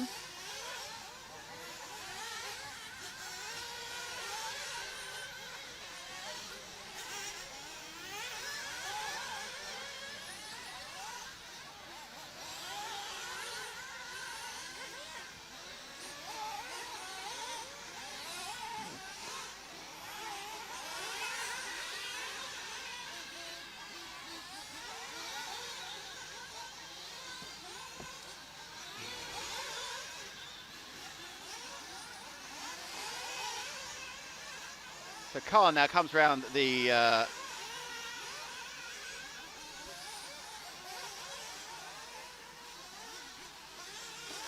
into not the timing loop at all. That's a Grappler G as he sweeps around that quite easily. Fires up the short chute. Now he's going to turn sharp right and over the bumpy road. Turning now into the HB hop-ups.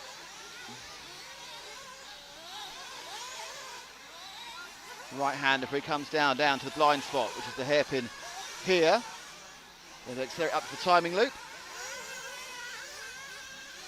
Comes round now, it's the Durango D. And sweeps back now through to the start of the start-finish straight for a lap completed there. And he's currently running third. Our leader is Elliot Marcon in car 6. I've no idea what car 6 is, obviously.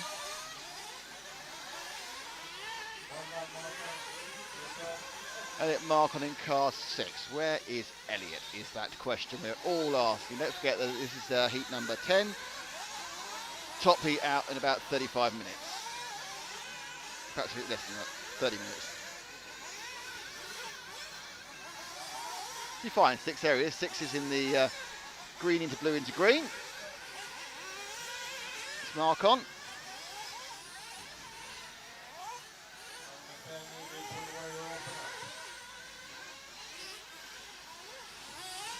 He sweeps around the bottom of the hill.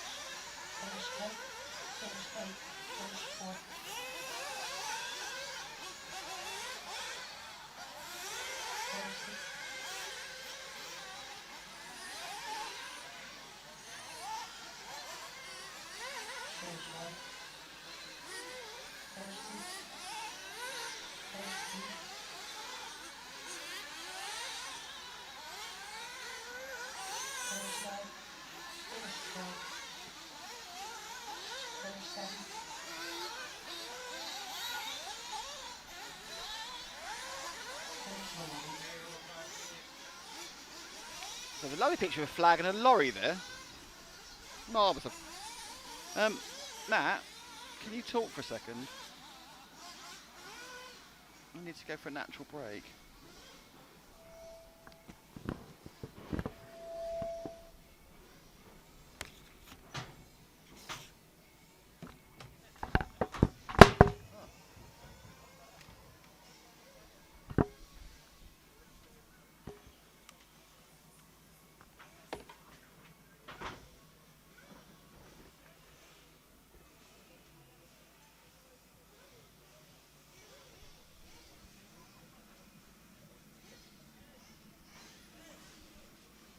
No, I've been handing the mic. I'm not Matt. I'm Frank. Hello, everybody. First time on the mic this weekend. As Matt is tapping away something to someone, presumably about the various technical issues that we've got. Yeah, I was showing the Italian flag there earlier, just showing how breezy it is.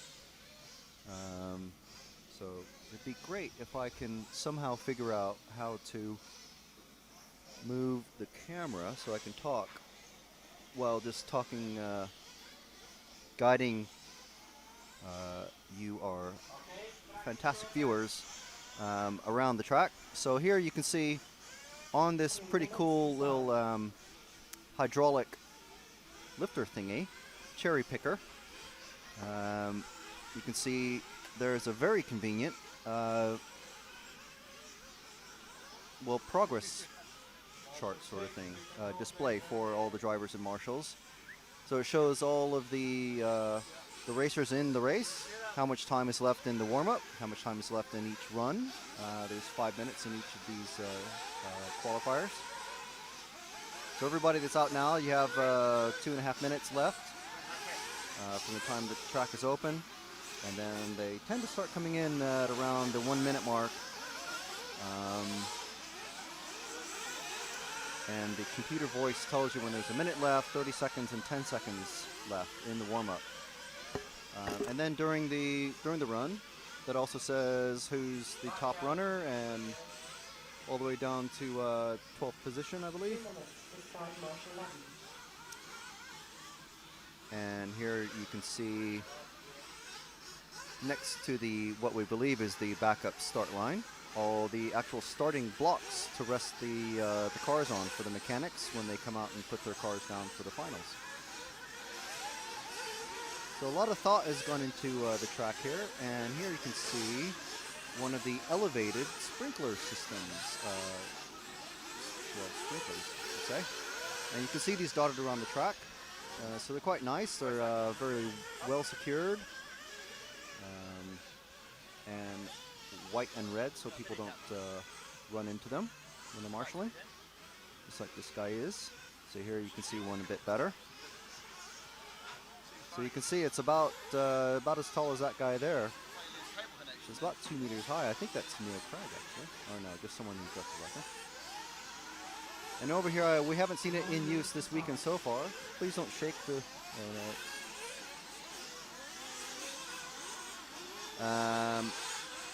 we've got an actual traffic light system. So I don't know if we're going to be actually using those for the finals. It will be interesting to see that in use. And a very long pit exit, as you can see. The actual exit onto the track is just there, going into the Graupen G. You can see our pit camera there, and cars coming out of the pit lane, down the ramp, and there's a bit of a squiggle. It's not really a chicane, it's just kind of a chute that leads drivers straight out into the Graupen G. So that's just a quick tour of the Ongaro ring. And finally, you can see here these pretty cool little hollow, I believe they're wooden things for the marshals to sit on. And there's you can see there's a bit of a handhold, and they're all numbered individually. And just below us is the bleachers that presently no one's sitting on because none of the top. Frank, you speak louder. Can I speak louder? Yeah, you speak much louder. you're like whispering Bob Harris, mate. Well, I don't know, maybe... I'm impressed with the fact you're actually doing driving and commentating at the same filming and commentating, which is beyond impressive, actually. But unfortunately, you go, I'm now to the corner, and it's a lovely corner.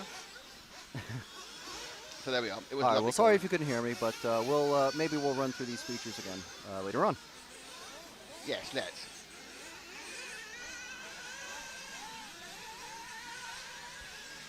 Thank you. That's from Matt.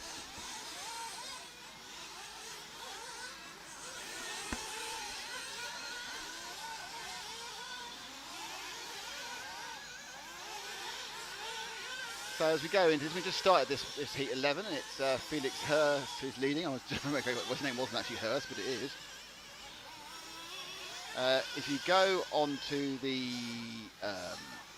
RC Racing Facebook page, you'll see that Matt's posted up the top qualifiers after round 1, so you can see that. How long do the top heats start again? Very soon, about 22 minutes, Andrew Ford from Australia.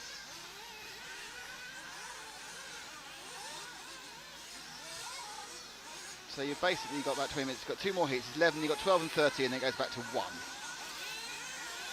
which is always good. But we are currently enjoying the delights of Heat 11. Marcus Vende, who must be related to Vanessa in some way. And we're looking at the white car of who, Frank? Uri Hoodie. Oh, we're giving some love to the Hoodie Meister. There's Uri. Now, I'm guessing, it's just a guess, I'm guessing Uri's driving an X-Ray. Actually, no, he's moved to Serpent. Has he? Oh, okay. Yeah. And has he got an FX engine? No, he's moved to Orion. Team Yeah, I Orion. thought so. That doesn't surprise me. Newsflash. Go on. All right, was it? I was joking. All right, okay. You haven't got a newsflash for me. Right, so I did the. Facebook has it up. I know. I saw. Marvellous. I've even mentioned it. You have your headphones in, have you? On.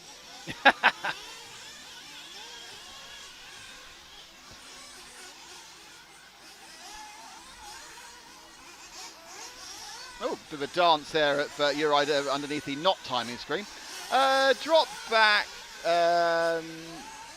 Car 1 is about to go over the start finish line now. That's the machine of Aino Muller. I think it may have covered before actually. So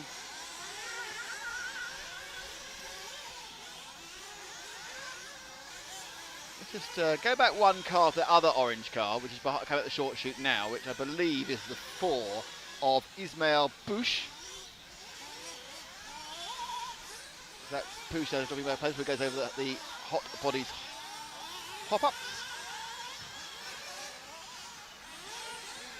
The HB hop-ups.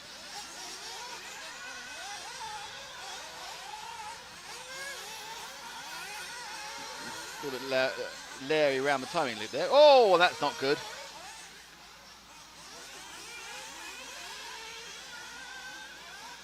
It's underway again.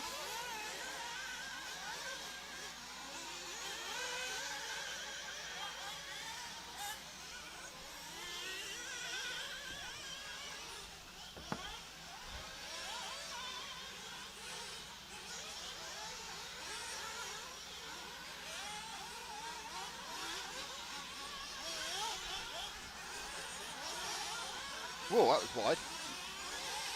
Let's look back, and that wasn't the way it should have been.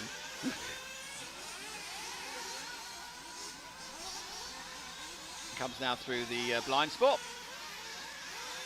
This is a new blind spot camera, doesn't it, Matt? Yes, it does. That's not it. That's the start-finish camera. Wow, look at that pass by. Woof, there he goes. Like a woofy person. Oh, Matt's doing all the cameras. This is showing off. So he comes at the short shoot, and he'll turn around and come onto the next camera, which is the end of the bumpy road. There we go. There he is. He's the second one or the third one. I don't know. There he is, that one. And he comes out of that, goes over the HB hop-ups. Left-hand turn into one of the sections hasn't got a name yet. Goes wide. Gives it lots of power, and then he comes into... But not mine. It's like we've got the whole track covered with cameras. It's amazing. Just go show that buying all that SD cable was worth it.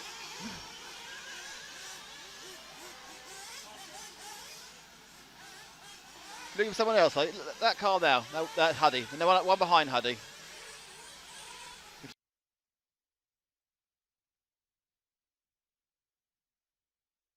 Finish 6, finish 7, It's just finished. finish So 1, he'll be pulling up into the pits. finish 1, Marvellous pit shot there, a man pulling into the pits.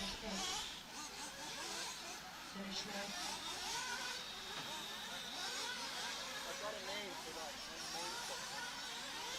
finish 5, Hello, Frank. I've got a name for the unnamed section, Yep.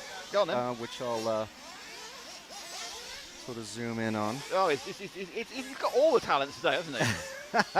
He's talking, he's naming, he's zooming. It's like being with, multi-talented Sammy Davis Jr., isn't it, really? That bit. Okay, so that's the HB hop-ups, yeah? Yeah. There's a hairpin, and I'm thinking this bit here, Yeah. because we're in Italy, Yeah. Okay, don't build it up too much. It might be rubbish. oh, it's amazing. You're all right. It could be called the Curva Grande. Just like at Monza. I don't dislike that as much as I thought I would. That's as close to a compliment as you're going to Yeah. get.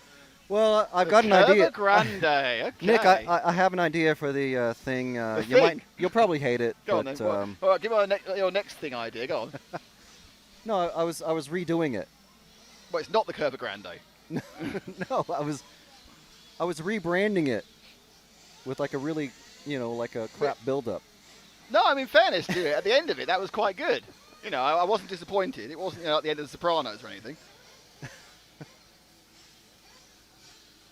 Can I just say that 2 years too late, and despite being nagged by Matt, it's only taken me till recently to realise that Breaking Bad is fantastic. And I'm Yeah, I'm halfway through over it Series now. 5. I know everyone's over it apart from Yeah, me. was so the world is Is it so now? over Is it now Orange is the New Black? Is that what it is now? No, well, that was good until this current series, which is the most dull thing ever. About as dull as being in prison, I imagine. So what? Really, really So boring. as a modern hipster who doesn't watch TV but only watches Netflix, what are you going for, man? Well, I've just finished Daredevil, which is pretty cool. What's that about? Marvel TV Oh series. no! It's superhero. no. Yeah. Me too, but it's all right Is actually. it? But also, if you're on Netflix in the UK, you will see that Sons of Anarchy Series 7 is now on there, and it's amazing. Terrible. It's about a bike- amazing. It's like a biker gang, isn't it? It's about a biker gang. Do Yes. you have any female characters in it? It has plenty. Are they just Female character Are they are just plenty. eye candy, or are they important? Not all of them. No, some of them are the patriarchs. Right, Matriarchs, and patriarchs. are all 7 series worth watching? Yes, every last drop of it. Will my wife like it? Probably yes. That's the key point. Because there's nothing on the Well, telly, does so you your- have to watch something. Does your wife? Does she? Oh, we break bad together. Okay, so she's not too. She doesn't mind the odd violent scene or rude word. rude word, not a problem. The violent scene. Do you know where my wife does much of her work? Yes, I do. Yes. Yes, So, I so don't think violence or d- rudeness is an issue. Does she, similarly to me, think Orange is the New Black is pretty rubbish? Not seen it. Right. Okay. Oh, Well, okay, I shit. advise don't Because bother. we've only got 8 episodes of Breaking Bad left, and then we've got Better Call Saul, obviously, which we can do. That's only 10, Yeah. and that's only like 6 nights. So we need to get, Can I just? There's no spoilers here, but I just want to say most climaxes are disappointing. Like you already said, The Sopranos, disappointing. Breaking Bad for me, disappointing. Really. Yeah. Frank, he's really gone off Sons of Anarchy. He was a massive fan. He said Series 7, disappointing. But you didn't like the most recent series of Arrested Development. You said it was horrible. You Yeah, I stopped thought watching it was. I thought they ruined it. I actually thought it was really good. No, I they- like the way it built and they referenced everybody in it. They took all the soul out of it and made it horrid. See, I don't agree with you. See, you have no soul and you're horrid then. Ow. Therefore, Well, that, in fairness, if that is a basic scientific equation. By the way, we're going to talk about racing in a second, but just on Breaking Bad, my favourite bits are always where Walt does chemistry. yes. I love it when Walt does chemistry. I don't Yes. mean making meth, but all the bits he did out the side, like the ricing, making a bomb, getting the. Okay, the don't give out the getting- instructions. Getting the RV sorted We'll with the get battery. taken off air. You get out the instructions for making bombs and things. I think you'll find that none of the things he did actually how you make them. I think the program manufacturers are a bit more careful than that. I never tried. Okay. So, if you have any good programs on Netflix that I can watch now I'm about to finish Breaking Bad, mature, I don't want anything disco. My daughter watches Pretty Little Liars. Never heard of it. 140 episodes, she was watching 8 a day. Blimey. That's teenage obsession for you. Anyway, this heat is heat 12. Followed by heat 13. Have and you then done we're back Dexter to start yet? again. Pardon? Have you done Dexter yet? No. So you need to do Dexter then. Is You it do good? need to do Dexter, Is it and good that'll Breaking keep you Bad? going for a year and a half, so that's all fine. right then. I'm more pleased then. Anyway, so 12 and 13. 12 is about to start. Who are we on, Frank? Car Zero. Okay, Car Zero, which is Joel. Oh, we've done him before, actually. No, we haven't. We just talked about him. Joel Johansson. There we go. He's down the straight. Into the grout. No, there he is. Into the Graupner G.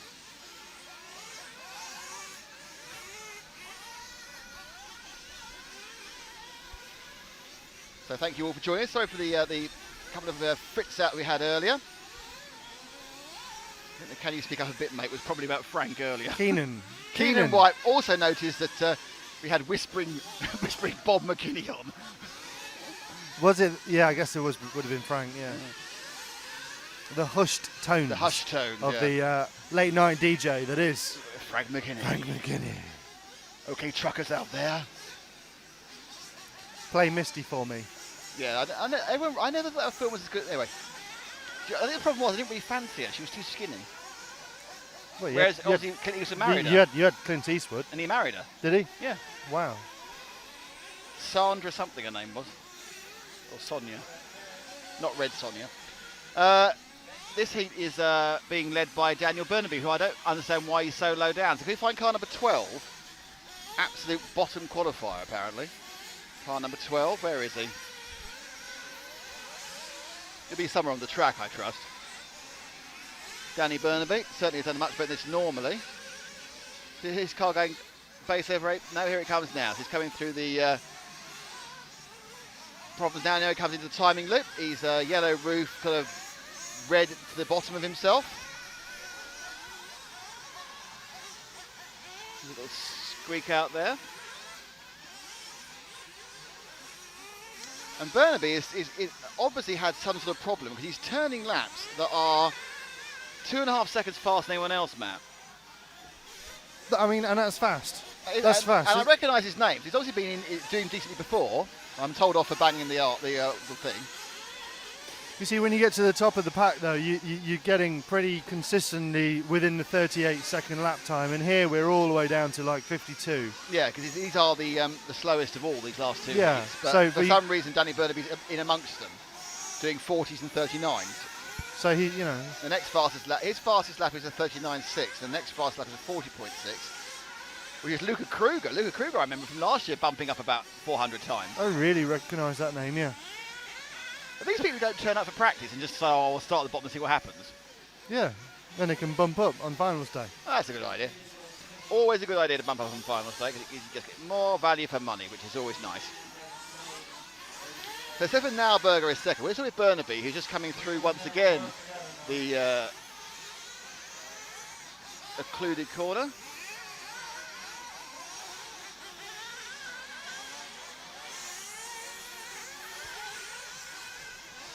And that's the 39.4, his fastest lap so far.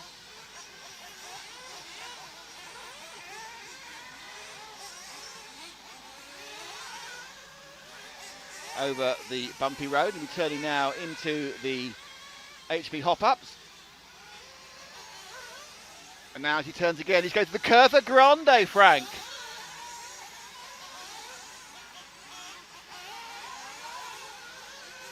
And start finish.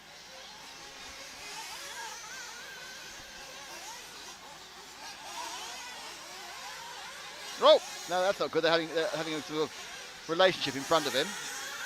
And Burnaby there lost a bit of time. Bad lap last time, 41. He's got some basic speed though, so when he gets in the final, which he'll have a chance of bumping up a few, I think, he's going to be slowed down by the heat he's in considerably and still have a chance to get a bit faster.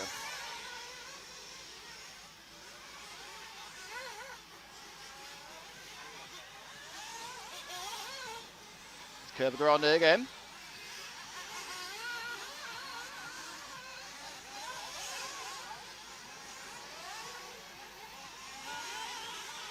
through the Durango D, and he comes down to the start-finish straight, and we're now down to about half a minute to go this one. Drop back to the white car, which is James Tatlow. Just going around the ground at the moment, and before we come to the short shoot.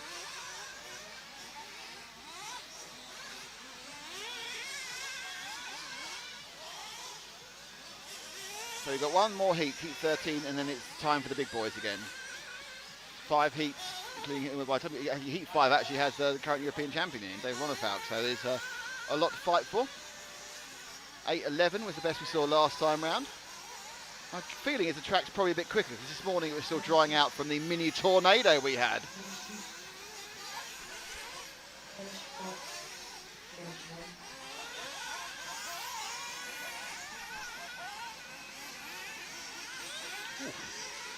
Excellent crash off camera there. What's the VRC Pro status at the moment, by the way? What's the what, sorry? What's the VRC Pro status at the moment? Wow. We still practicing? Sorry? You were here when we had to come back on air Oh, it wasn't and fixed. concluded that it wasn't going to work.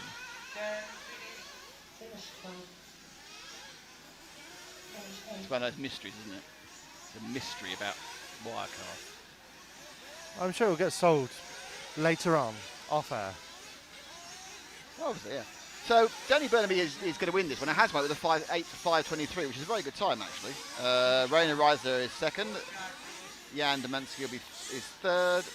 Stefan Neuberger is fourth. And that is the end of the penultimate heat before it all kicks off with the top drivers in a few seconds' time.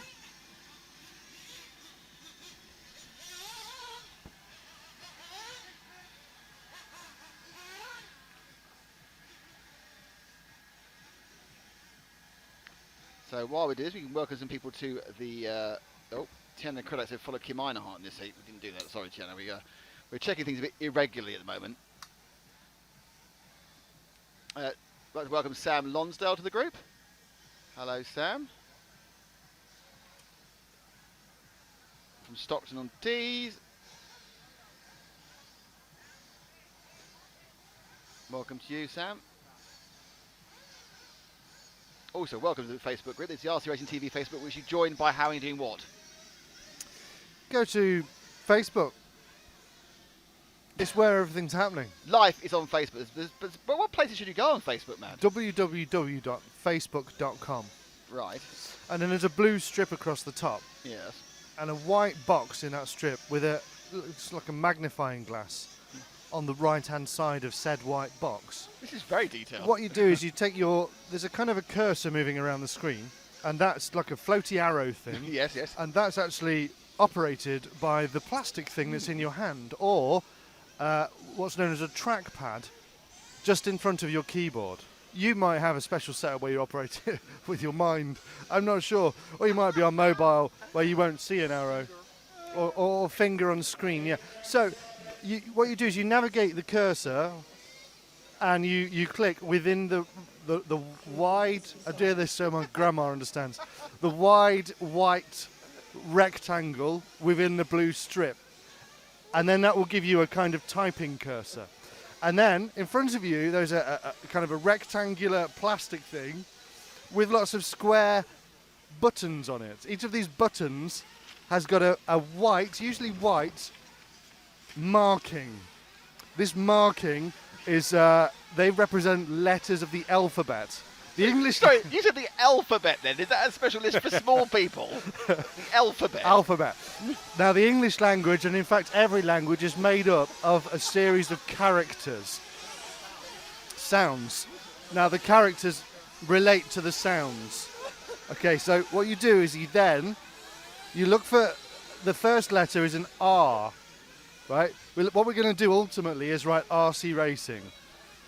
But there's an R, and then a C, and then you hit the wide plastic button in the middle, which is a space bar.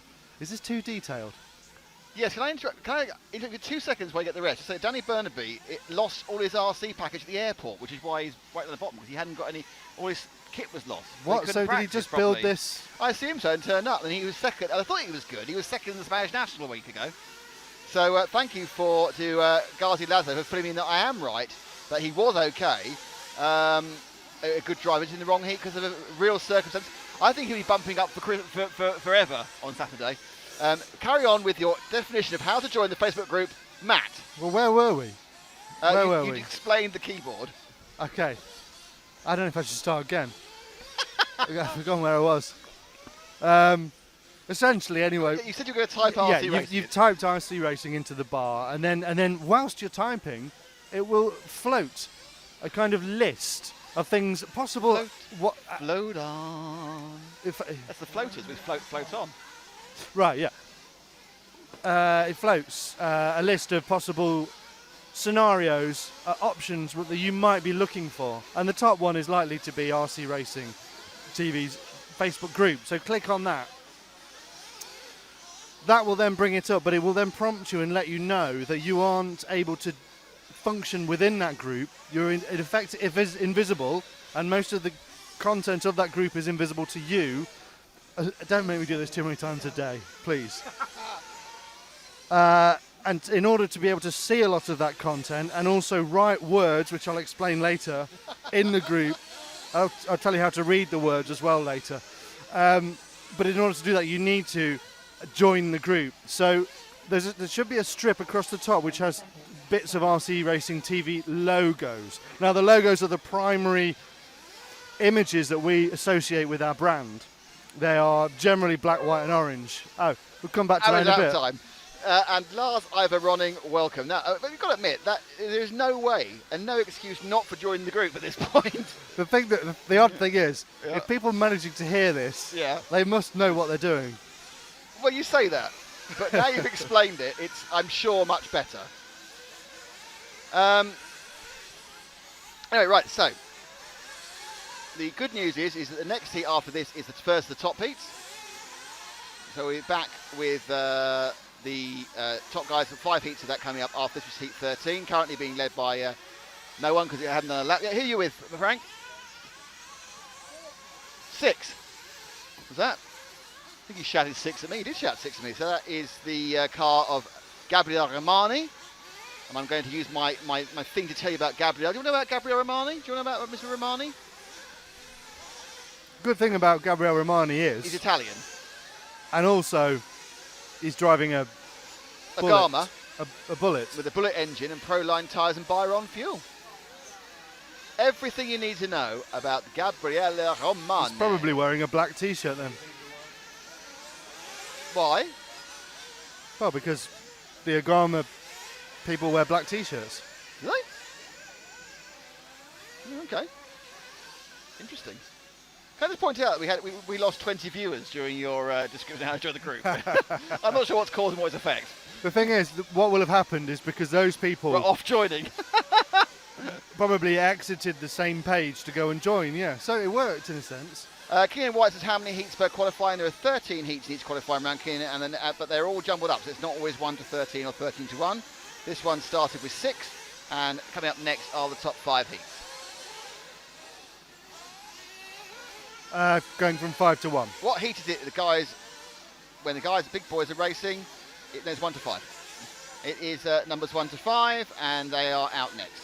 So we go heat 1, 2, 3. So we've got Battle, Limu, Crag, Bloomfield, all out in this first one. Any second now. Well, actually, not about a few minutes' time, actually. So we are a lucky charm for Mr. Romani because he's leading the heat. Choose someone else, Frank. And shout their number to me. All right, don't shout their number to me. Mystery car goes around the ground in the G. I think it might be car 2, but I might be wrong. Oh, makes a big mistake there. That'd been good for a VRC Pro roadplay. I'd say VRC Pro a lot.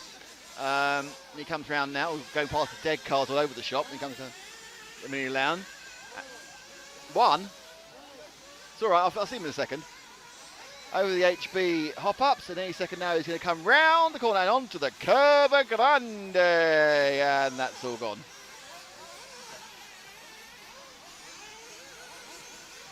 Here is car 1 of Christian Besler.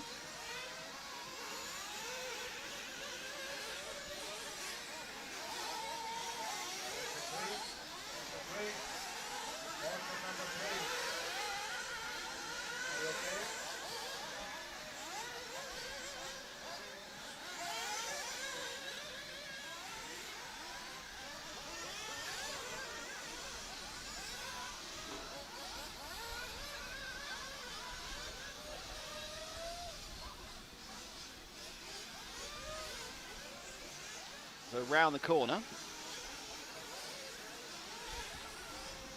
He comes into the tight hairpin.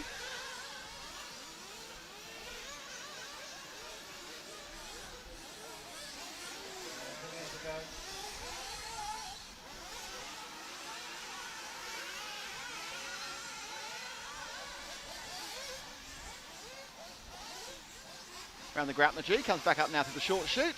We are now down to 3:30, so about a minute to go on this one. He said it's actually about 4:10 it's gone, but his last lap was clicked at 3:30. Any second now he's going to turn left and then turn right onto Curva Grande, as named by Frank McKinney, Whispering Frank. Oh dear. Right behind the tree there.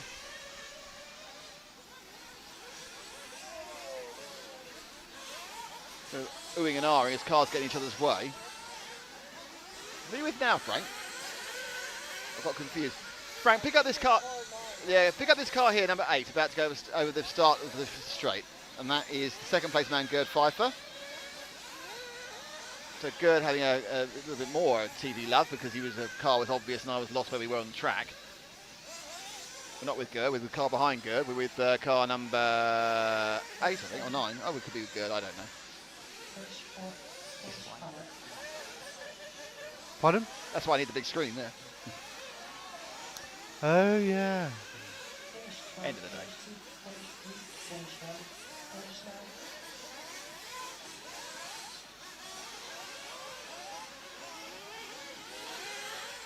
So just finishing the race there with car number 10, who was the last place, Elvin Espinez, who's come up one above last, which is quite well done. So that is the end of the not fast people. Coming up are the fast people. How exciting is that? So we've got 5 heats of super fast people. That's always good news.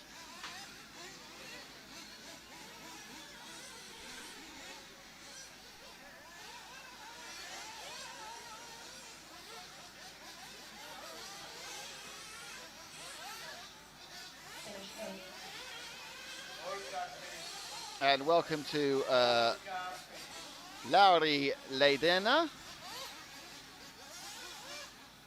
who is from Estonia, from Tallinn. Hello, Lauri. And there's quite a few Estonians here racing today.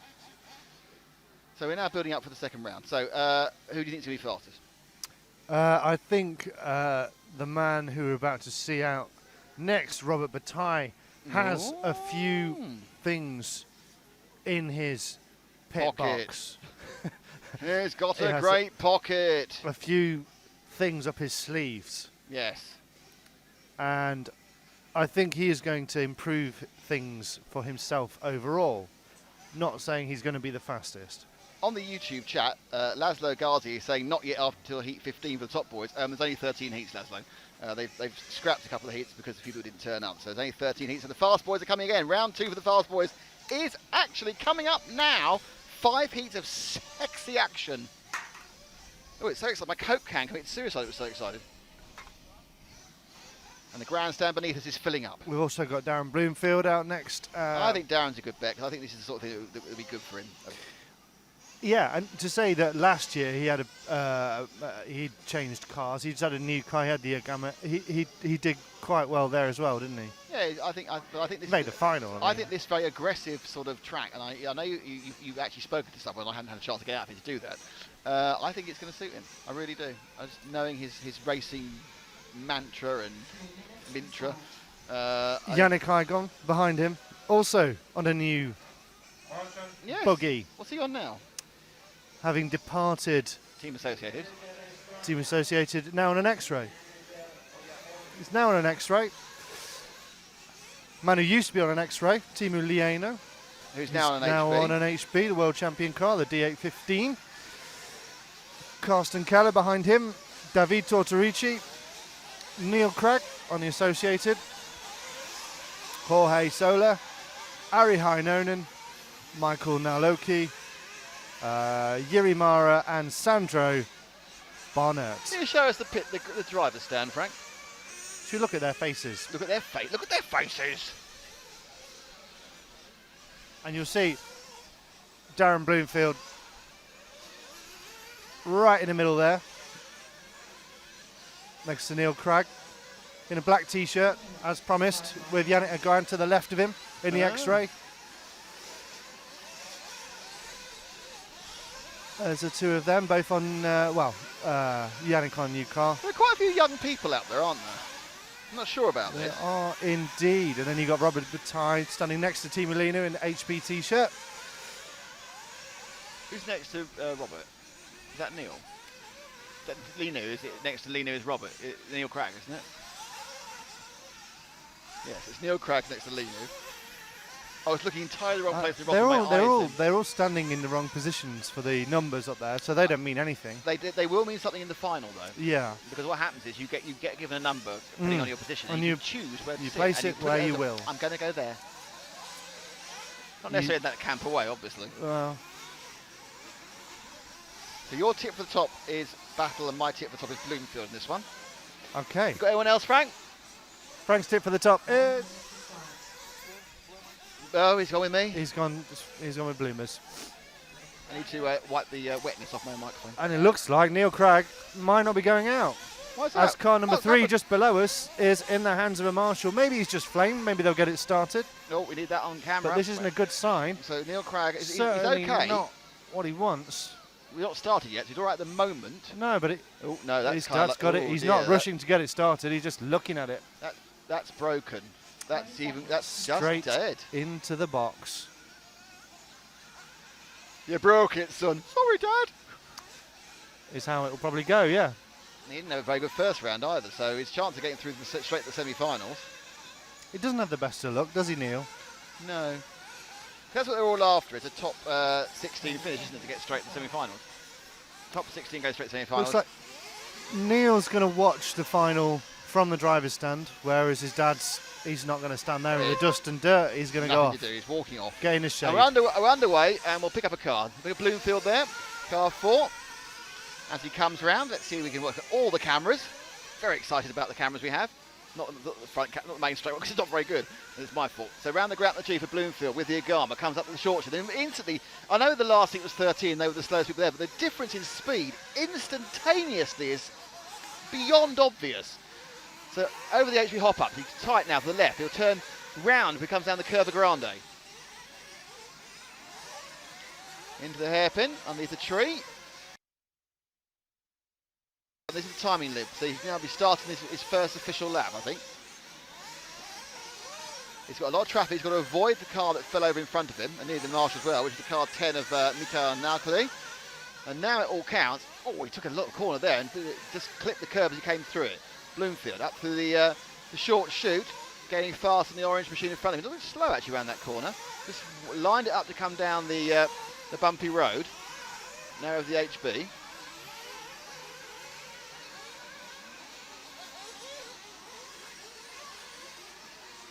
Through the blind side.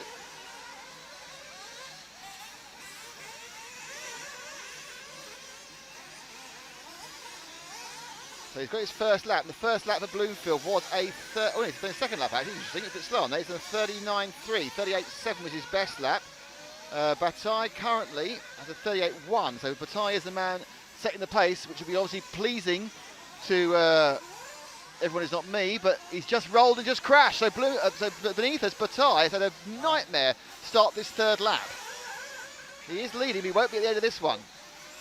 Big problem. So we pick up Bataille. He's coming through the short chute now. Pick up beneath us a few seconds ago. So whilst he has a nominal 2-second lead at the end of this first heat, Limu now in third and Heinen in fourth, by the way. That is going to that pointed the right way, came off the HB hop-ups. Comes down through the blind side. very tight there. But this is going to be a bad lap time after an accident right at the start, so we'll wait for that to click through the lap time for this last one. Wait a couple of seconds, and it catches up, and it was a 41.7, so it was a 4-second loss, and that leaves him almost 2 seconds behind Bloomfield, who put a 38.4 in last time. And that is compared to the 38.1, which Bataille were doing here. Robert, world champion 2012, European champion in 2011, I believe. Yes, 12 was Bloomfield, and 13 and 14 was Ronnefeld. So we have the 2011 and 2012 European champions in this race. Oh, and again, he's landed, just sitting and turning, just didn't come the right way around at all there. So he's doing what he would normally do, throwing the car in, but it's not gripping, and it's very much the car just loses traction all over, and suddenly it's sliding where you don't want it to be. Very low traction here. Bataille knows the fastest way really is to throw it around and be incredibly aggressive, but the problem is that can go wrong in a big way, and he saw it just then. He threw it in the corner, it hadn't got the rear grip to hold, and it did a complete 180 and was facing the wrong way. And again, he's actually liking that come off the HP hop up there. As he turns around, he needs to avoid the accident in front of him.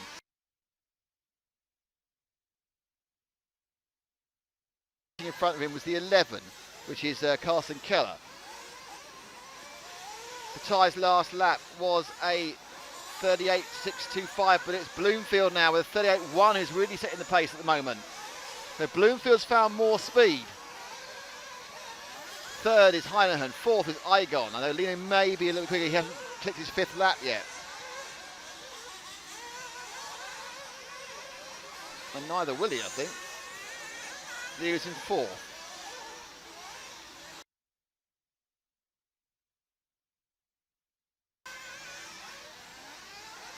So Battle's last lap as he comes across the line there. Let's wait for the catch up, and that was a 38.001, which is the best we've seen.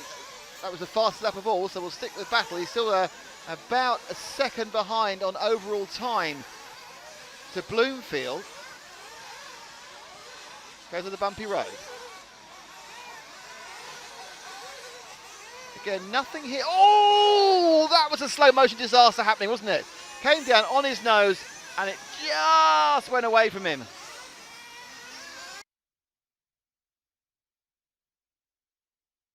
He goes. Might need to change that camera again, needs more entry point. He's going so quickly, he's on an absolute ragged edge, and it's bitten him twice. And Bloomfield's going to take this one, and he's going to take it with something like a 12 or 13, 8 in 12 or 13, would be my guess. There's Battle now, who's been spectacular all through this round, but those 2 mistakes has taken him off the chance of the top of the TQ, though he is the fastest guy in ground speed. Top lap of the 38.001. Battle now comes over to finish, but he's not as fast as Bloomfield. That's all over for the lap, and Battle actually, what's happened there? Battle's last lap. Hang on, no, Battle won it. That is amazing. That last lap of Battle was a 37.964. Thank you. And Matt gets a point because Battle did it on the last lap of 39.1 for Bloomfield. Battle, fantastic performance despite 2 or 3 mistakes. That is a lethally fast car if you can keep pointing in the right direction. So 13.156. Bloomfield with a 13.452, Matt. Does that mean you two owe me a beer?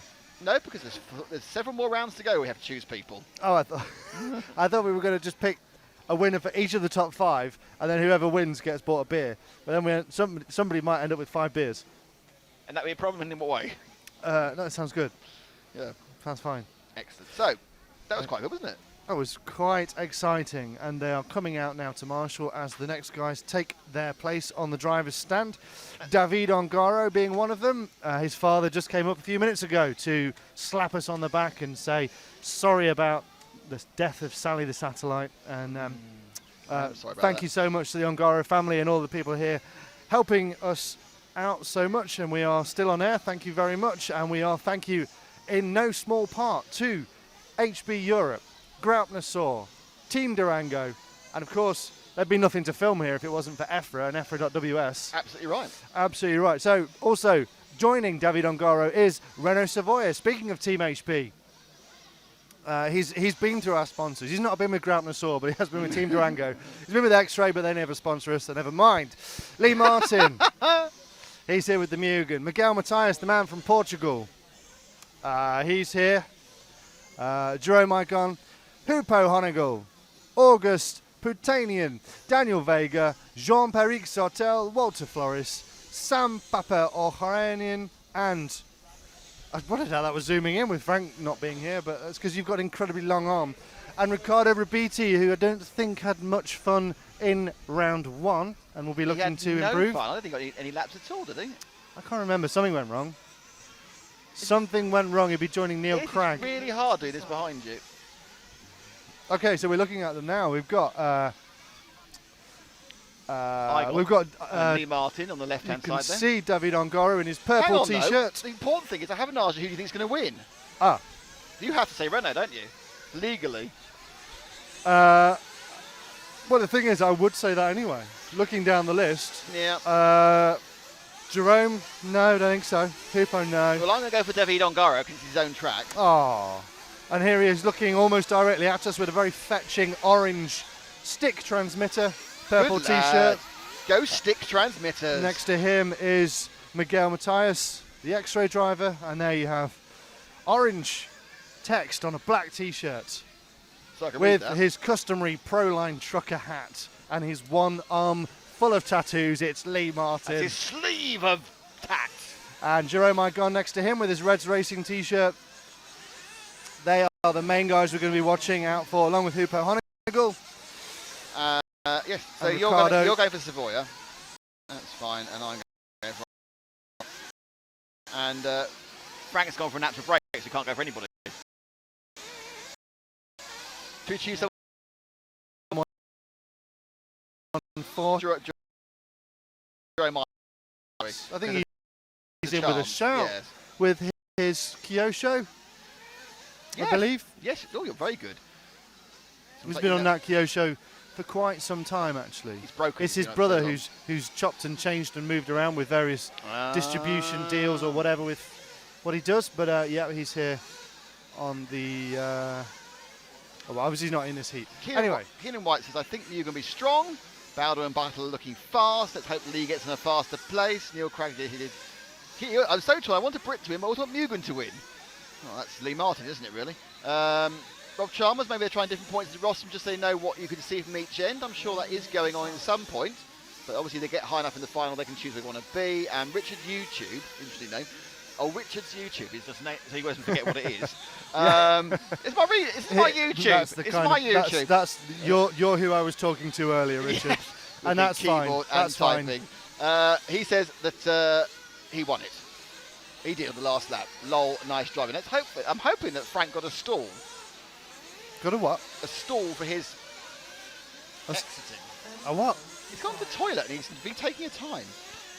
We're about to start, and we actually start. I'm going to have to film this. No, I'll film it. Well, they've got the special crouchy toilets here, haven't they? They've got the crouching tiger Hidden toilet. which are always a lot of fun in Italy. Yes. But That's there you go. right. Foot pads are us. I will arise in readiness to take over the camera, but this will be my first trip around the track Oh, how exciting. behind the zoom knob. We're off, so we need to find someone quite quickly. Oh, he's back. He's back. He's Quick, back. quick. He's late, but he's back. That was a long wee. I've just spotted Frank's sandals. Is that a relation of Frank's? Hello, my name's Frank Sandals. He owns a nice holiday company, apparently. All right. So let's see if we can find car 3 of Ongaro. Looks like we've got Savoia at the moment. Oh, wait. Yep. Oh, we'll stick Good with a Savoia place then. as any. Stick with Savoia, great one. Yep. So Savoia now spins round and climbs up over his own HB hop-ups. Turns to his right before coming through the Curva Grande. And it's through the Shark, the 3-time European champion, but he's not won since 2010. In his famous orange into yellowy orange colours, always bright and easy to see. Number 1. Very, very cab forward body, which means that the cockpit of the car, there was a person in it, is a long, long way forward. comes now through the bumpy road. First lap Savoy, 38.6. That is a good opening time for the Frenchman, who has, of course, lived in the States and Australia. Apparently France as well. Has he? All right. Around to the time loop again. What will this second lap deliver for Renault? All looks quite in control. Doesn't look like he's pushing as hard, which might be good or bad. Let's see when it clicks up, and he's done a 38.7. So he's still doing consistent 38, which will be enough to topple Bataille's overall time, because Bataille, of course, made a couple of big chunky mistakes in that time. The Savoia looking much more in control. There's a lot less aggression than we saw from Bataille. It's not all tail out, pushing like anything. Savoia with his J-Con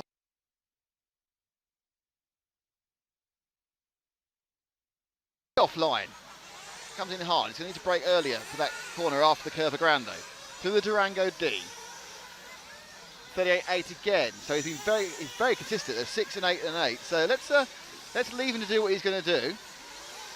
David Ongaro is our second fastest driver, and he's the orange and white car about to go for timing scoring now. Ongaro, who was won this the first round. As we wait for his time to correct, he goes into second place. That's a 39.7 that last lap, so that dropped him right back. So it's Savoia, Ongaro, Miguel Matias, Honegel are the top 4 on time. Now everyone's done 3 laps. Very tight in there. Very controlled by the young man from Italy there. We're not seeing any flamboyance at all from Ongaro. Everything's... I don't think... This is not the quickest way to take this track. Me looking at it, I say Ongaro is being too conservative here. And he did that with... that conservative lap was 38.1, so I know nothing. So it's interesting that he's getting a very good lap time by being very, very reserved. Now, he's probably turned more laps of this circuit than anyone else, so he knows where the times he made. But for example, we come to the short shoot now, he's very tight and quite controlled as he goes around there. And he lines it up much more to the right-hand side as he goes down the bumpy road. Now, up and over the HB hop-up, he's got some problem with traffic. That's the cost of a bit as he tries to avoid other people's problems. So he's going to lose a little bit of time there, not of his own making, as he comes into the blind spot. And again, driving by number 7 of Honegel to get out of his way. But that'll cost Baldo a couple of seconds. 38.9, yeah, probably about that half 9/10 of a second. He's currently got a lead of 1.8 over Savoia in second. So Ongaro, at his home track as well, is bringing a second good time, and he's cruising his way into the direct semi-final and qualifying. A little bit of a more flourish there as he came around the bottom corner before he goes over the hop-ups. Now drives.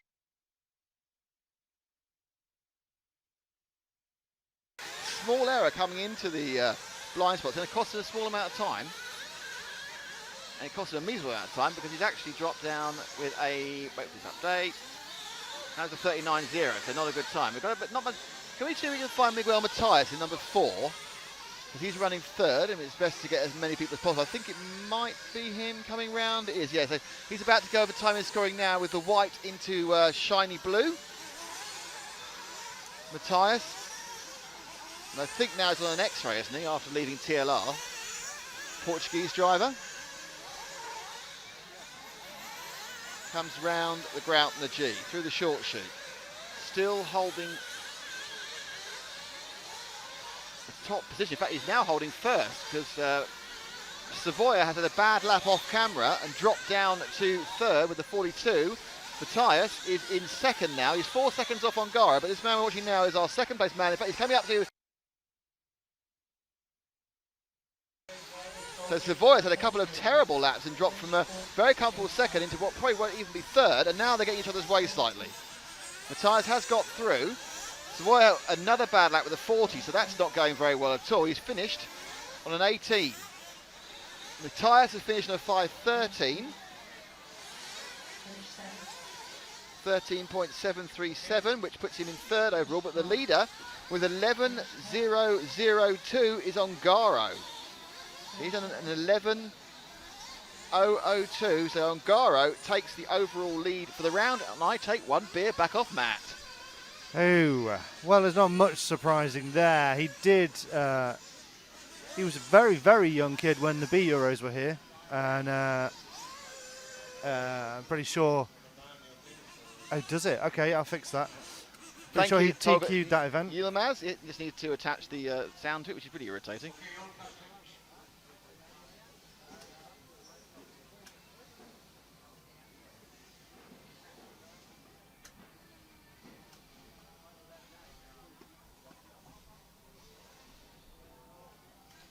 So we'll make sure the sound doesn't go off on that anymore. Thank you for that. Always nice to get. As Rob Chalmers says, sticks for the win. Excellent. Sticks are for the win, really.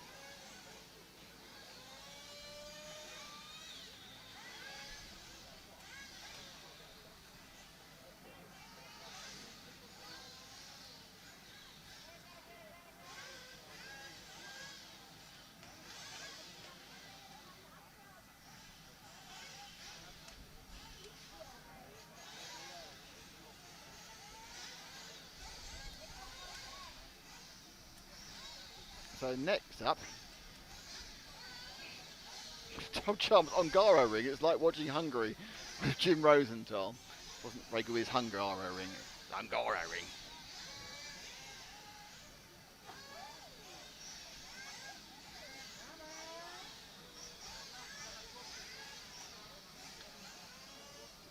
Alan O'Brien has also pointed out we've got a issue with that camera. We've sorted that issue with the camera. There's no issue anymore. So thank you. But we really do appreciate you raising these issues because we can't always hear the outputs. That's fantastic. And it's now sorted. So Heat 3's come, everyone. Who are we choosing on this one? We've got Ricardo Burton, Martin Wolanka, Ricardo Montero, Oscar Baldo, Joe Quagri, Mirko Bianchi, Jurgen Traub, Max Mort. Where's your money with? Where's your beer-based money with? It's 1-1 at the moment. Yeah. You're making it a bit boring now, you're thinking so long. Oh, sorry. Well, you know,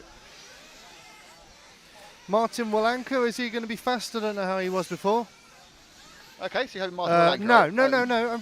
I'm just making conversation. Oh, Martin okay. Wolanka. I mean, he made the final last year. He was the runner-up last year. Runner-up last year, so he's certainly one to watch. And then also Oscar Baldo, certainly one to watch. I'm going to say, not taking into account This is my impression of you last night. Well, and that was just when you were giving me a lecture. I'm going to say Yes. Oh, for Oscar goodness Baldo. sake. Oscar Baldo. And I'm going to say Ricardo Burton. Because he's won everything recently. He's won 4 in a row, according to Phil. Right. Well, you didn't tell me that before I chose, did you? Well, you heard the interview as well. Did I? Yes, it was yesterday when we were doing the practice interview thing. We didn't. I know I actually didn't because my brain was getting electrocuted by Daleks being sick. That's a night. Do you know what? It's a real nightmare when Daleks are sick, isn't it? It's, well, you know, you have to find somewhere to stick the thermometer to see if they're all right. Not in me eye. Not in me eye. No, yeah, in the disk drive. They were built in 1960, long before disk drives. No, the floppy disk drive. Weren't even floppy disks then. When were floppy disks invented? The big ones, the Just- 5-inch ones. Just before Viagra. They were around in the early 70s. A bit like me. And the rest. All right. Show JQ, says Tolga Yamaz. All right, we'll show JQ then. We'll show him a thing or two. He's the tallest person on the driver's stand. Yes, they're about to start. So JQ, who is car number 5. That's the third car off, Frank. There's 3 JQs on track. Are there? Yep. Oh, right, cars. I thought, well, 3 of the initials JQ, that's really rare. That's after our amusing thing last year about any words with the Q and the J in them. What was that? I wasn't. You weren't at that event? I wasn't listening. I think it was this event last year we wanted to know any words with J and Q in them. And there are quite a few. We don't need to do that again. Jacqueline. That's a name. Well, I think I had that one as well.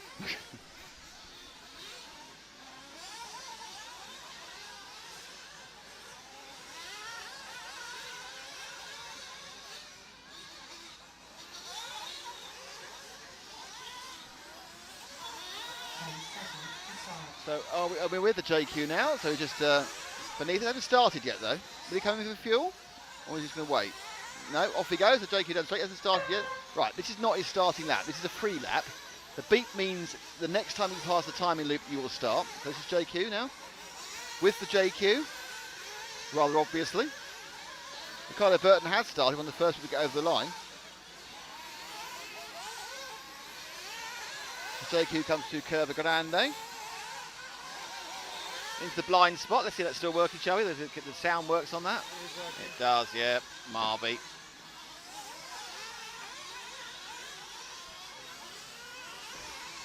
And now gets ready to, as though now JQ has now started his run. Down the main straight. Sweeps into the Groutner G. So he's on the left-hand side. Something we've seen as you entered that corner, but I think it's pretty even all. Manages him completely straight out and also takes the Ongaro route there, saying tight and slow on that corner that turns into the bumpy road. Again, not really throwing it all about like Robert Bataille was. Oh, that's not good. Oh, that's luck. That is not good and good at the same time. Flip, turn, flip.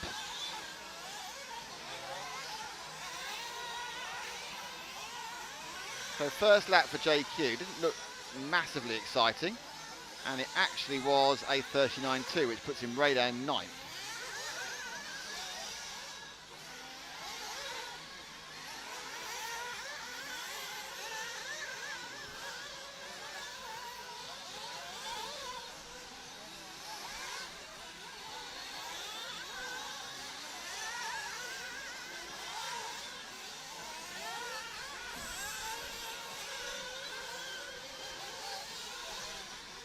It comes in very tight into the timing loop. Now wait for the second lap to come in. It's actually last at the end of the first lap. That's a better one. That's a 39.2. There's not an awful lot of speed in this one, apart possibly from Burton, who's on a 38.1. A lot of people here are not showing a huge amount of speed. Valanka's on a 39 flat. I'm just missing that extra quarter second here.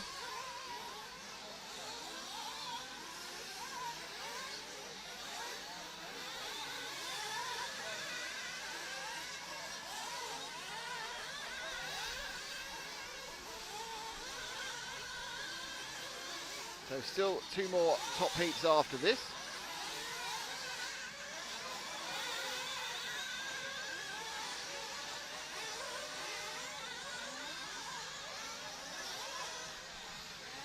Let's see if we can pick up our leader, which is Ricardo Burton in car 1.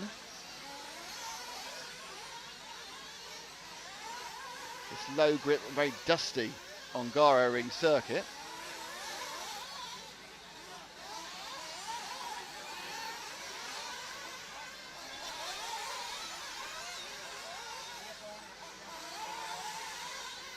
Let's see how long it takes for car number 1 to do it. Here's car number 1 coming into the blind side now. Burton, recently crowned the Euro B champion with the KO show. And Ryan Powered gets down the main straight. Let's see how close he sits again, more to the right hand side. He takes the entry into the Groutner G. He's got traffic in front of him, it's going to be annoying. Last lap's a 38.4, which is a good lap. Certainly not out of the running for a top 5 in the round. And now as he slides through the Curva Grande into the blind side, powers up now towards the timing and scoring loop, and he's gaining sort of on car 2 of Martin Valanka, who's running overall in 4th, but is almost a lap down on the, not an actual speed, but because he started, he's one of the last to start and Burton was one of the first.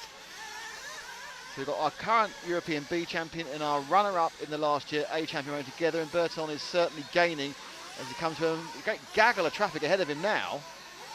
Now this is where qualifying can all go so wrong, because these guys are all quite quick, but if they're a little bit slower, you'll probably end up pacing yourself to them and lose quarter to half second a lap. 4 cars go across. We know it's Valanka immediately ahead of them. Oh, nice driving there by 12. So Callum Niblett there, very gentlemanly driving, really scuppered his own lap time for that. Burton 38.6. About to start his last lap, and it's going to be he's going to be very quick. Burton's on a complete set of clean laps, and I think, looking at this, Burton could go to the top of the table by just running a clean, quick run. So this is unexpected, but he's done an unbelievable run of form, the number one car of Burton. He needs to get past his traffic, and he is being helped by Dallas. I can hear up on the driver's rostrum. So this is the last lap for Burton, but this could be TQ of the round so far. And it's a very controlled run for 5 minutes, and has it given him what he wants? We're waiting for the final lap to click through. It has. 5:09.341. Burton has smashed the time and takes the overall lead for this round by 2 seconds. Waiting for the second. It was a long. He was the first person to start, so it's a long while waiting for the other guys to come through. Oscar Baldo's looking on for a good time as well. Mirko Bianchi is a 15.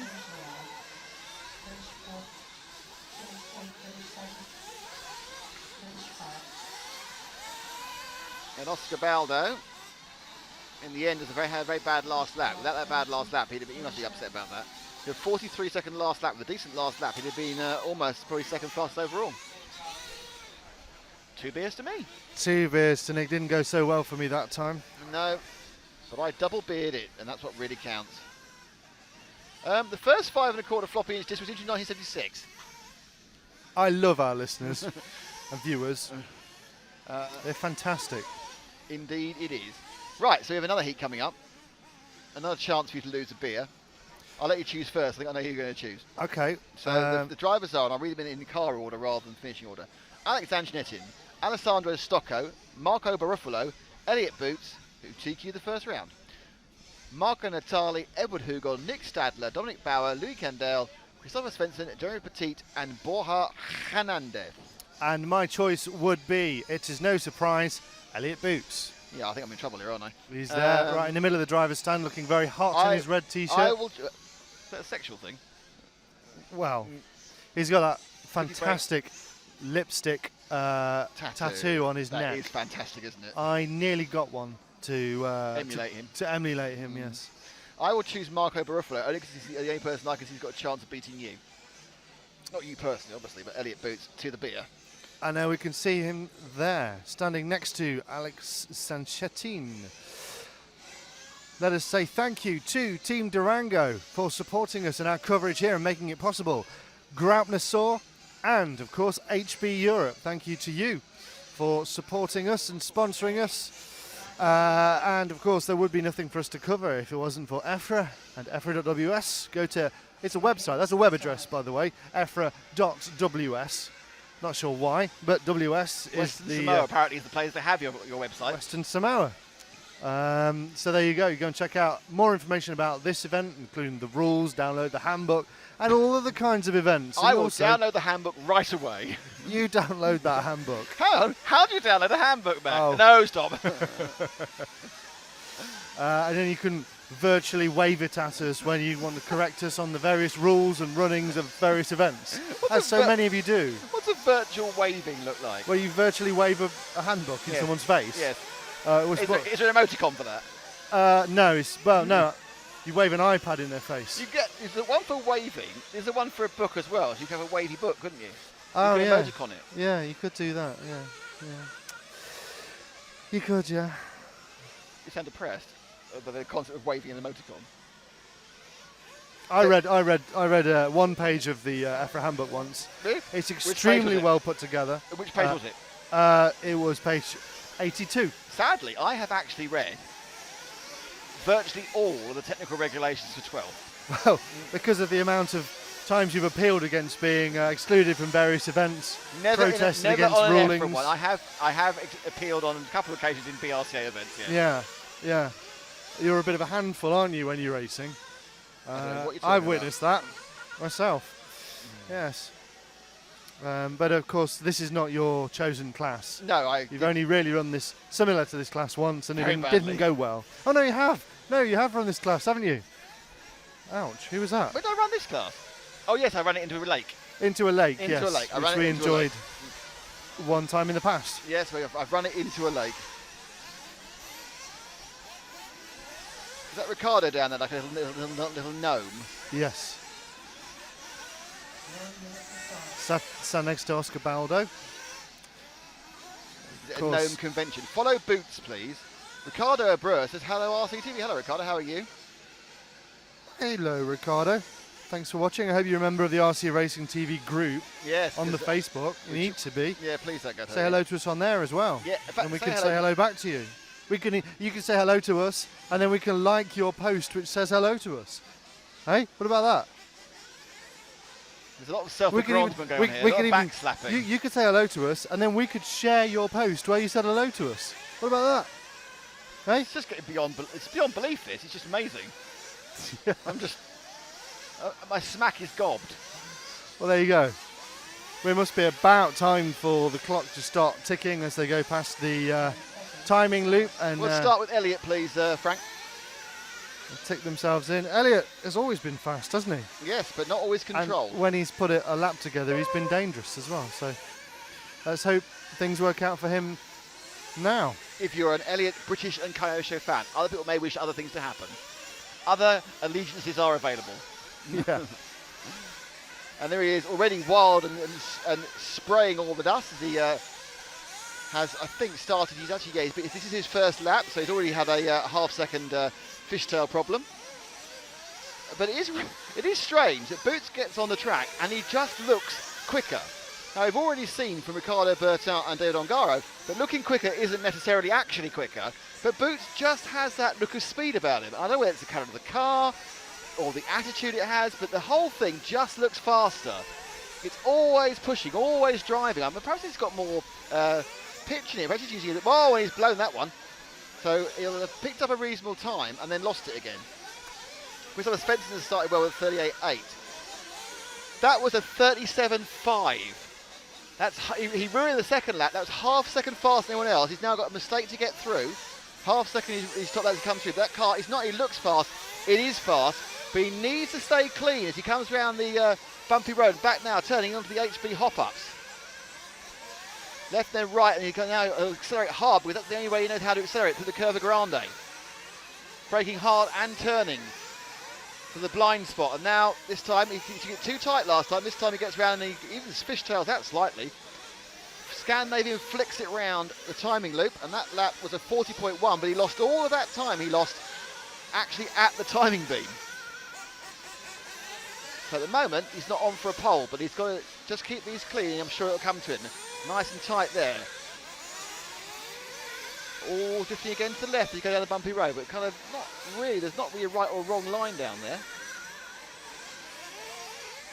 Boots now driving around the Curva Grande. He's going to come into the blind spot. He'll try and brake and turn it, break it, back, back, back. This is where Battle wasn't finding the grip and actually completely 180'd it at that point. Boots, that's the third time he's done that. It's the best yet. He did it very carefully, kind of backed it in MotoGP style, and let the car rotate around the front wheels rather than just going around the back. And that last lap was a 38.6. So he's not on his 38.75 speed. Alex Antonetti currently is the fastest though. Because Antonetti is running quicker.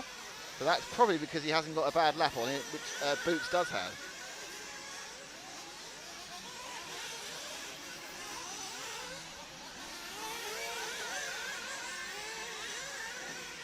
So Boots now, that's his next lap completed. Let's see where we need, and we probably need to 38 flat. Let's see if we can find Alex Antonetti. He's in car number 1.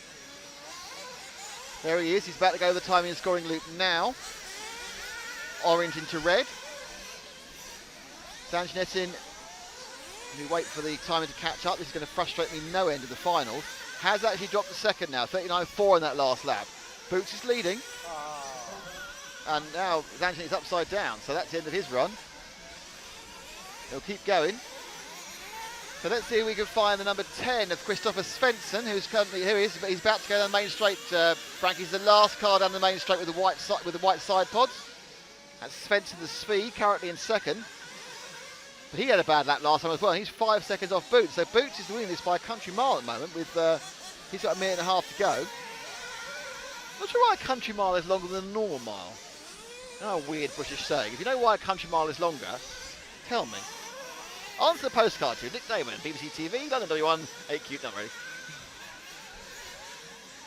So Svensson, car looking to run a little bit more ride height. He comes beneath us. Gets a little bit held up by the 12 of Borja Hernandez, who actually is in second or is in third. 38.1 for Boots that last time round.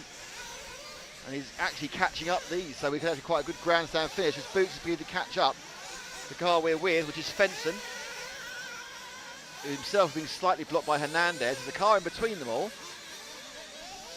And we're down to about 40 seconds. So Boots has got one lap and one more. And Hernandez was told to get out of the way of Zanchinetin. So drop back 2 cars back to Boots for his last lap, Frank. Oh, and it's all gone wrong just there. Prior to that, he was on for a fastest lap. Now that he would have got the pole, but he's had 2 mistakes in this one. That pole has disappeared and will stay with Ricardo Berta, I think, because Boots only needed to do a 39-second lap to get pole, but it's now gone away with a mistake and a half. He's probably looking at a 41 now. So Boots, at one of the easier parts of the track, the Durango D, has thrown away a potential second TQ. And again, 3 mistakes in the last lap, and this is all gone away. So Boots imperious for 4.5 minutes, and then not. So he finishes, final lap, clicks through now, and it is actually a 43.5 for a 5.13. That is how to chuck it off the top of the thing. Zanchinetin also. So all the top drivers had a mistake, and it's a beer to you. So I'm back to 1 up, aren't I? No, it's 2 all. Hey? It's 2 beers each. That was the 4th heat. So basically, we're buying our own beers. No, this is all on this one, isn't it? This is the decider for the beer. And I get to choose first. You're making the rules now. I think these rules are pretty obvious. So this is the 5th heat. The rules are. This is the last of the top guys. For those of you watching, they will be back out again quite soon at 4 local. So they're back out again in just over an hour, believe it or not. So heat 1 is back out at 4, and it's currently 3 local. So if you're in the UK, it's 2. 2 Radium 226 says Boots is quick, and he's not wrong, but is Boots controlled? No. No. So it's Runafunk Neumann, Baldo Bayer, Tigisi Salanen, Escudo Corolla, Sartell, Robin, that's annoying, and Figueredo. And I'm going to choose David Runafunk. Who are you going for your beer? For my beer, that's you've engineered this, haven't you? No. So you got to choose that one. No. I see. There's another Baldo there. See, the Baldos are all pretty good. They are, and they're Martin all Bayer's related. pretty good. Martin Bayer's pretty good. Are you taking Bayer? Am I Are you taking taking Baldo? Bayer? Am I taking Baldo? Are you taking Bjorn Neumann with his serpent? I'm going to take Martin Bayer. Martin Bayer. It's Bayer versus Runafunk for a beer. It's important, this is. I know, 'cause you never buy beer. I know. We are going to stride in that pizza shop, and I'm going to go, extra beer for me, he's paying. You might have to lend me some money. Well, I got the text, that weirdest thing ever, I got a text about my credit card. Did you? Yeah, it's really Oh, strange. dear. No, that's what happens apparently. Oh, so to say you'd used it Yeah, on some woman's mobile phone in it. I didn't use it on her mobile It phone. was a weird thing, though, wasn't it? It was like a mobile phone thing that processed the payment. It was the strangest credit card payment I've ever done. Can you give us the rostrum, Frank?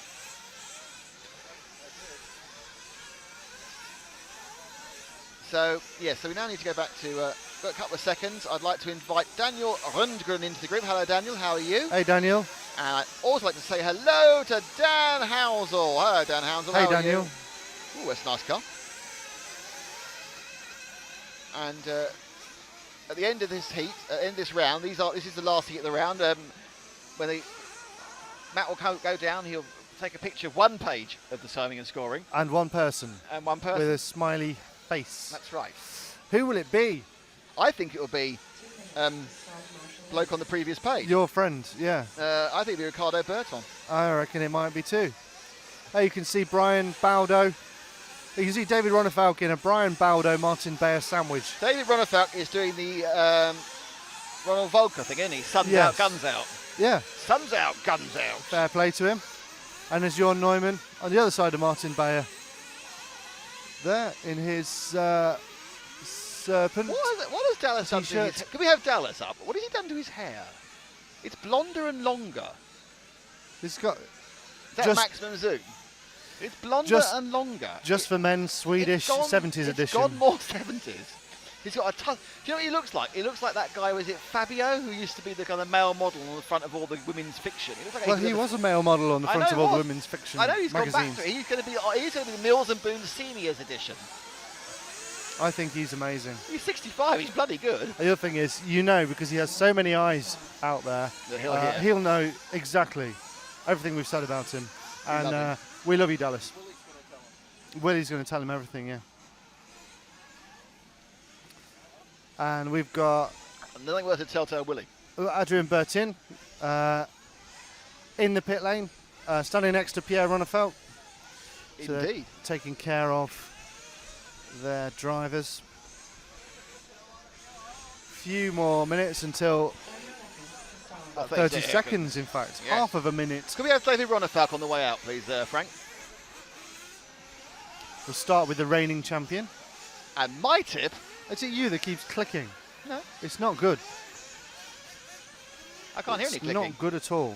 You can hear it at this point. 10 seconds to start. Ah. Interesting. If I have the outputs, I'd hear all the outputs. Anyway, 10 seconds to start. Where is Ronefalk? He's obviously on screen somewhere. There he goes. He is upside. Doesn't matter. Doesn't matter. Hasn't started We'll yet. get those mistakes out No now. issue.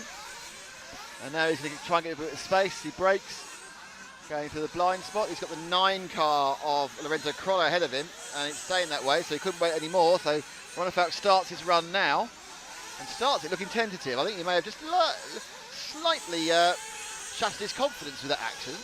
Car doesn't look fast down the straight, actually. It's blowing a lot of smoke. Why has he got a slight tuning issue? It's unlikely, obviously, 'cause he's got the best people in the world working his engine, but it just didn't look particularly go-y as such. So here he comes now, up and over through the HB hop-ups, and took that quite conservatively too. He's going no faster than Crawler at the moment. I don't think he's happy with the car, if I'm honest. Going Ryan at the blind spot.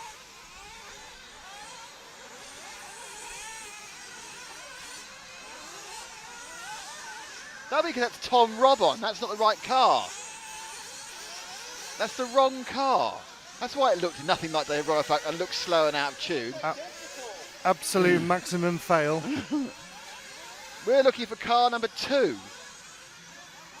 I agree, they look very similar, but the problem was you could tell it wasn't Ronefalk driving. Cause the car, do you see how I actually know that this isn't right? This doesn't look like him. This is Ronefalk. Oh, look how fast Ronefalk is. So it's not the same car, it's just slightly different. So Ronefalk now.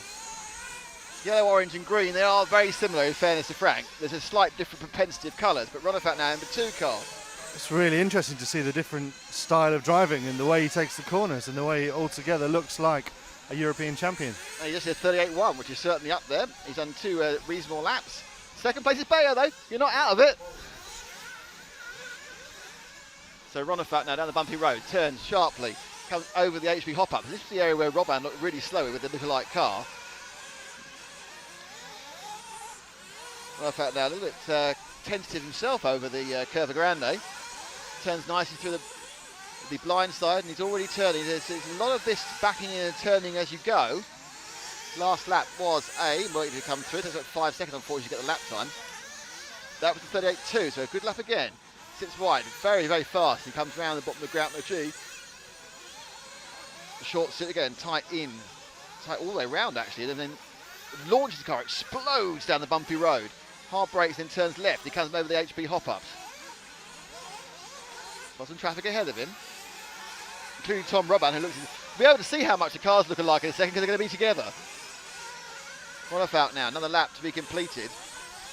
Crawler and Robin are together, and they get very quickly caught up. So the Ronefalk lookalike car is now just ahead of the Ronefalk car.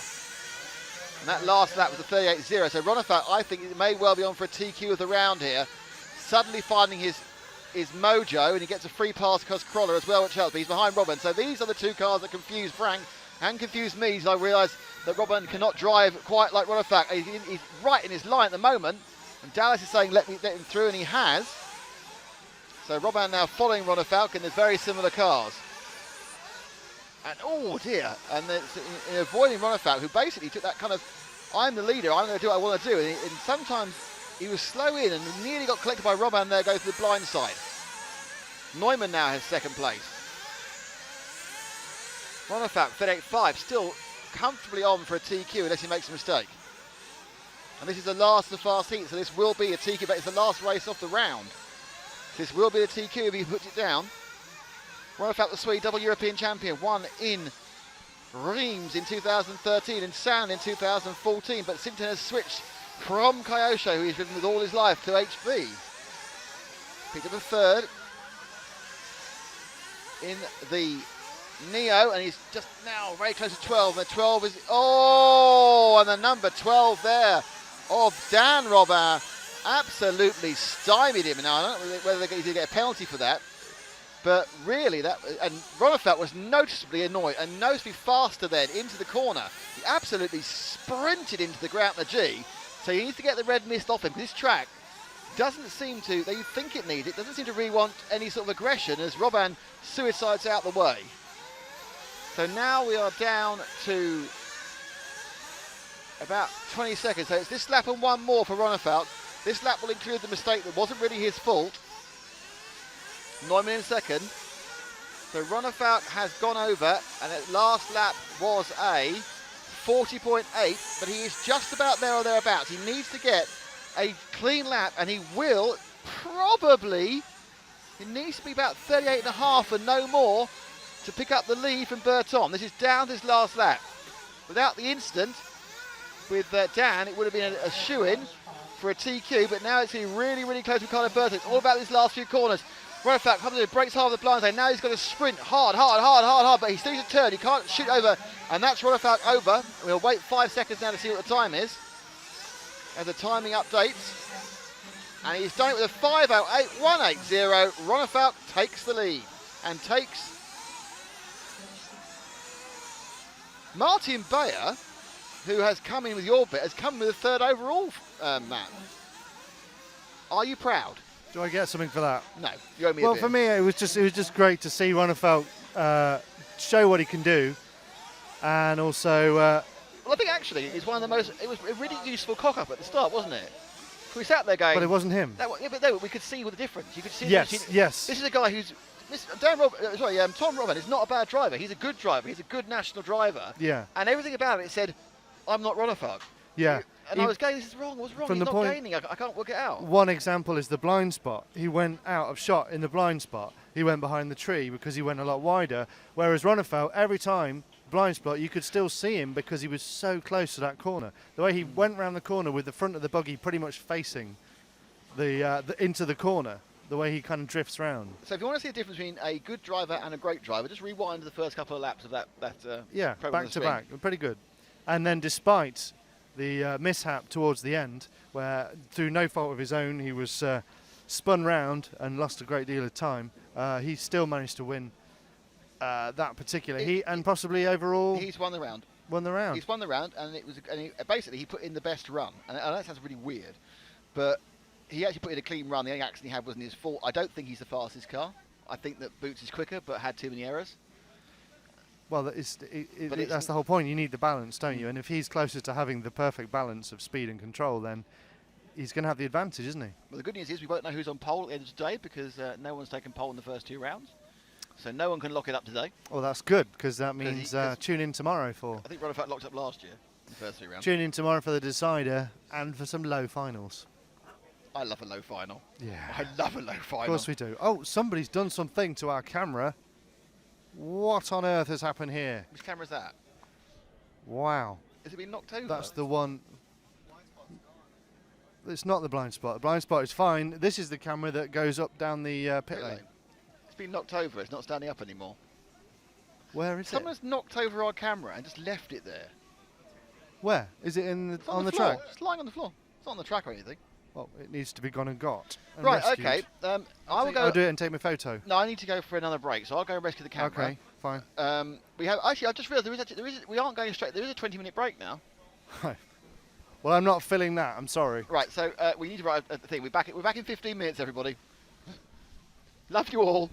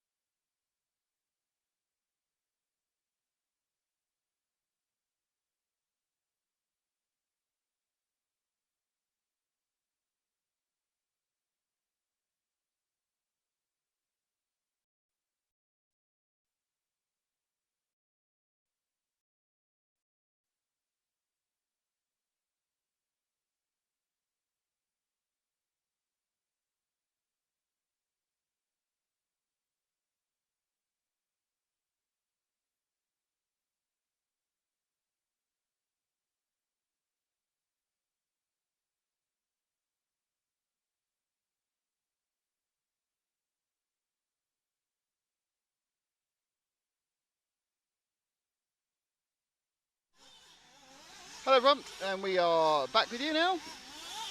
We are with who are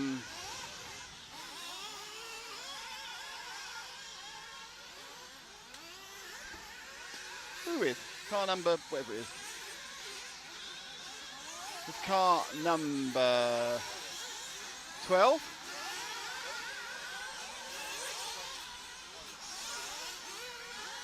Who I believe is the 6-year-old driving. He's 7 in August, in fairness to him.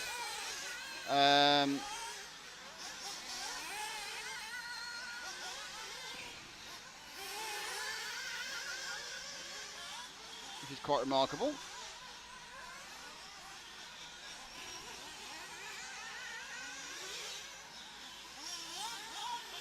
And that is Luca Betti. So we've got a 6-year-old racing. There we are. This is him going round now. Apparently, he's 7 in August, so he's quite an old man. He's absolutely tiny. Obviously, he's on a massive box in the rostrum. But he's taking part in his first European Championship. Obviously, I'm sure he's local. What more can you ask? So this is heat 11. Then we have heat 12. Then we have heat 13, and then we're back to the big boys again. So we actually are only half an hour from the top heats again. So the top heats will be out at about before that, about 10 past 4. And we have the top heats again. So tell your friends who've gone away that 10 past 4 local or 10 past 3 in the UK, all the top drivers are back out again.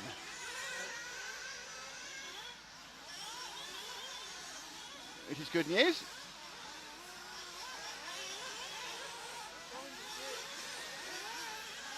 You've been following the kid? On screen there is Luca himself, the 6-year-old. He's got a very strange driving style. He's standing sideways on. If you go to the EFRA page, you'll see you've got David Ronefalk, who took Q2. So David Ronefalk now is the top qualifier from round 2.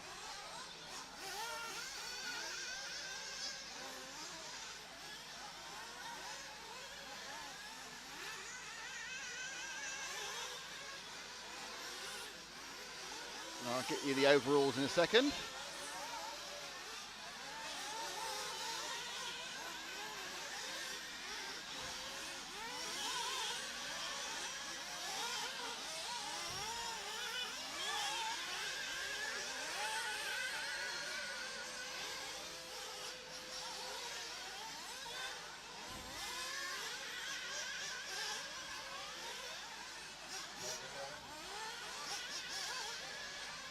So overall, at the moment, after 2 runs, in first place it's David Ronefalk after 2 qualifiers with 319 points. In second place, Elliot Booth with 316 points.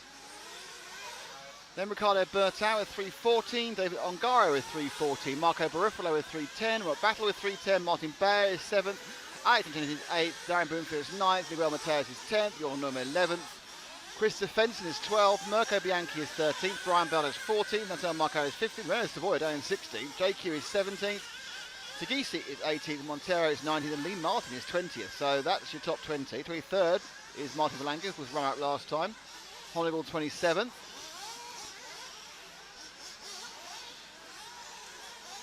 I'm looking for other, Jerome Igon is down in 62nd. Now, the thing to remember is this is after 2 rounds, but they can drop scores, so it doesn't mean an awful lot. If you've had one bad run, you can be unnecessarily a long way around. Ricardo Rabiti is a good example. Ricardo Rabiti had a nightmare first run, and he's right down 87, even though he had a reasonable second run. So it's your best 3 scores out of 5. Currently, they're counting 2 out of 2, which is why they're having some issues on the faster drive. So you'll expect to find Neil Cragg a long way around, and Noah Cragg is a long way down. He got no points whatsoever in the last heat because he didn't run.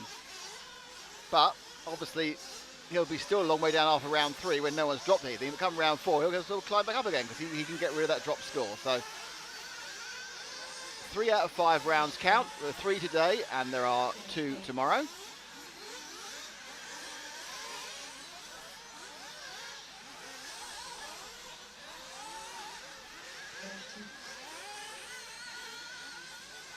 And this race is nearly over. The dust is really kicking up now as it gets dried out. We are now middle of the afternoon here in Italy.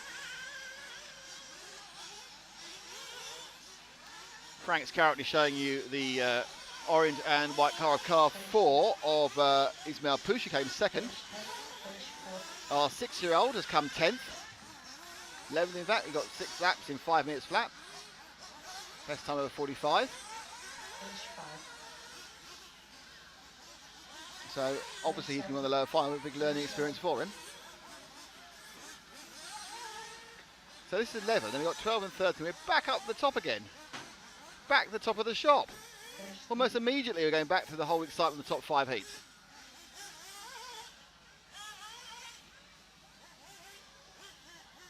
Just 20 minutes to go till we have to get all excited again.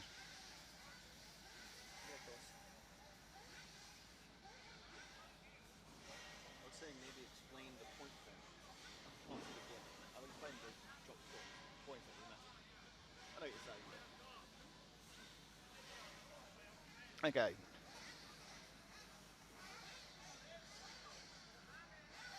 So a man with a very famous name, Stefan Johansson, is joining our group. He's not actually the Stefan Johansson, the ex-Ferrari driver, but he is from Sweden, from Uppsala, Sweden. Welcome to the RC Racing Facebook group. Fantastic. To join the group, in a much more basic way than Matt tried to explain about an hour ago, you go to Facebook, you type RC Racing into the RC Racing TV into the top left corner, and the group, and then just ask to join. And you can't like us, you have to join us. Haha. Gary O'Dell, welcome to the Facebook group. Just been back from the Paris. He's studied at Canterbury College, but from Kent, which is marvellous. And was a master 2 weeks ago. Welcome to the group. Patrick Bloomer,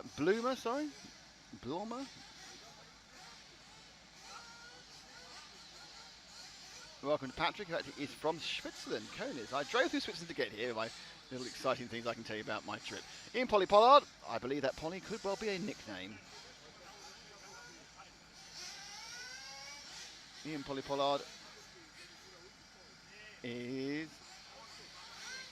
enjoying the wet in doesn't off-road electric racing. So Ian Polly Pollard, welcome to RC Racing TV. And I think if you go to the RC Racing Facebook page now,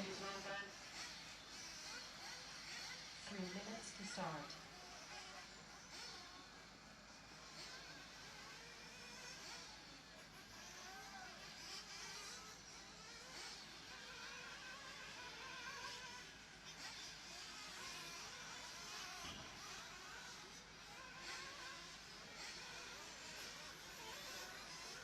I think Matt has just put up the overall standings on the Facebook page. Might be wrong, but I think that's what he's done. Have you posted the overall standings up? Yeah. Well done, super. Did you mean the camera as well? Because my camera's positioning is rubbish.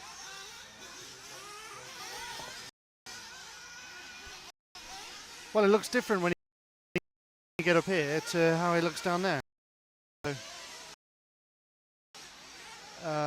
yeah, you have to kind of do it for the pit lane or do it for the track because Right. they are, one is night and one is day. Day and night, you are the one. I toss and turn. Yeah. I heard you snoring. You think like a tossing and turning, just... Oh, I slept very heavily last night. I know you're weighing me down. Not really, listeners.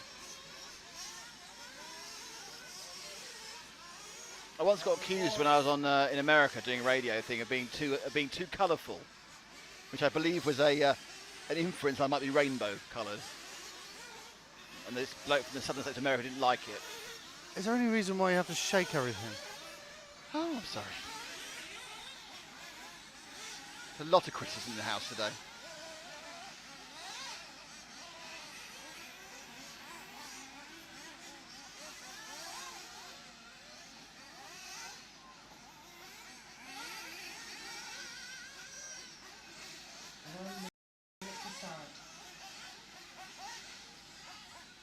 According to you, Q2's in the books, and it's on the website as well. It's on EFRA's like page. You go and like EFRA, you'll be able to see it there as well. We are all up in the house with that one. Is that cool? Being all up in the house with something. Yes, very much so. Excellent. So wait for number 12 to go, which is Danny Burnaby, who's completely out of position because he lost to his RC kit in the airport. Actually, now, I actually doubt he lost his stuff in the airport, if I'm honest. I think it's more likely that the airport lost all his stuff.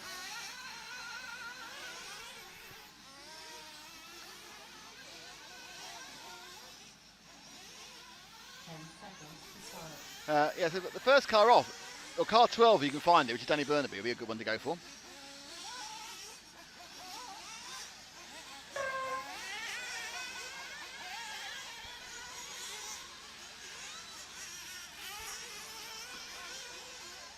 You found him? What? Frank's been on it for 10 seconds. This is Burnaby. About to start his first lap. Completely out of position down this penultimate heat, though of course they're not running in order. It's 11, 12, 13, then 1, 2, 3, 4, 5. So we're only 1.5 heats away from our top drivers out again. Very quick. They're millions of hours off this morning and a really quick turnover.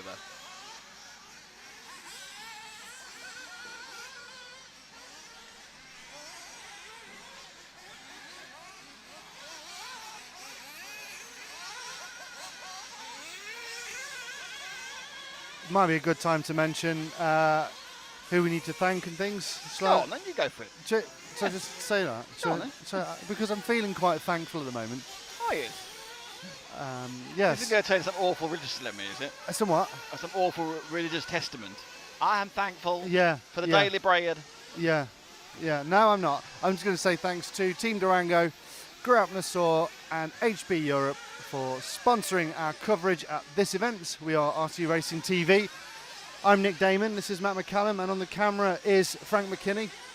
And you said I'm Nick Damon. I know you want to be. I wanted to check if you I know were you listening. want to be me. Not really, no. But I wanted to check if you were listening. That's an awful thing to say. And of course, True. Thanks to EFRA and EFRA.ws. Yes, indeed. We are here. In the Ongaro Ring. The Ongaro in Ring. Sicile. Hey. In Italy. No accent required, Nick. Hey. And Hey. it is pretty sweltering. It's just on the hotter Sticky. side of pleasant, I would say now. Yes, it's a couple of degrees past pleasant, and it's moved into ill. I have developed a trick where I stick my feet out of the tent that we're under, And what does that do? and they get slightly cooler. Really? Although you have to tamper that with the fact that they get direct sunlight on them, They get and that makes tanned them and hotter. cooler. It sounds like too much of an advanced balance for me to work out what's going on. So Burnaby is leading this rather unsurprisingly. And he comes now up and through the turn before the start finish. So he'll go, well actually not start finish, the actual start finish straight. The actual start finish is a bit further back. Going underneath the big shadow that is where the look at the window, that's when the final's on. So you just like, look at all the light now, because the final will be on now. So we need to work out where to put our pit cam in.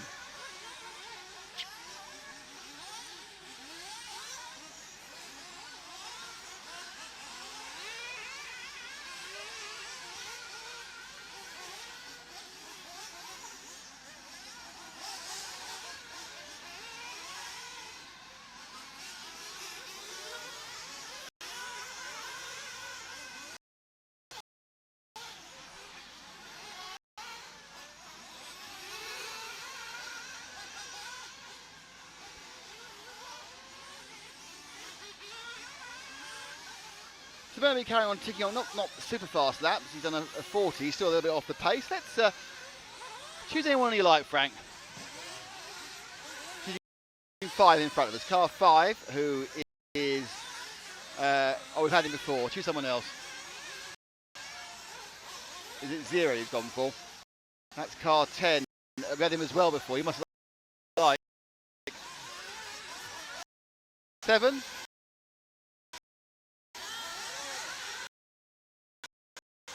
Come. 4. We're with car 4 of Jan Demansky in the orange into yellow buggy, going over the bumpy road and turning now heavily into the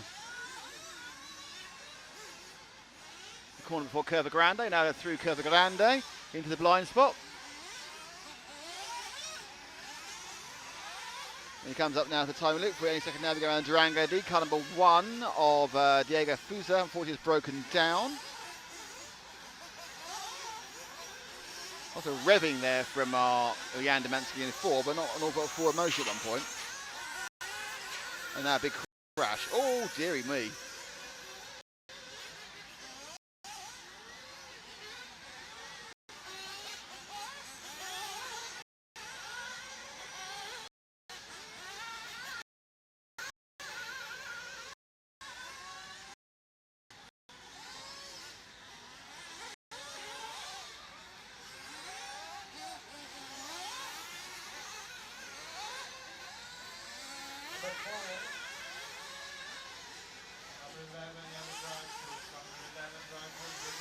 So everyone's letting other drivers through. Car 4 had one, I think it's car 12, yeah, but Dan and Burnham have been let through there.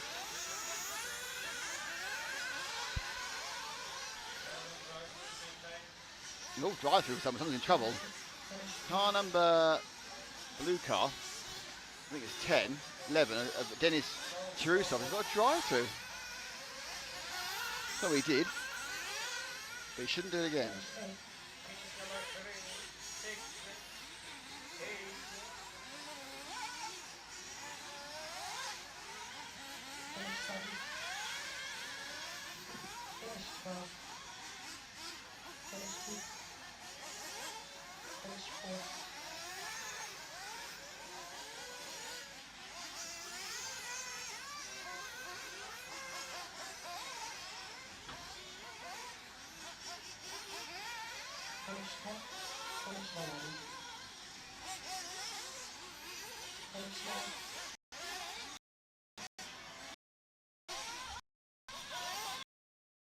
Can you?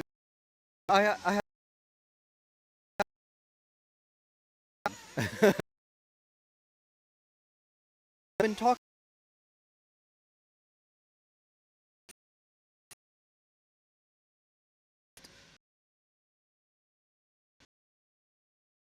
Yeah. It's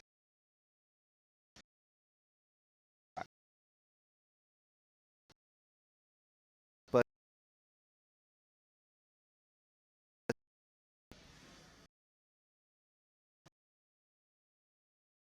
huh?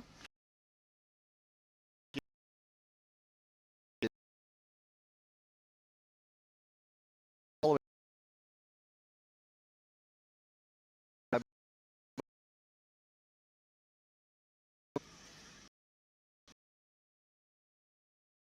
think I'm expecting.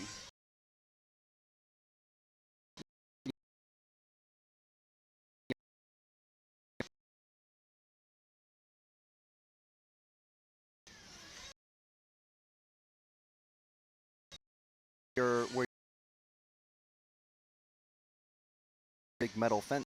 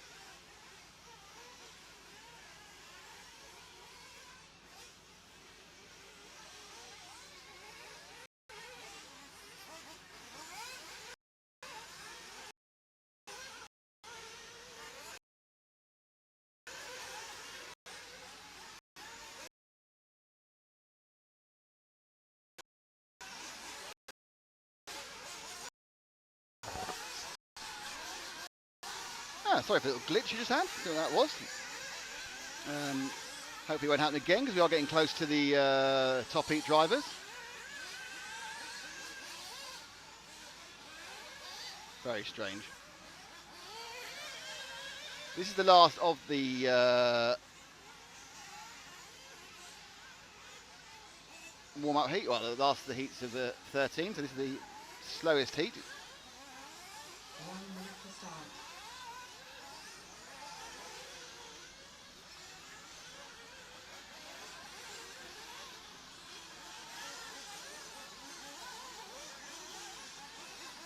So just 10 more minutes, and then we get back to the fast boys again. 5 rounds of that.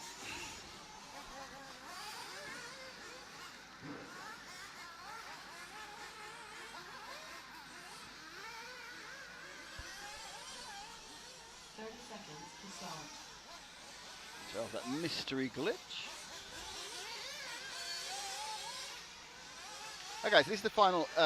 This is 13, so it's their third go today. Gabriele Romani, who was the quickest in the last heat, in car 6, go 5.8. Giovanni Del Prate, 10 seconds. Massimiliano Castoldi, Alex Schmidt. The Alex Schmidt? I don't know, might be.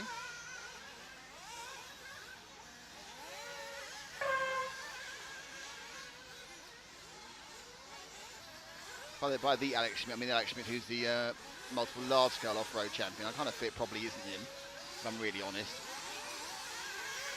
Everyone gets up and running. Be with Frank. Frank's with car number 6.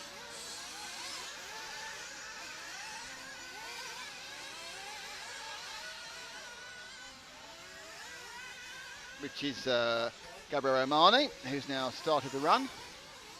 I've got a bit of problem immediately though as he goes down the bumpy road.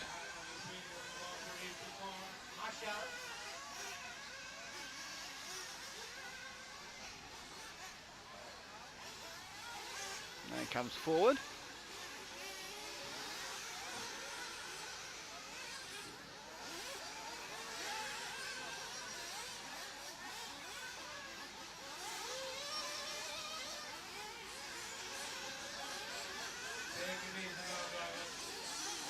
Through the ground with the G. It's a reminder of 50 in the first set of that, which is not a good idea. Problem really here is, of course, these drivers are the guys who have a little bit more issue with being consistent than anything else.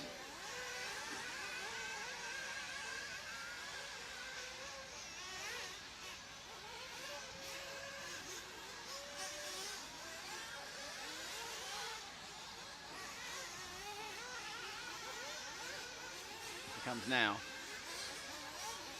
Get ready to go back on the start-finish straight again. Choose someone else. Anybody you like. Number 2 coming underneath us now, and that is the car of Vanessa Wendy.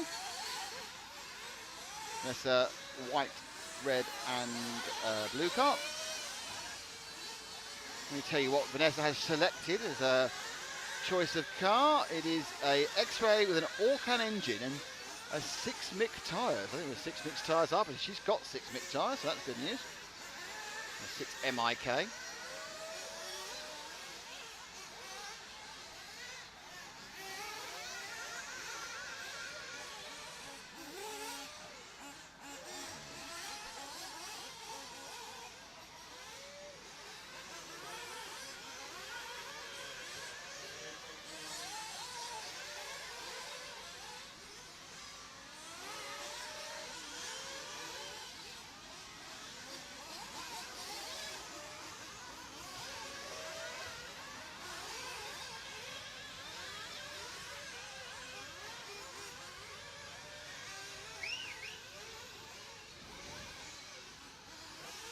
So coming over the jump now through the Curva Grande. Let's see if I can do it of cutting of a corner. Here we go. And she'll come round the corner. There she is, and she's in and out of that one. Back onto Frank. And she goes down the straight here. Look, there we go. Ooh, oh, no. Oh, she's going around here. Vanessa now will go onto the main straight, and we go. There we go. We pick her up going on the side there on the right, and back onto here.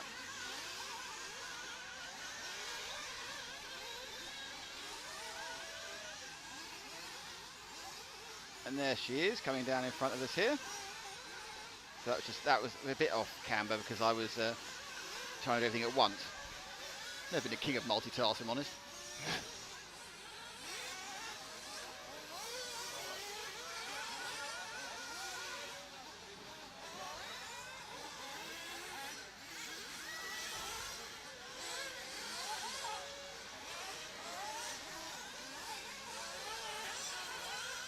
You can't hear me? Sound is gone. How's the sound gone? Sound's still working on the thing. My guess is that there's a battery gone flat. More internal fun. No, just my thing's dead. Yeah, I said a battery gone. Yeah. Well, I'll worry about it later. There it is, everyone.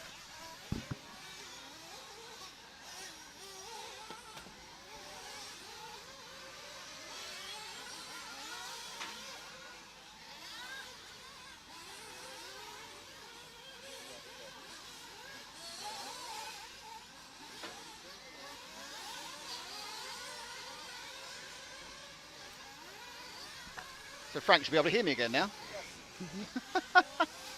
Just in time, because the next heat out, it's heat 1 again. It's chance for Matt to try and win a beer back. Were you having a conflab? You disappeared and I turned around, you weren't here and I was lonely and missed you.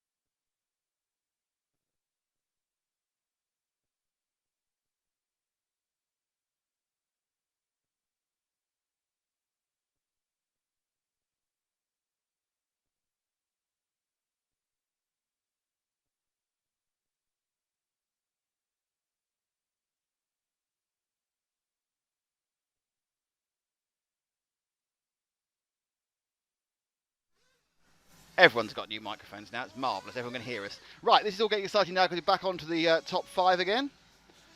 So we're going back round again with our top drivers. It's 5 heats of the fastest.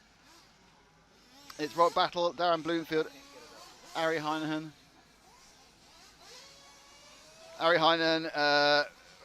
Oddly, Frank just laughed at a joke we made about 5 minutes ago. Tim Molino, Yannick Igon, David Tortorici, Casting. No, we were ages ago we said it. Then he went like a kind of a Beavis and Butthead, laughing about it far too late. Who are you backing here then? I'm. Why? To see who Oh, picks first. no, it's your turn because I picked this one first, didn't I? If you pick this one first, then I get to pick Ronefeld, right? Because you picked this. You picked first on this one. It's 5. You need to pick you pick this one, and I'll pick the next one. Then you do 1, 3, and 5, and I'll do 2 and 4. So you want me to pick first? Yes. I picked Bataille last time, Yep. and that seemed to work. Yep. I think things will only improve for him. Right. So I'll go Robert Bataille again. I'll go Darren Bloomfield again. Beer-tastic. Fantastic. So at the moment, nobody's buying anybody a beer. No, you owe me a beer at the moment. Minutes to start. Stop forgetting you owe me a beer. It's like, oh no, I don't owe you a beer. You owe me a beer, and you know it. Oh, you know it. Okay. Buckle up, everyone. It's going to be a bumpy ride in this one. But can Bataille get the thing going? Or will it all be down to Bloomers? So we've got a couple of minutes of warm-up, and we can see them over there. Now, of course, one person definitely is a good time is Neil Cragg. Because Neil Cragg had a 0 point in a not very good run so far. Yes, he will be hoping things pick up considerably. As I'm sure they will, because they can't get much worse. Make yourself a home mat. Matt stretches out, moves all the wires around. Get my feet under the tent. Absolutely, and under the table as well. My feet are under a tent and under a table. Much as you like your win. Under a tent, even under a table. I don't know, it doesn't really work. So this is the third round, the top heats. We have 5 of those, of course. And they will, at this point, obviously go home because they'll have finished for the day. And then we have 5 more heats, 6, 7, 8, 9, 10 before we go home. Not that we go home then, we've got lots of testing to do. We've got another round, haven't we? No, this is the last round. So there was 3 today. Yeah, and that's why it's round 3. So excited, you just lost track of time. That's amazing. It is. We've done so much stuff. And then tomorrow we have round 4 and 5, and the lower finals. Now I I sneakily did see a timetable tomorrow. Okay. And the racing starts about 9ish, but the good people tell. will come in about 10. So I'm Right. thinking about actually going on there about 9:30. Good, good, But I will confirm all that on the Facebook later. good, good. I want to give us plenty of time to set stuff up. Well, yeah, who knows what will go wrong tomorrow. No, The one thing you can rely on is the fact that with us tomorrow will be Team Durango, yes, Graupner yes, HB Europe, yes. and EFRA.WS. And hopefully with us, a lot more than today, VRC Pro. Yes, we've had VRC Pro with us a couple of times today, and thank you to them for being our replay sponsor, and we will have them on tomorrow in full effect. That sounded kind of quite, you know. 30 seconds. I don't know how you've managed to constantly get wires over my microphone head. It's just a rat's nest of cables. I can't sort it, it's too difficult. Okie smoke. Right, we're off and running in a second. Let's see if we can pick up Mr. Battle we'll start with. We'll start with Matt's choice of Robert Battle.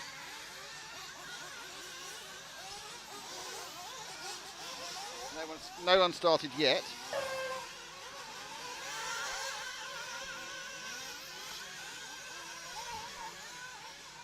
So there's Battle. And he has started, so he's one of the first people round. A little bit less aggressive in those first 2 or 3 corners. Power down, not much smoke, so that's tuned in certainly on the leaner side. Little minor clip there as he comes up the short chute before he turns over the bumpy road. Flies a long way on that second jump before he turns round to the left, arcing through and then onto the HP. Hop-ups, a bit of a half-second stall there, almost a bit of confusion what the car was doing around the Curva Grande. Into the blind spot, brakes turn. He lost it entirely in the last heat there. No mistake this time, and a much more controlled opening lap from Battle there we're used to. He's been absolutely throwing it all around the track prior to this.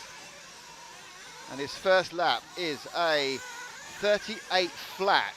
So he's already laid down the gauntlet there. He's obviously watched the others. He's reined in the flamboyance, and now he's looking at putting it down a really meaningful time. But to do that, of course, you have to actually clean every single lap.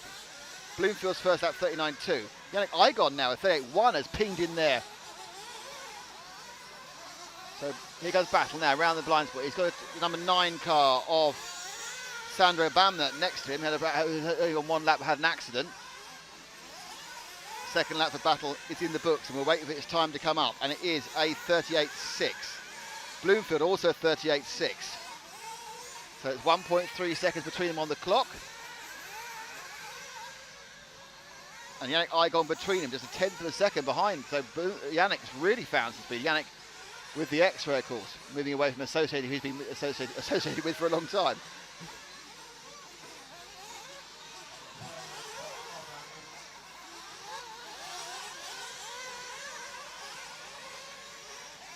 Another lap there for Battle as he comes around the Durango D. And that one was a 37.9. So he's gone sub 38. What is the response from his main rivals? Bloomfield with a 38.8 and drops off the pace. Igon, one of the last people to cross the line in car number 5, has done a 39.2. So Battle pulling away nicely now. He's 2 seconds ahead. Let's see if we can find car number 5 of Yannick Igon. I haven't seen him so far today. He should be a couple of cars behind Battle.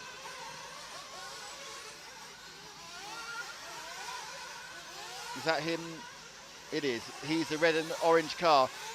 Just crossing the line now. With the X-ray. Oh, this came to a dead stop as he entered the front start finish here. Still in second, 38.7 the last lap. Robert Battle 38.1. Bloomfield's got no answer. It's going. The beer count's going massively back to your favour, Matt.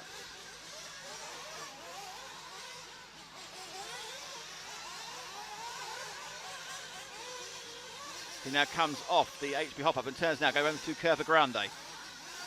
Igon brakes hard, turns left into the blind spot, and then up towards the timing loop.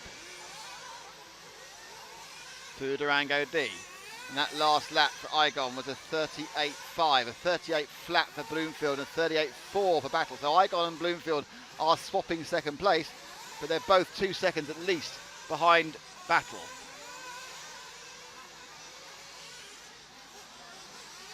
So we'll take Igon for the rest of this lap, and then when you finish with Igon, we'll leave him when he goes past time and scoring here, and you can look for Bloomfield, who is, I would say, ahead of him, is one car ahead of him on the track. So if you let him go and pick up Bloomfield beneath us as they go round, so that's Darren.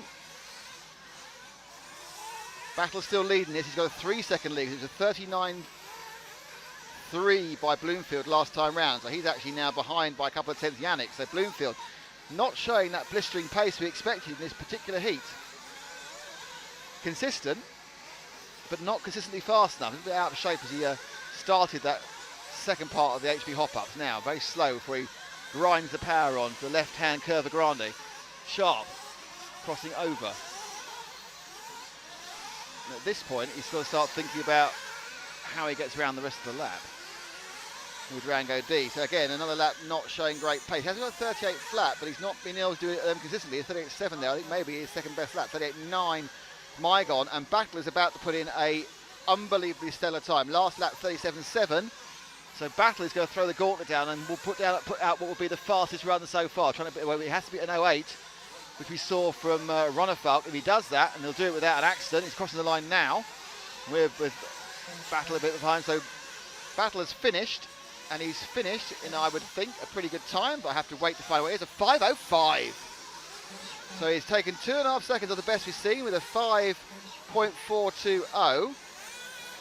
Bloomers has finished as well, as has Igon. See how that went. Bloomfield in the end, though he didn't look very fast.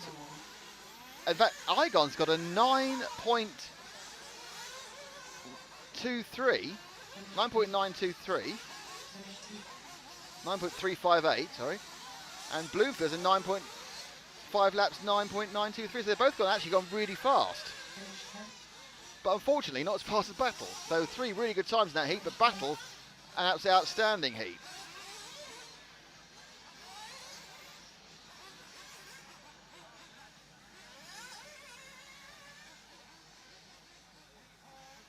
Finish 9.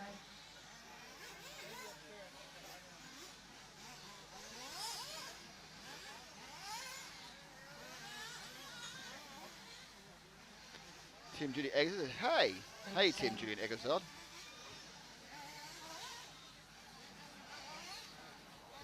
So that was heat 1. So now it's heat 2, which is my choice, isn't it?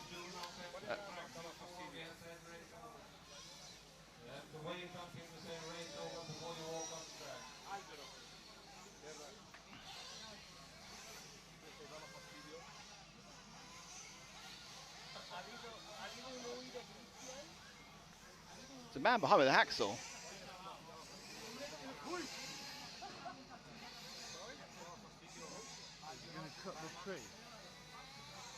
No, it's fine. Wanted to cut the tree. No, fine with the tree. No. No, we saved the tree. It's fine. We have a mini camera and we can see past it anyway on the blind side. A man with a hacksaw. A very kind man just came up to us with a saw in his hand. It's always a worry. Gesturing towards the camera and the tree. Do you want to cut Frank in half? Frank's still confused. Let's cut Frank in half. He's talking about cutting the tree, yes. I didn't know he had a saw. I thought he wanted to put a camera here. No. No. Well, with no. a saw. How do you mount a camera with a saw? I didn't know it had a saw. Basically, the message I got from that is that anything that gets in our way, he's going to cut it down with a saw. Yeah. So watch out. Bad news from the other RC media. Yeah. 3 minutes to start. It's Okay, gonna- so its choices. It's Owen David might end up even Ongaro shorter. in Heat 2. Miguel Matias, Renault Savoia, Hugo Honegal. I'm choosing David Ongaro. Oh, is it your turn to choose? You go with Renault, your boy. Who was it last time? Ongaro. Yeah. That's tricky now. It's tricky to mutter around. It's mutter around tonight. You know it's tricky. Yeah, Renault Savoia from Team HB. So you've already you owe me a beer from the last time, or do you now think it's 0 beers again because you won that heat? Or is this next set for another beer? Well, yeah, this next set's for another beer, which will then either cancel out the beer I owe you, or mean I owe you 2. Okay. Seems fair enough. You're 1 up. So essentially, this is double or quits. Yes. Essentially, Beer double or quit. yes. The best type of double or quit. To start marshal level.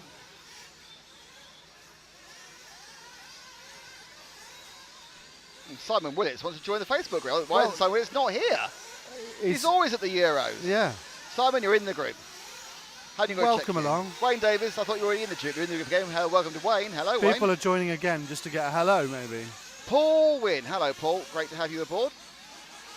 Paul has 172 friends in the group. Paul, you don't have 172 group of friends in the group. You have, how many friends in the group do you have? 60 billion. That's right. We've added a few, but we've made them up. 6,200, I think it is about. And finally, Anders Nielsen. Welcome to Anders. From Strombachersalon. Oh, yeah. Welcome, Anders. That's a good place to be from.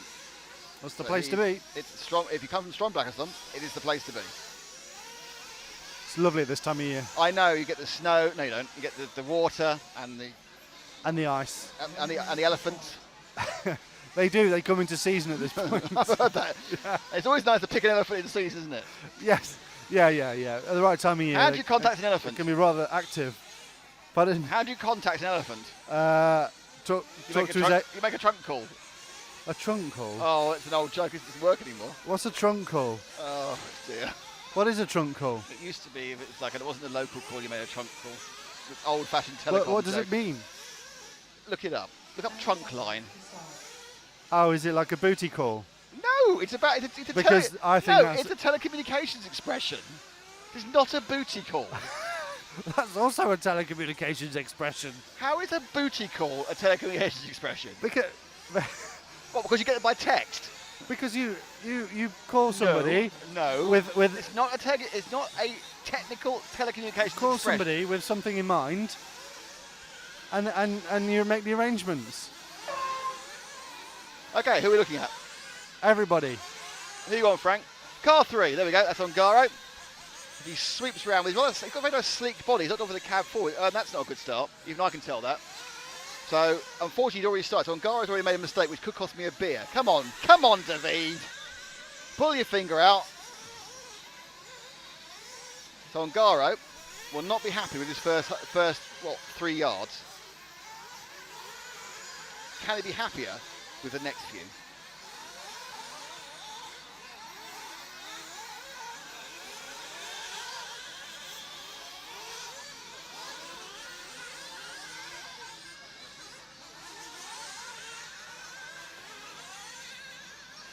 So any second now, we're going to get Ongaro's timing. And Ongaro's time is... It's Ongaro time. It's Ongaro, it's a 39.6, but the fastest is Renault Savoia with a 39.1. Neither particularly quick, but... Come on, Renault. Come on, Renault! So he's at the bottom, he's at far end of the track now. He's obviously, he could have been on the other camera, I don't know. As he comes now to the HB hop up and he's going to turn into the Curva Grande. Quite a couple of bumps. He looks a little more aggressive than some of the other cars. Flying through now. A little bit of an overshoot, but he will power back forward to the timing and scoring loop. Comes underneath his Durango D. He made a mistake in the first lap, looking a little bit better this time. And that was the 39.1, so it was a lot better, but still not good enough. And it was on 2 wheels. That was absolutely heart and mouse. It was on 2 wheels, heading towards a curb. He just got just enough steering to ease it away from the first half of the inside of the Groutner G. Ongaro, who is the same Ongaro as the Ongaro ring is named after, and who Matt discovered here a couple of years ago at the Euro B. That was very nice around the timing loop there. As he finishes his 3rd lap. That's a 39.0. So running in next position, he says, in a kind of a odd way of saying English, is not Renault Savoy, I'm happy to hear. But Miguel Matias has taken the lead by a bit. But Hupo Honig's in 3rd. We've not seen Hupo yet in car number 7. So we've seen no sign of Hupo in car number 7. Let's see if we can find him.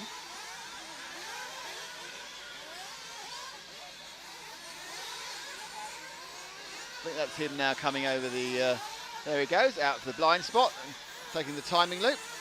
Hupo the Austrian, multiple 12th European champion and multiple electric off-road European champion. I remember seeing him winning some of the Austrian Nationals the last couple of weeks as well, but that was again in electric. In one of his irregular outings in Nitro.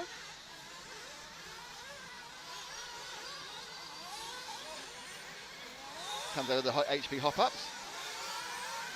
Turned into some flat landings a little bit there.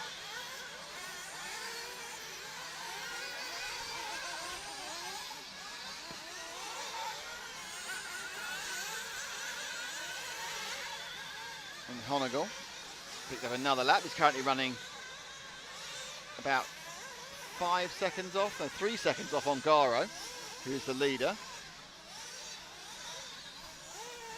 Savoya's in 3rd. Matthias is leading actually. As Honigel now comes down the bumpy road and turns up the HB hop-ups. Now, interestingly though, he sort of turned halfway around the Curva Grande there. He was going through and then just turned. It wasn't a smooth run through. I think that's not going to cost me any time. It's interesting to see how some of these different cars take the laps. Comes out wide, gives it plenty of smoke as he, dust really. And then double revs it up to get down the main straight. And Honigel again, a 39.1. So nothing. Ongaro suddenly has found a bit more speed with a 37 as the best lap and he's catching up to Matthias. Savoy did a 38.9 last time round. So I think once again we need to see if we can find Miguel Matthias. So I think he's going down the bumpy road now and turning through the hop-ups. He's the leader in the white into shiny blue car for Portuguese driver, who I believe was on the podium the first time we covered this event. What? When you covered this event many, many years ago in Portugal, wasn't it Miguel Matthias on the podium? Yes, that was a case of the 3rd place man being a lot happier than the 2nd place man, who was Miguel Matias, who was very unhappy at the time. Really? He was. Why was the 2nd place person unhappy? Because he expected to come first. Ah, fair enough. Basic desire to be first, and Savoy won, of course. The last one of it, 2010, the last one of his victories. When Matt and you went down, Matt and Paul went down to have an exciting time, didn't you? We did. Very hot it was. So Ongaro has, I think, just crept into the lead with 38.5. Wait for Matthias to come across as well, but he's finished on a 5.11. Indeed, Ongaro wins this with a 5.11.7, which obviously is nothing compared to what we saw in the last one. It's only an 11.7. It's not even troubling the top 3 from the last event, and also an 11.8 for Matthias. So Lee Martin had an absolute nightmare. And Martin not featuring at all in that one. I'm sure Martin hasn't even finished the race yet, has he?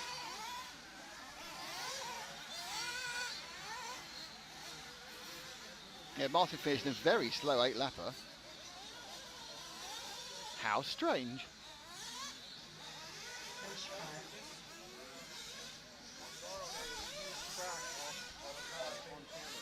Nick. I was just saying that you actually missed Ongaro having a massive crash on camera when you were looking at some timing or something like that. That's the problem, we have to look at timing. Yeah, I know. He overcame that and won. On a more important subject, Nick, have you Yes, twice. Have you? Once with an elephant and 3 times with a penguin. Have you welcomed Thad Garner into the Facebook group? Is Thad trying to join? I believe he's requested to join. Well, it must be quite recently then. It must be quite recent, yeah. Hello, Thad. Thad Garner. Frank, have you got anything to say to Thad? Hey, Thad, how's it going? So American, isn't it? Welcome hey, along, man. Thad. How's it going, Thad? Everything's Thaddy. Thanks for watching. It's nice to have you with us. You're in. Thad's a fantastic RC designer. Ooh. Yeah.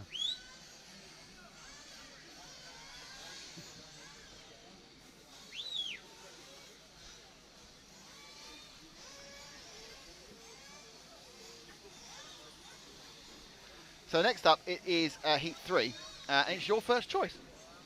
My choice. And it's in taking part in Heat 3 is Ricardo Berton, Mirko Bianchi, Joseph Coggreen, Ricardo Montero, Oscar Baldo, Jürgen Trieb, Martin Valanka, Andreas Meyer, Maxime Noble, Leonard Valente, Cam Nibbett, and Max Mord. I can't remember who I went for last time. Oh, no, but I know who I'm going for this time. Who are you going for? I'm going for Ricardo Berton. Oh, it's so obvious. I will go for I'll go for JQ just 'cause it's a bit of a laugh. For a laugh. Because I've lost Which this of one. the JQ? You're not spreading it 3 ways. No, JQ The- himself. the real- JQ. No imitation JQ. Not one of his minions. Bottom. Have you seen that movie? No. No. I've seen the I was disappointed. Despicable Me. I was disappointed. Everyone else is great, and I was disappointed. Is anyone from Despicable Me in it? Yeah, the Minions. Well, obviously, but I Well, mean, I don't want to spoil the end. But there is a cameo by Gru right at the end. just spoiled the end. No, I haven't. It doesn't affect anything. You kind of expected it. You expected to be in it a bit, wouldn't you? For like 4 seconds.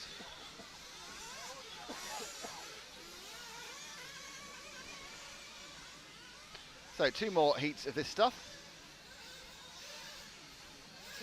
Who is greater than 5:05? Everyone. Because the fastest we've seen is 5:05, David Benito. We will follow JQ's car because I've backed him. It's one of the ways you get followed here is if a beer's resting on it.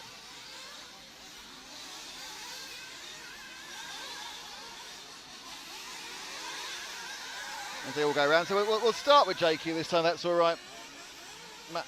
Frank, make sure you get the right one this time. They're still warming up out on track for their final run out of the day. And Of Heat 3, and there's of the 5 top heats. it's my great pleasure to thank HB Introduce Europe. Frank Sinatra. Thank HB Europe for sponsoring our coverage, along with Graup Nassau and Team Durango. And of course, VRC Pro and EFRA. who are VRC Pro. key. EFRA very key. And swallowed a fly, I believe. You need to swallow a spider, don't you? And swallow a mouse, and then swallow a cat, and then swallow a ferret or something. Just sounds like eating animals for no discernible reason. I just want to swallow a calzone at the moment. Yeah, I know. But how many beers will you wash it down with? That is the question. I just want to go home. Okay, off you go. No, go to the hotel, have a shower. I'm very happy with the rest of this thing, but when we go, I don't want to get called back to the track for another disaster. No, not And at all. remember that you can win Say the Satellite tomorrow. We've not really talked about that again, No. but we do need to, after the top heats have been out, We'll talk we'll about it talk again. about the prize we have, which is the corpse of Sally the Satellite. We will ship to anywhere in the world, wherever you are. It will be signed by all the top racers here, Or as many as we can get to sign it. as many as we can get to sign it. Some of them may refuse. First, we need to find a sharpie pen, which is We my need to bigger find issue. a satellite writing on pen. Yes. But we will send you our dish from Dish the of dead the day. satellite. It will be your dish for life. Yes. I'm not sure you'll pick much up. So we are now with Jacques. He's not started yet. He's coming back up the straight towards us. Number 5. The man, the myth, the marketing. Would you agree? I know you don't like to pick up the microphone. So he now hasn't. So don't worry, anything he does now, it doesn't matter. He's not started yet. His 5-minute time run will start in about a quarter and a half's time. Starts now.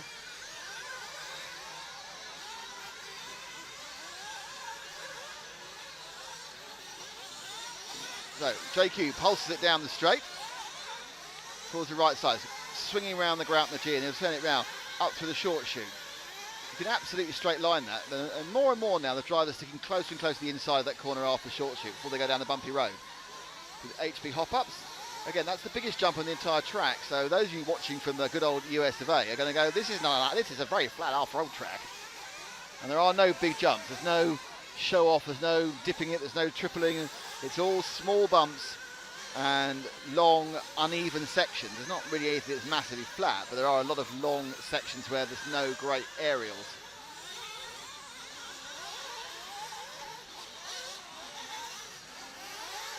Down the bottom of the track, Longara Ring here near Sicile in Italy. Nice pleasant breeze blowing at the moment.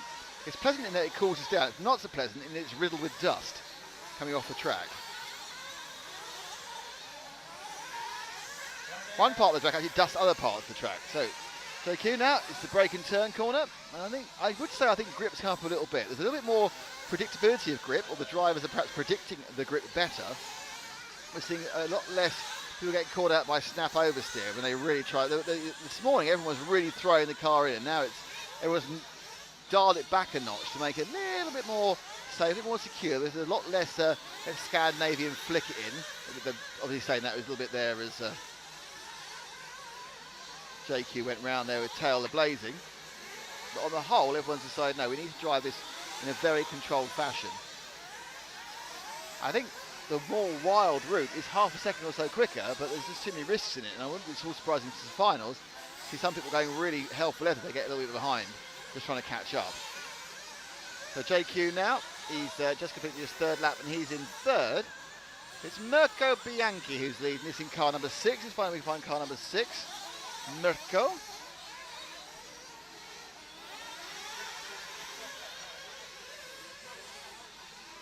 There he is. He's the yellow and orange car about to go over timing and scoring. So Bianchi, best of a 38.5. Again, no one's really setting the timing screen to light in this one. The best lap we see that 38.5. Oscar Baldo's at 39.1. And that's really it. So the pace has disappeared from this heat. It's heat 3 of the 5 top heats. Bianchi's last lap was a 40.7, so in fact all the top 3 over 40-second laps, so no one's going massively quickly. It is, perhaps it might be a chance for Lanka or Montero or Noah Max seem to come up, but they're all, this is not a particularly quick heat for some reason. I can't believe the track's gone off in 20 minutes, but no one is really pushing a maximum element of speed along. Bianchi 38.8 that time. You know, we were seeing low 38s and even go up to 37 before. He's seen 37.5 at one point, which Boots did.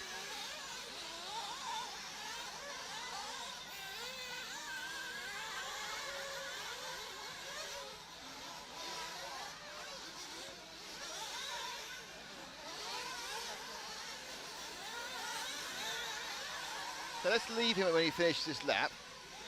And if we can find car 10 of Andreas Meyer, that'd be good. We've not really seen much of him. Here he is, he's the white-nosed and red tail carb on the main straight, Frank. The second of those 3 going on the main straight is Andreas Meyer. Currently running sort of in the mix of 4th and 5th, only a couple of seconds off. Meyer is from Austria. In a gaggle of cars, which is going over the HP hop-ups right now. He's being both held up and holding up at the moment. He's trying to look both sides for a way around the number 8, who's completely blocked Bianchi, and that was the 8 of Max Mort. So Mort's not actually that far off the pace himself. This is the problem when everyone's going at similar speed. They're very loath to let people through, even though perhaps they should. But on the flip side, they're probably not going to get asked to move by the refs. And I can see that Dallas is watching this trail of 3 cars currently being led by Meyer. Behind him it's Bianchi, and he's pushed back. Oh, that's bad luck on Meyer. Very, very bad luck. He kind of tried to let someone go and ended up throwing all corners and a half there. That's ruined his race. But it's the last lap, so we'll watch him come in depressed, upset. Bad news is that JQ's not working for me. And then the beer situation is he's actually completely flamed out now. So just the end of the day, really. I think Andres Marr had that problem, and now he's actually not working. But he'd had a problem the last lap, so I'm not as sad as I could be. Oscar Baldo wins that with a very, very unimpressive 14.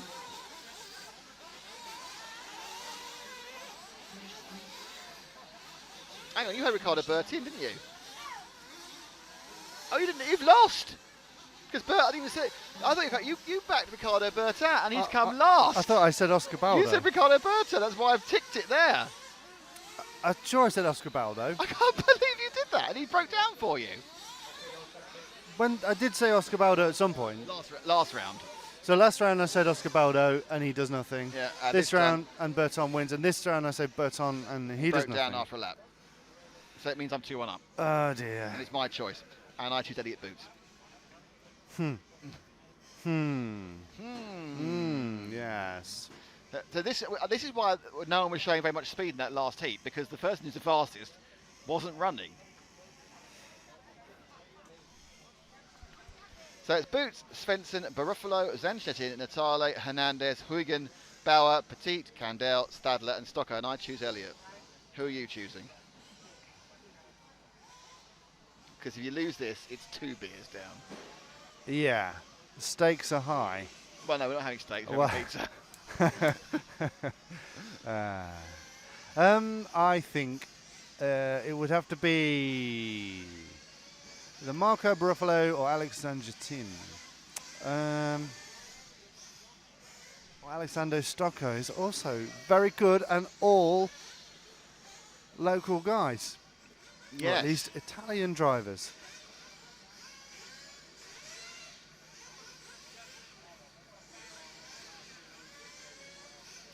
Jeremy Pitte with the HB, the Swiss driver. Is that who you're going for? I'm going to play it safe. I'm just going to go for What are you going to go for?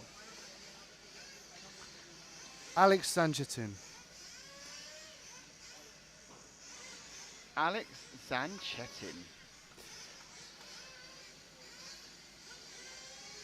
So this is heat 4 of 5.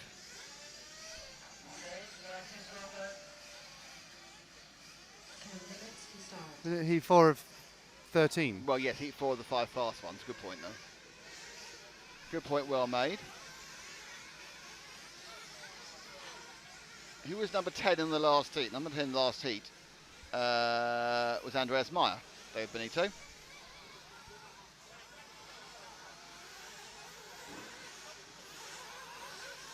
So they're all out doing their warm-up now. Let's have a look at the podium, can we?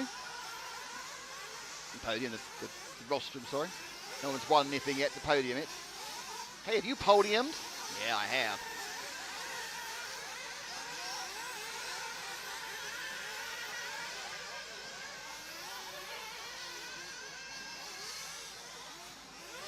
So Ricardo Goncalves was pleased that Montero did so well. And Miguel, battle's going quick. And the round did look quick. I think the last race just looked a bit slow because of the fact that the fast person was in it, which always helps. That's him. If the fast person in it does tend to look slow, doesn't it really? This is heat 4 of 5. We've got one more heat of fast if we include the person who topped. So we've got the TQ from round 1 in this heat and TQ from round 2 in the next heat.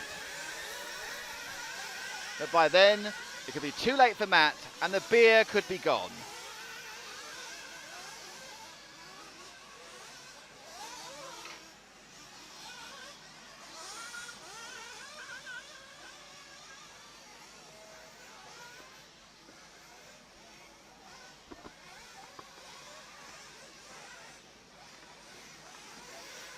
As that makes a mess of our production of Duracell batteries.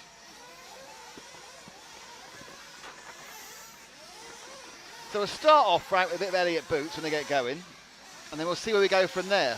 See whether Matt's crying.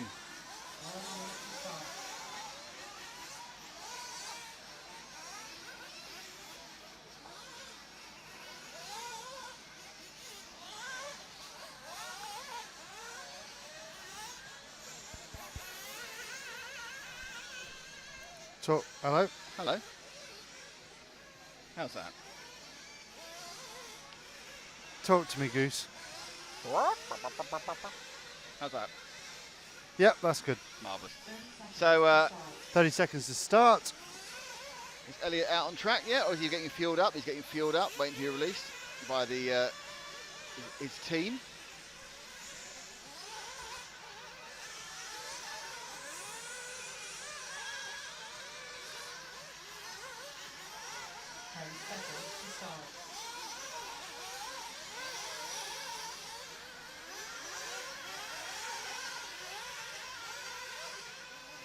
So Elliot is going to one of the first. Elliot's actually the first person to start his race. So this is Elliot now off and running.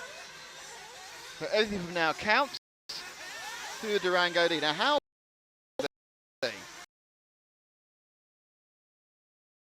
He can do a little bit more in control than he was before. I'm going to take 2 bites of that cherry there on the right hander into the. But even Elliot seems to again. So a couple of corners gone a bit wide. Very nice off of the HB there. This one where they were really pushing it earlier, and he just brakes didn't work, and he just locked up. But that's better. He made a mistake twice there in the first round. So that was a slow but steady. Well, I say it probably wasn't slow. It was a steady first lap for Boots. 38.5. So when you go steady and you're ready at Boots, you get a 38.5. Which just goes to prove that being steady and being steady. So he comes around now onto the down the hill,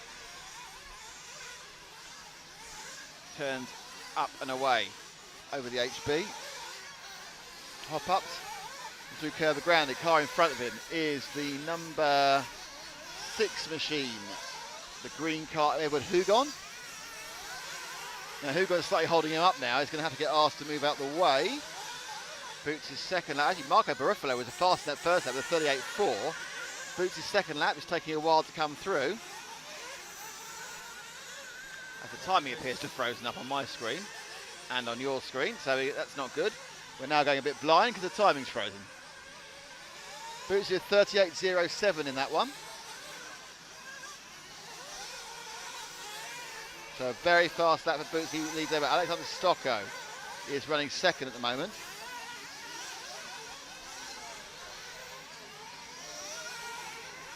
Ruffalo third. Stocko 38.8. 38.23 that last time around for Boots. As the timing comes back. So Boots is on for a very, very good time. He's been low, 38.0, 38.2, 38. He's taken it very, very sensibly. And second, it's Marco Barufalo, who is car number 3. So if we can find car 3 once Elliot's finished this lap, that would be great. So Elliot finishes lap 4.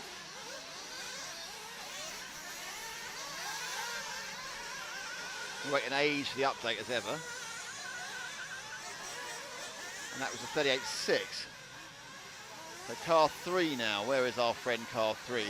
Van Belief is here in the blue and red, and he's actually getting a bit mucked up with car 9. No one's fault really. That's the 9 of Luis Ignacio Candel. So Barufalo now. Swapping places with Alexander Stocko.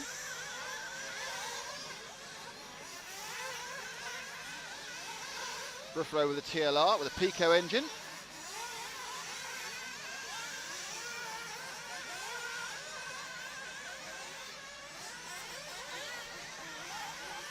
Comes in to complete another lap. Now that lap, because of the Fenson's pinned into second place again.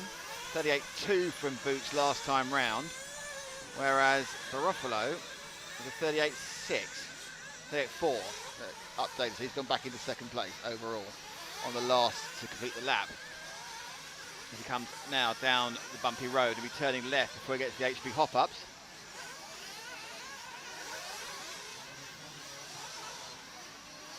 Got a small amount of time. Let's see if we can find car number 2, which is Stocko. As Barufalo has a problem. And car 2, where is he? That's bad news for Barufalo entirely. Car 2 is the next car along, so wait one car, and there he is. It's Alexander Stocko, whose car looked completely out of control all the way down that run into the blind spot and still managed to make it. So he's obviously hanging on by the merest of threads to control, but it's working reasonably well because he's second. That was a 40.9 that last lap, so it did obviously have some history. 38.4 for Boots, who obviously needs to try and get below an 05, which we saw from Robert Battle. This take another round of qualifying. Boots is a 38.5, and it's there or thereabouts, so I think actually Battle is slightly ahead. So very, very close, but I think that Boots is going to get about an 06, where the 05 from Battle. That's a lovely turn round, the timing and scoring there from Stocko. Beautiful driving indeed. The Stocko there, really showboaty and looking very good. 38.5 was a good lap, and it was a lovely start to the next one as Boots finishes. And he's going to finish on 06, I think. Let's find out when it comes through.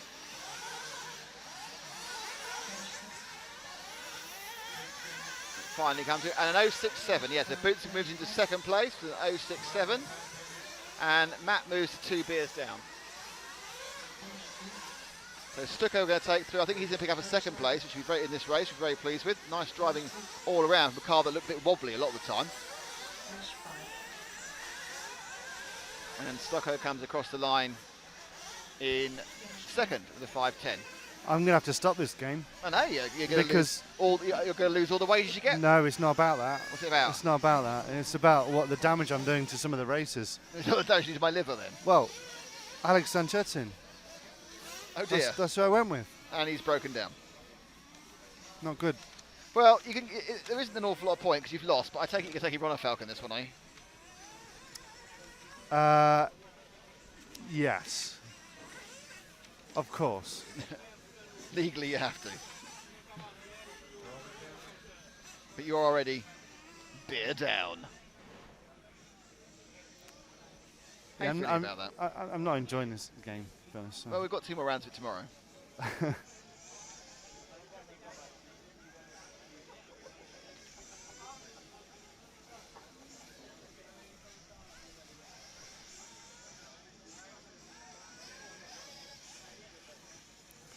So the next round is not up yet, so we don't know I don't know who the favourites are. But of course it has Ronald Falk, who. Well, you might argue this is the top of the top. Or you might argue it's the 5th heat. The 5th heat, but it does feature the current reigning 2-time European champion, HB's David Ronefelt. There are several European champions in this race, but not all at this class. Martin Beyer, large-scale European champion and a 4-wheel drive electric off-road champion. Yes. Jorn Neumann, 1.3 million European championships in electric classes. And I think that's the only person who won a European champion. Jerome Sartel, I don't know, may have won something. He won a B, I think. Are we just looking in this heat? Yes. Ah. Yeah. I'm not sure who's got the most European championships of all types, whether it's Lee it's or me. Jorn or Hupo. It's me. Who do you think it is who's got the most European championships? I think it might be Jorn now. He's won 5 Did he in the win last 3 in years. Sweden? Won 2 in Sweden. Well, it's him, man. Well, in total, for everything. Because don't forget, Hupo's won a couple or 3 12th ones. Well, Bayer's only won 2 or 3, hasn't he? Bayer wasn't in my list. It was Lee Martin, Jorn Neumann, But Lee Martin's not in this heat. or Hupo Honeygott. No, I've now thrown it slightly wider out about who's got the most European championships Oh. in general. Craig Drescher won 14 apparently. Who? Craig Drescher, who I love, won 14. Craig Drescher. Won I love 14 him. Yes, I love him. On 14 European championships. Blimey. I think. I remember him saying that once in an interview. I know who else you love. Who's that? He's Italian. He's won lots. Oh, they're world championships, aren't they? Oh, I love him, yeah. He's my favourite. He loves you. He doesn't know me. I've never been directly involved in the problems. He loves Frank. He loves Frank. Frank wound him up. Well done, Frank. All for journalistic pursuits. The only thing I want to point out is the person we're not mentioning. How well has he done since Control Tires came in? Yeah, not so good. Oh, there we are. So, we're up and running. 2 minutes to start. Ronefelt, Bayer, Neumann, Tagisi, Baldo, Figueredo, Sartel, Robin, Salonen, Corolla, Escobedo, Robin. And I'm going to ask Frank to follow the correct David Ronefelt up and away. I don't think you need District 9 outfit like he's got on, do you? I think it's a little bit over the top. Yeah. We're not really getting the fumes up here.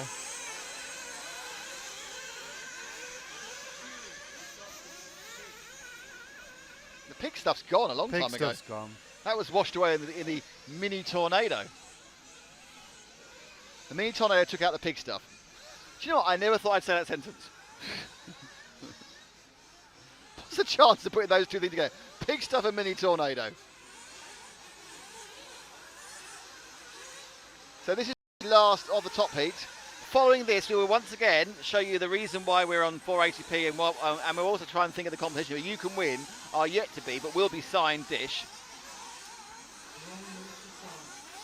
If anybody is near and has a Sharpie pen, please tell us. What about we think of a weather condition and we put it in an envelope and people have to guess what the weather condition is. No. I know. One of us thinks of a name. No, that's going to get too I high. have a better one than that. If you want to win in the your dish, opinion. no, if you want to win the dish, tell us what you're going to do with it. And the one that makes us laugh the most wins. The best use The best for the use broken dish. for Sally the Broken Dish wins. But we will obviously, whilst we'll read them all, we'll only read out the clean ones. But we'll enjoy them all. I'm Oh, sure. absolutely. So on the Facebook group, please put down what you would use Sally the Satellite Dish for. And we're running that competition all the way through till probably close of play tomorrow.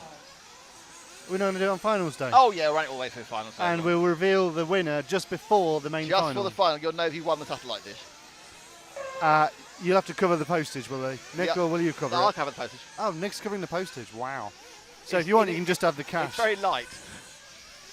but a bit bulky. With Ronald Falk now, and did he catch the beep or not? I don't think he did. I think that Ronald Falk this is a free lap, I think.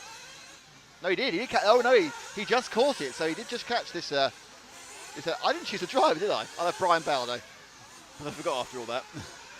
So I've already won the beer.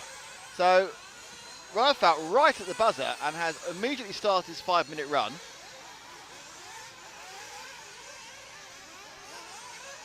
And he needs to beat an 05 to get his second TQ, which is currently held by Rock Battle. It's a floppy area, I'll tell him that. So first lap for Ronafelt will come through in a second. And it's 37.7. Ronafelt out of the traps, flying.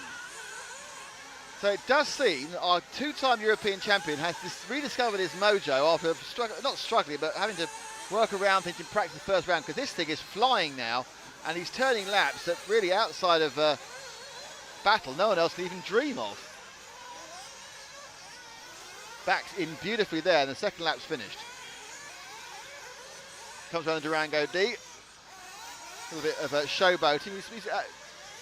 He's using a little bit of aggression as well. 38.4 that time for Ronafelt. Neumann in second with 37.8. So Neumann not hanging about either.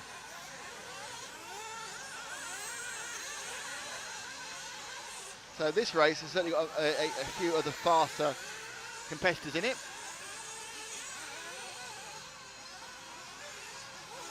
As Ronafelt has dispatched with the traffic. Oh, he took it a bit earlier. Well, I think he got away with it. Which was car 8 with Tommy Simon. And Ronafelt is falling, jumping and turning all at the same time in every corner. Beautifully around the start-finish straight area there, the 38.4. But this is a fast start to this lap. Comes down the grout of the G, just clips the inside, gets a bit of a fishtail on, but comes directly, absolutely arrow straight down through the switchback, the short chute. He's turning now. Comes over the HP hop-ups and he'll turn left, and again he's turning even before he's anywhere near the end of the final jump. He comes through the Curva Grande and into the blind spot. Better than last time, he went too sharp.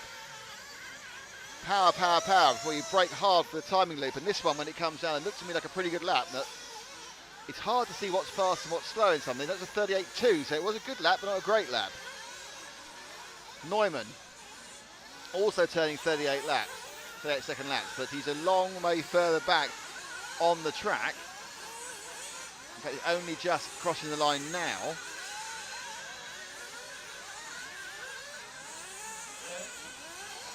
And Neumann, yeah, he's 30. 2:08 flat. So Neumann is flying now and almost as fast as Ronefalk. So we'll take Ronefalk over this lap and we'll go and switch to Neumann. As Ronefalk, I think, made a mistake off camera. So Ronefalk now is, so leave Ronefalk and Neumann now is right at the bottom of the circuit, and he's the car coming over the HP hop-ups now and turning right. He actually got his car twisted up. Ronefalk made a mistake as well. I'm sure that you all saw that while I was looking at the cars at 40.8, so he lost 2.5 seconds. But Neumann, during this lap we were looking for him, made a mistake as well. He's gone wide there. And that last lap for Neumann was also a 40-second lap, but it was just fast. And Bayer's now come into the mix. There's 3 of them within 0.2 of a second. After a couple of bad laps for the 2 fastest drivers, this should hand the overall round victory to Robert Battle. So Bataille becomes our 3rd round winner. I can't see, even going as fast as Ronefalk was, that 3-second or 2.5 second error, it's so hard to make up when they're all doing so well. There's Neumann.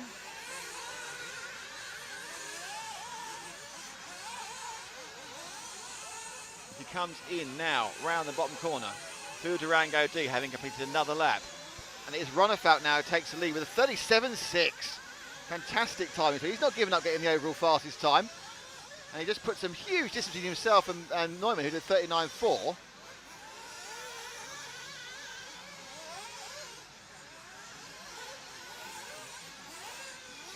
And Ronefalk off camera comes up to the Neumann now, coming up to finish lap 7. And not long after that, Ronefalk will finish lap 8. And the question is, if he can do an absolutely storming lap, I think it's actually out of his control. I think he's not going to be as fast as Battle. He might, with a really fast lap, catch up with Boots, but I think even that might be beyond him. 07114 it is, so it's a 3rd place for Ronefalk. So our winner of that round is Robert Bataille, and he's our 3rd winner. I think Elliott was 2nd there, and Ronefalk 3rd. Bayer has put in a fantastic 8.683. Just wait for Neumann to come across. I think he's going to come across in 3rd. He might pop into 2nd with a good lap.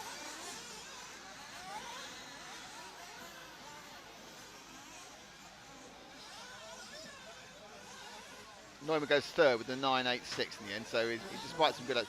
Bayer's last lap was a 37.9, picks it right up on the scruff of the neck. So that is the end of our top 5.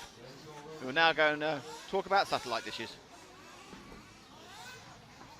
This is the prize. It's not signed yet, it will be signed.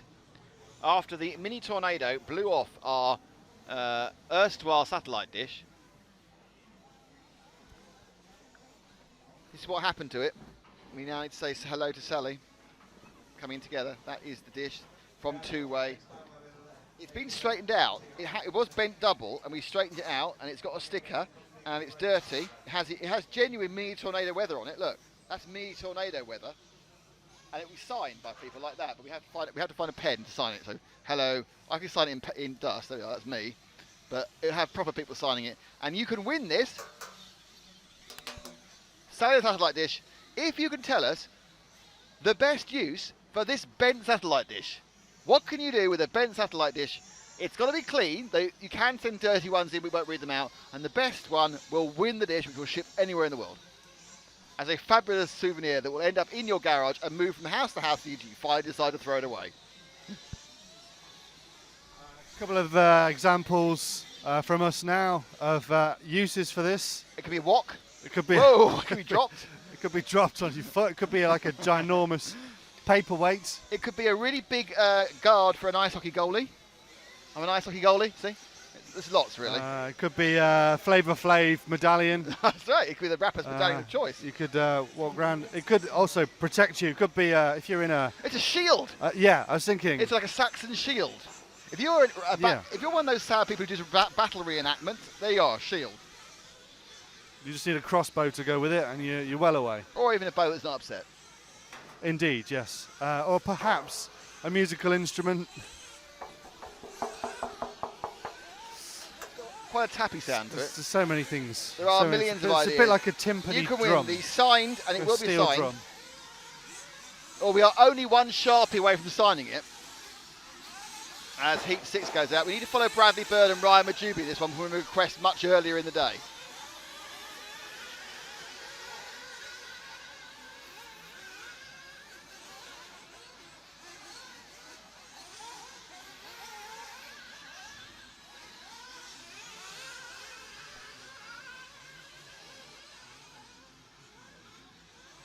Minutes to start marshal levy.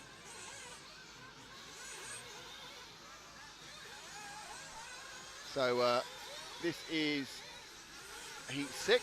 So we have Heat 6, 7, 8, 9 and 10, and that'll be it for the day here in Sicile. We will be back tomorrow at I think about 9:30 local, but I'll confirm that on the Facebook group. For the final 2 rounds of qualifying, yeah.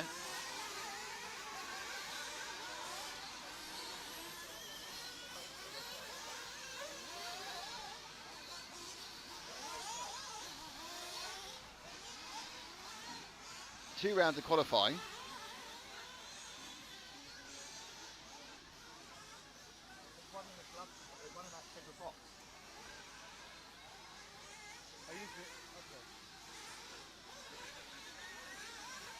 So, yeah, Keenan White wants some stickers. Yeah, we'll have stickers as well. Put it on the track as a random mogul. Sun hat. Now, if you're going to enter, can you enter to the Facebook thing?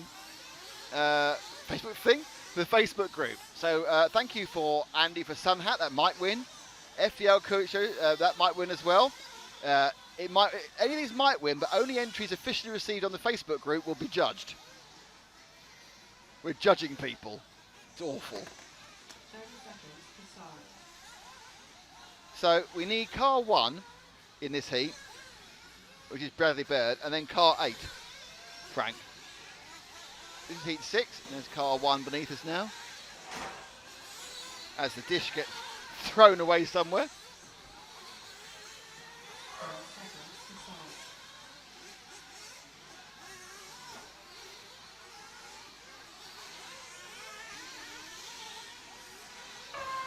Barp.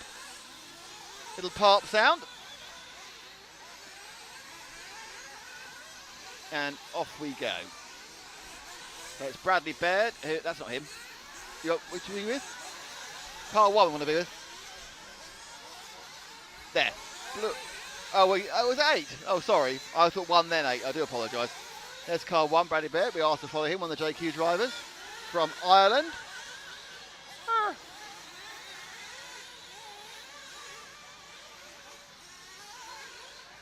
So Bradley.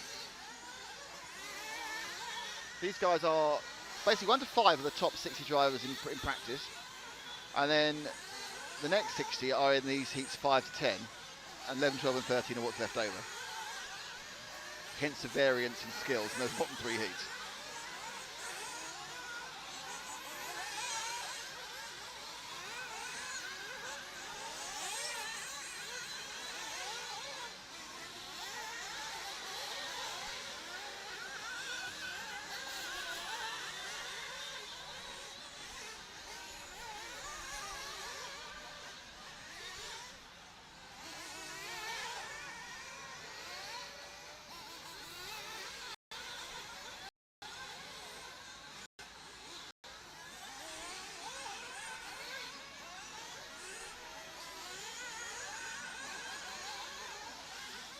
So Baird hopping his way down towards the blind spot, spins it round, crosses timing and scoring. So the first couple of laps of Bradley are in the book, and you got a 39.7 and then a 41.6. So we're already sort of a couple of seconds off where the well, a second I suppose, really, second and a half as an average off. There are some sub 40s, a couple of, there's not many, there's no real 38s in this run.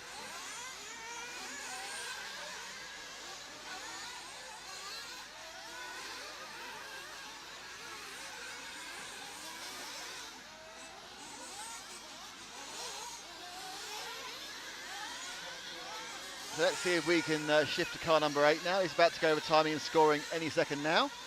Thank you, Frank. And this is Ryan Majubi, I think another JQ driver, the Frenchman.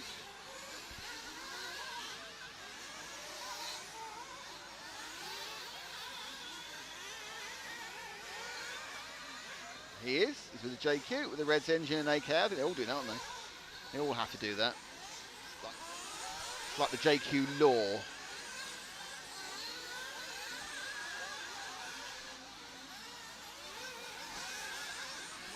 So leading this out at the moment, wait, I think Ryan is our leader actually. When he finishes his lap, he's currently just going through the run up towards the timing limit, goes over the timing limit now, comes back now through into the Durango D, quite skittish. Goes down the straight, one thing I've noticed, the front straight is rutting up massively. Throws it nicely in with a tail whip, and there you go.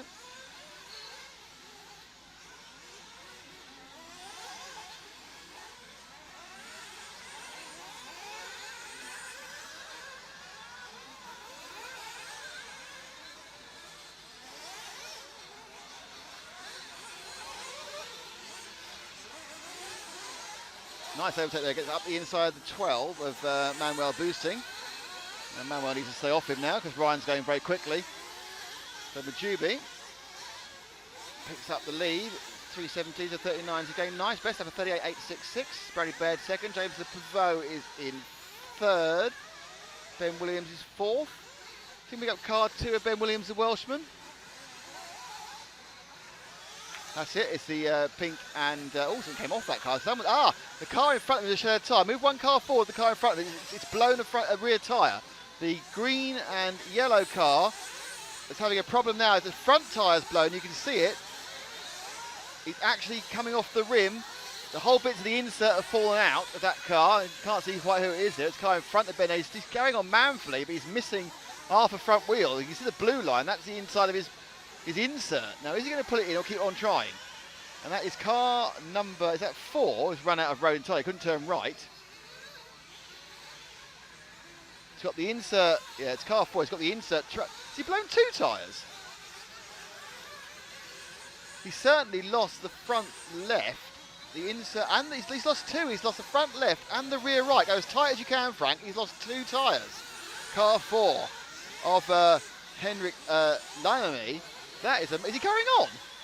He's 2 tyres down. 2 wheels on his wagon. He's got the insert. I think he's had a gluing issue because he's just. I reckon he's forgotten to glue the tyres.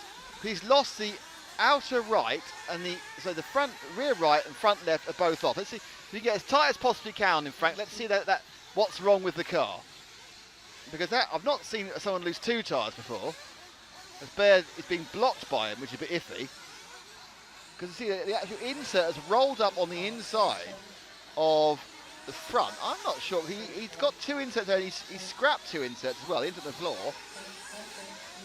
I'm not sure whether he's lost more than 2 tyres, but he's definitely lost 2 as he actually pulls in at the end of a run.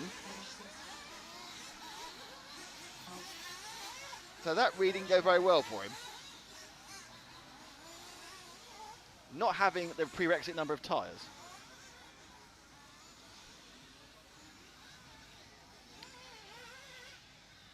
Always a bit of excitement when wheels fall off something. Richard YouTube said, I wonder what a family would think if I had a broken satellite dish in the mail with stickers on it. I would have to answer a lot of questions.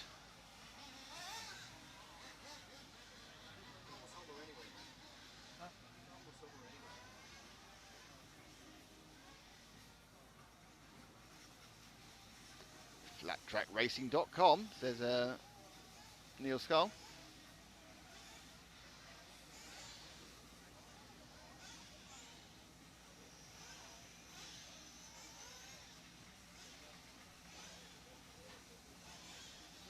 Yeah, I wonder what, when we do deliver the lucky recipient their dish, I wonder what they will say.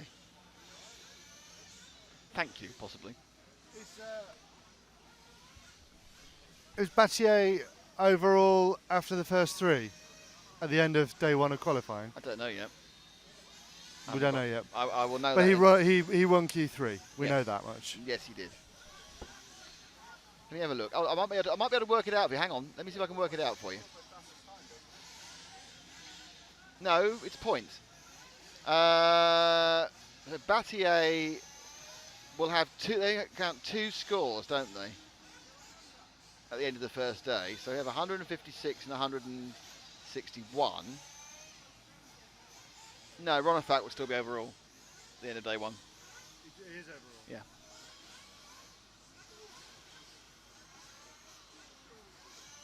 And I think that Elliott and Battier will be tied. No, they won't. No, I think no. Hang on. No, it'll be Ronafelt from Boots and Battier. Best 2 scores.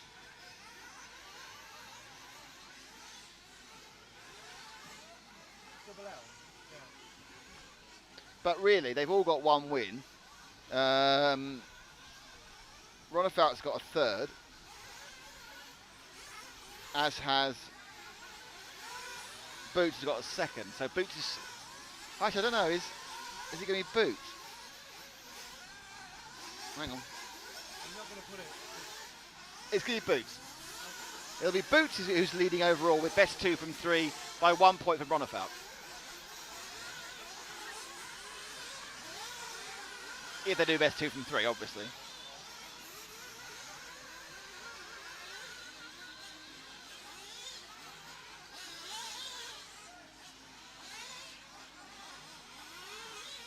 Two minutes to start march 11.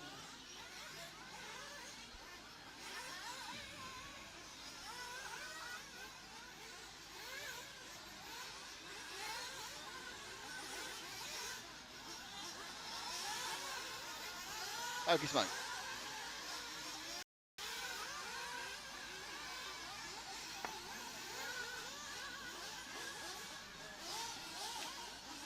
So as we stop our rather less than exciting fast than some.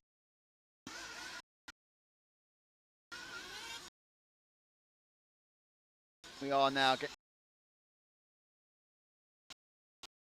We've got 7, 8.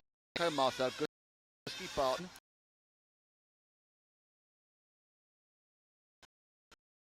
Brook. Spear. Chick.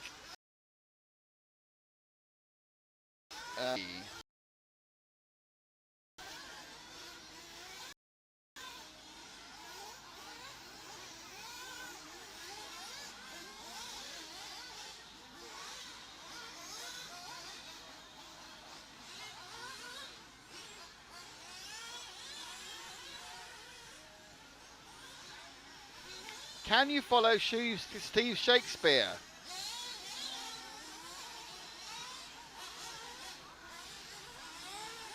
30 seconds to start. Okay, we have Richard Bjornstad says Marshall shield for protection against buggies. In fact, Richard has started a thread, and I'm going to pin that thread at the top. So we now have a pinned thread about this competition in the RC Racing Facebook group. And we have Scott DeMott. I would use this toboggan in wind. And Neil Scull wants to use it as a wall and throw. Neil, Of what? Steve. I have to say that I feel legally.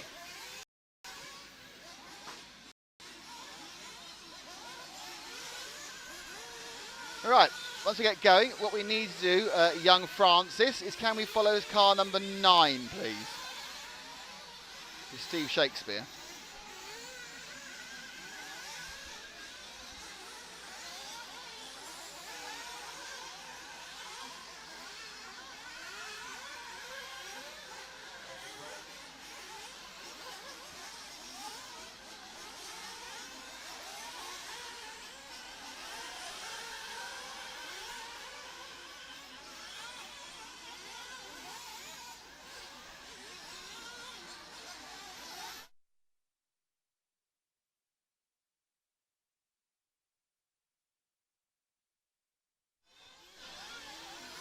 So let's look at Steve Shakespeare, see where he is. He is currently up. No, he's not upside down. He is upside down. He just crashed. So I looked away for a second. Steve crashed. I look away again. Will he crash again? Nope. He's going down the. All right. He's crashing again. This is not a great. This is a bit of our first curse of the commentator. Come to someone here. Shakespeare now, left-hand turn. Comes to the Curva Grande. Hops up through here. So Shakespeare not had a good lap. I think it's fair to say.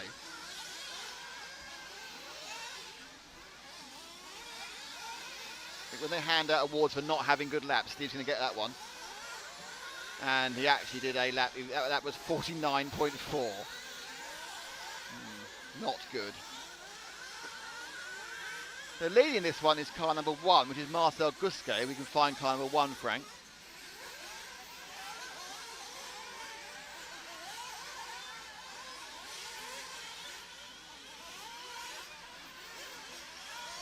Now, Gusquet, of course, about 4 years ago, the sand event before last was absolutely a star.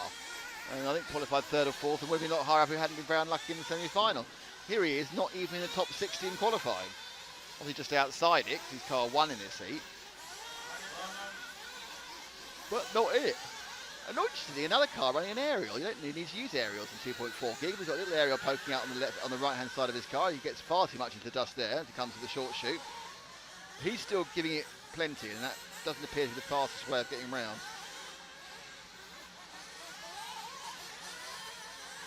To the hop-ups.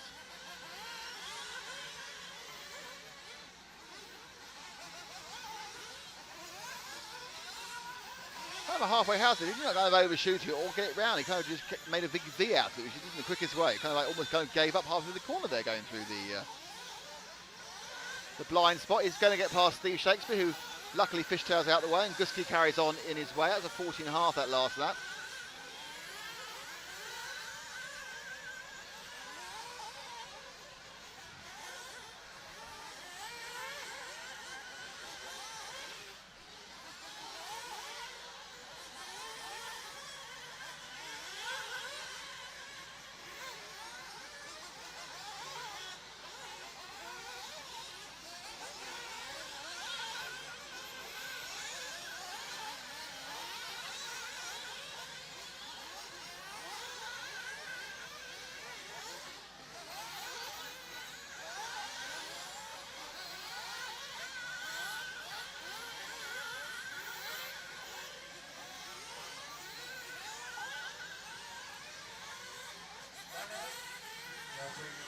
So Gusquet around the bottom of the track now, up to the hop-ups.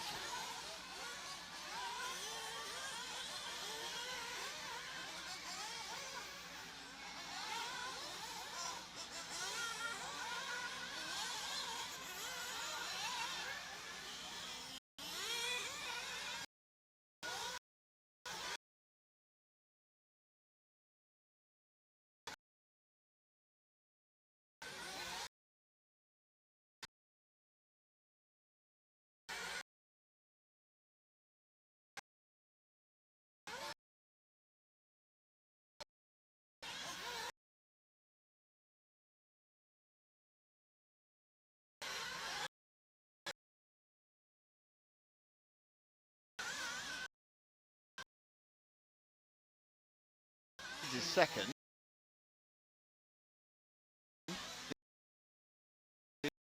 He's running his. Has he finished as his last lap? He's got 1 lap to go. No, he's finished.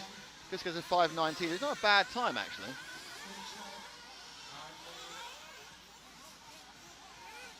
Come on, it's not a bad time, Matt. Mertens and Hoovenham in 7, but obviously, you know, they're 10 seconds off the ultimate pace. But these are people who are going to hope to get to quarterfinals or semi-finals or something.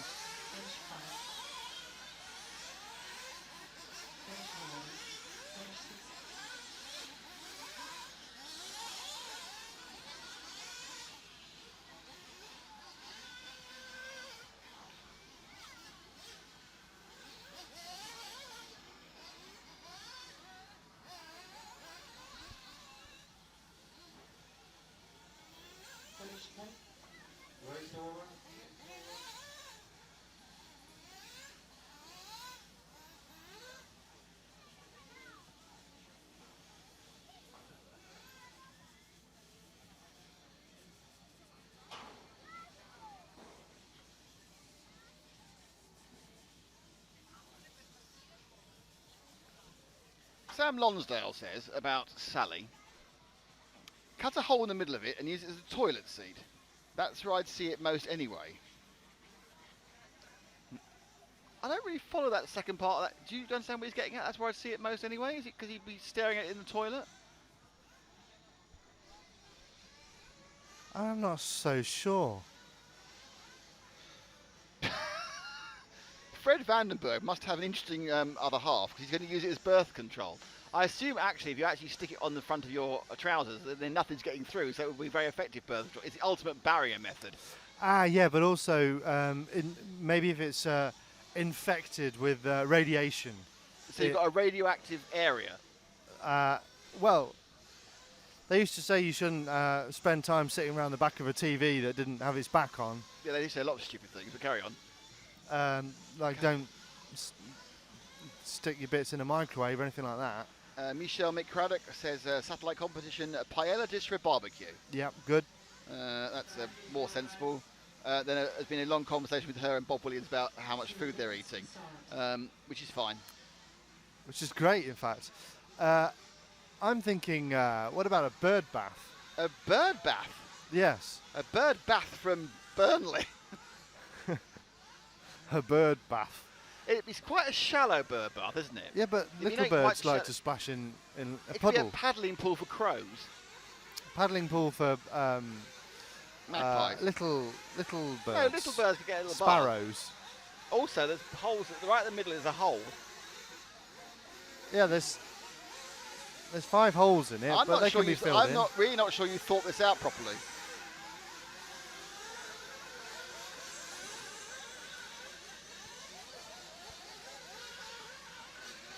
Keep them coming, because someone's going to win a satellite dish that has no use of satellite dish anymore.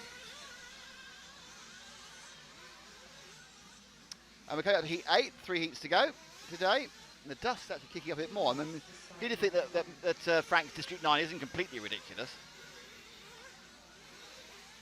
And it's Guido Ristori, Roman Valter, Samuel Lenzi, Stefano Cantoni, Vander Rajo, Vander Stries, Andreas Scheringer, Eric Klanschek, Felipe De Marco, Juan Kawasako, Vanny Monopoly, and Max Johansson. It's my favourite round for ridiculously hard names.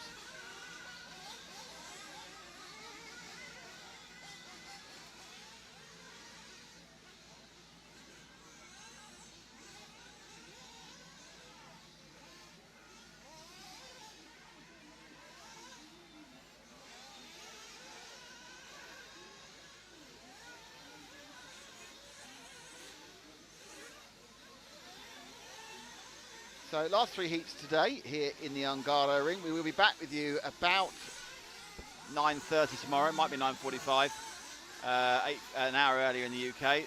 Top heat I think start about 10:10. But I will put all the information on the Facebook page when I see a timetable for tomorrow.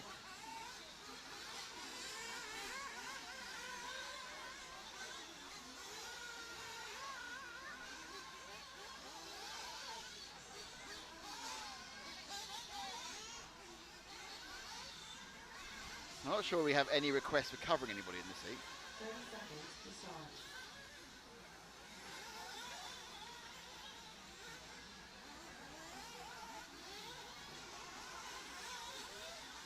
Mark K says, stick an engine and blazer an RCTV quadcopter. Mark, thank you very much. And Mark, where's my quote? My quote. 10 seconds to start. He's TKR Graphics, Mark K.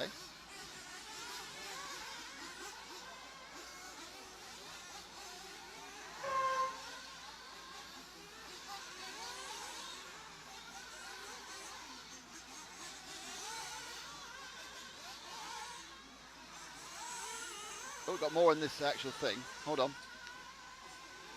The only one possible use for it would be a great corner marker, the best dirt track in the UK, KMRC. The dish should be converted into a weather vane. I think it's had enough weather, that dish. I don't think it wants any more weather. It's been over-weathered by a mini tornado. So, young Frank has noticed the buzzer has started, is covering a car.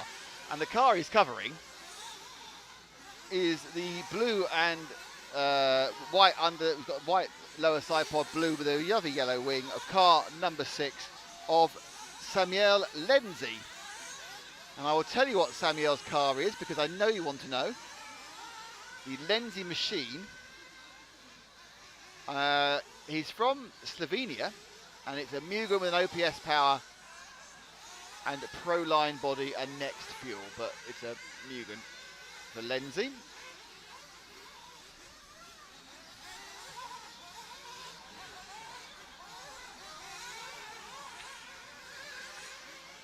And someone fell off conveniently in front of him then. Takes the start finish. Oh, got slightly spooked at the scene by the bump in front of him, braked hard. Behind him I can tell it's a JQ, he's got white suspension arms. It's a JQ of car number 12, Max Johansson. I think it's actually become pretty much de rigueur that if you're from Scandinavia you need to run a JQ.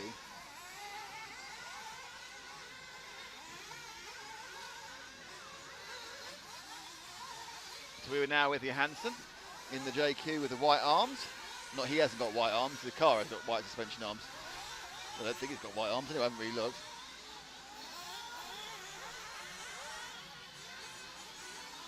And behind the car 12, it is a very timid car 10 of, got back one car, and we've got Eric Klanjek. This car sounds odd going down the straight, like it peaked out far too early.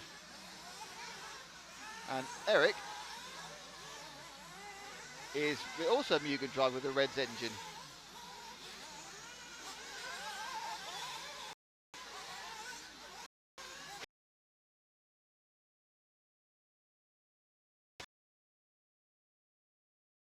Where he comes into the blind spot and tried to turn too early for the time screen and ended up the car pointing not what they wanted to do. And there's little mistakes really which separates the good from the great. They just turn a little bit, and then they finally get to where they want to be.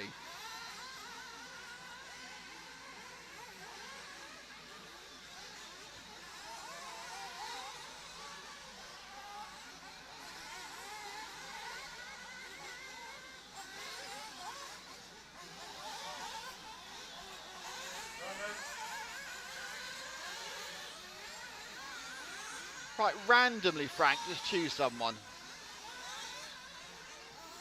But tell me who it is, obviously. With car 2 of Andres Scharinger. That's the Scharinger machine, obviously. It's a Kyosho with an OS engine. And as you can see, it's going down the bumpy road now, trying to avoid a marshal. Coming back towards us on the hot bodies part of the HB hop-ups. So Sharon Ganell with a very popular orange nose. There's a lot of cars have orange noses. That's my car, which is a bit of a David Ronafalk tribute.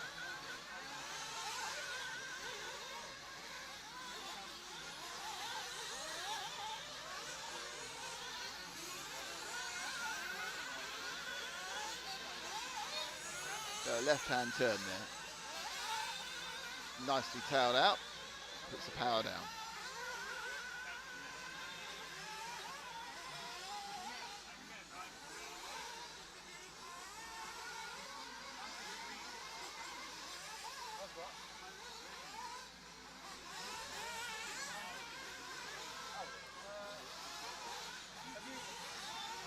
So, oh, it's not ours. Damn, I thought it was first recovery. Yeah, can pick him up again. He's upside down car 8. We haven't seen car 8 anyway. Car 8 is the car of, he says very carefully, Radko van der Sluis.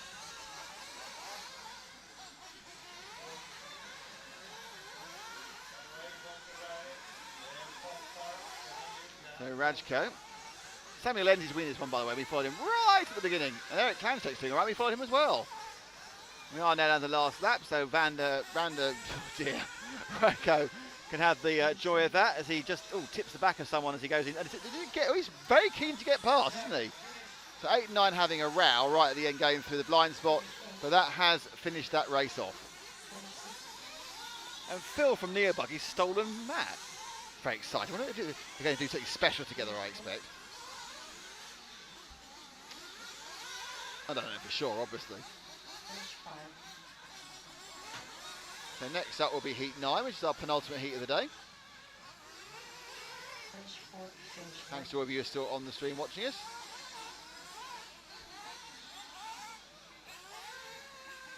Finish 3, Down below us, you have Lee Martin, Elliot Boots and Neil Cragg all watching the racing with James and Pavot. All enjoying the t-shirts they have. finish Keenan 9, K. White finish says, 2. we'll use it part of a trophy for the end of year Nitro buggy class here in the Dominican Republic. Well, that's doing well so far Finish 12. in the what should we do with the dish contest.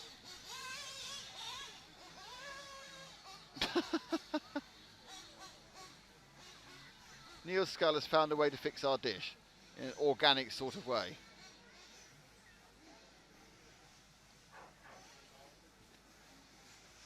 Ashley, I'm afraid you missed all the top guys. They have all been on for this third round. But if you go onto the Facebook stream, you can rewind it up to 4 hours, and then once it's finished at the end of the day, you can rewind the whole thing so you can watch their races. Hang some tassels on it and have an RC sombrero hat and you give it a Mick to RFL and say, it's a good idea. I like that as an idea for the dish. Dish of the day.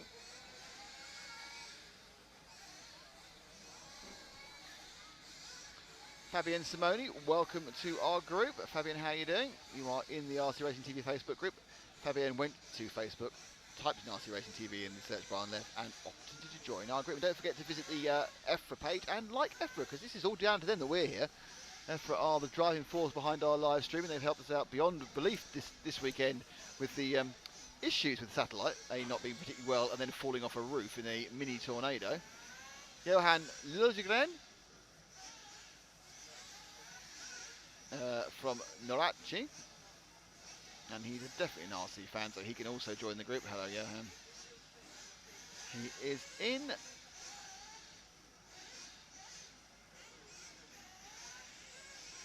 So we have 2 more heats today, heat 9, heat 10. About 20 minutes of entertainment for you for the rest of the day, finishing just about on time, well actually exactly on time, about 6 o'clock today here locally, 5 o'clock in the UK. And we'll be back on about probably 9:45 tomorrow, 9:45 tomorrow. We'll hit the road and start doing the things we do.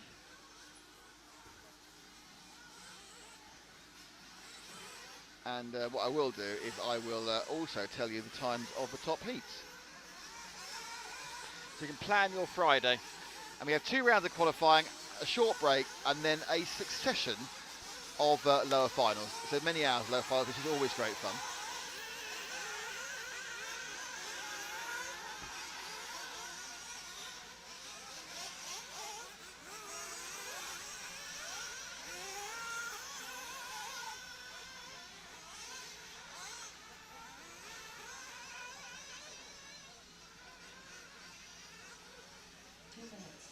Marshall Button.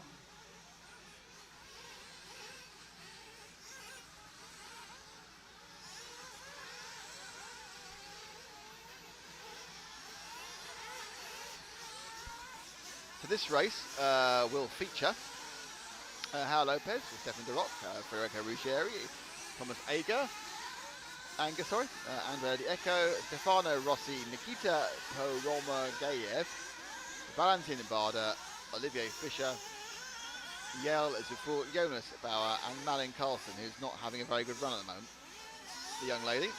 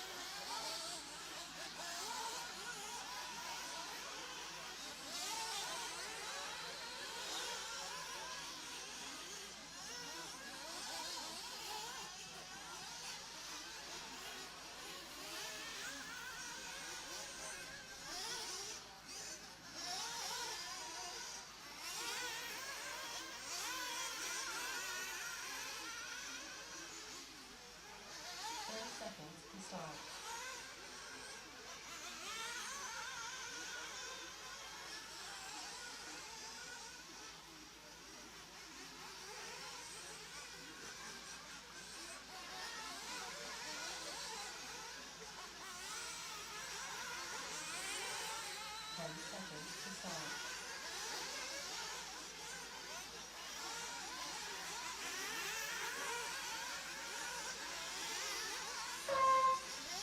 And off we go, and it's going to be a basic choice of car for you. What are you going for? Car number 1, straight off with Stefan Dorok. As he goes down the main straight.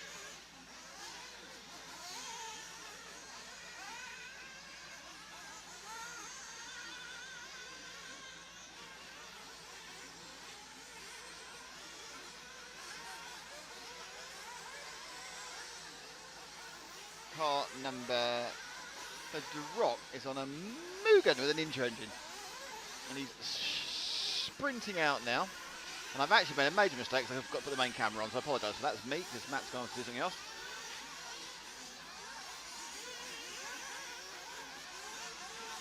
So Dorok is beneath us now, and he goes back down the main straight.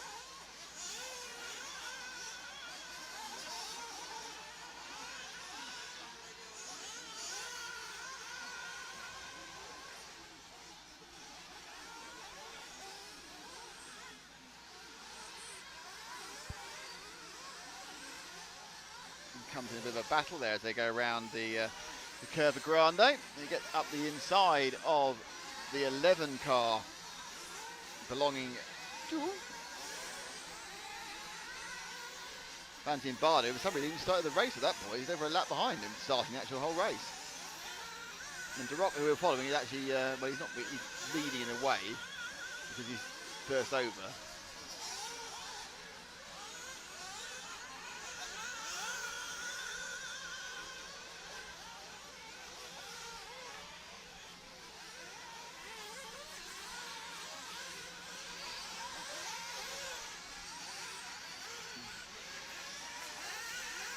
Dorok looking quite aggressive on most of the corners. Second overall. Oh, bit of a mistake there, falls off the track. That doesn't help, gets thrown right back in front of the cars. Luckily managed to miss them, including the 12 of Jonas Bauer.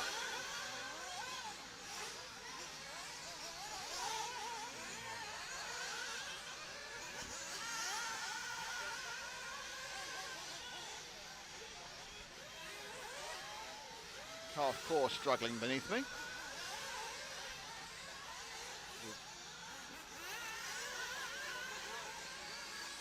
Okay, just drop back to the pink number 11, which is Valentin Barda. Car not handling particularly nicely there to whip around the Durango D.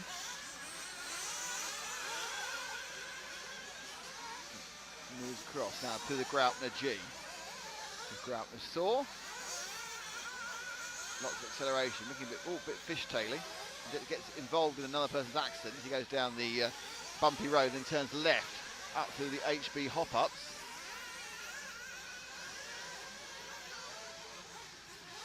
Through the Curva Grande. Then through in the blind spot corner now. Hops in nicely. Up towards timing and scoring. It wasn't a particularly clean lap. I'm going to see what it is when it comes through. As he now once again starts back. He seems quite ponderous to the Durango D, doesn't he?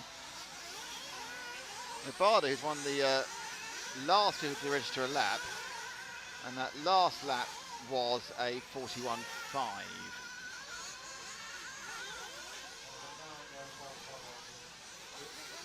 Let's choose a new car, Frank. Car number 3 underneath us, and that's the car of Andrea Di Eco.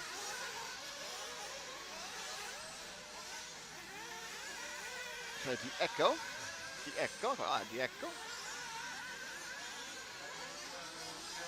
with the JQ, with the Reds engine, the AK tyres, and Toyota fuel. I think it all has it. It's kind of like you don't have the whole AK package, you get kicked out of the whole thing.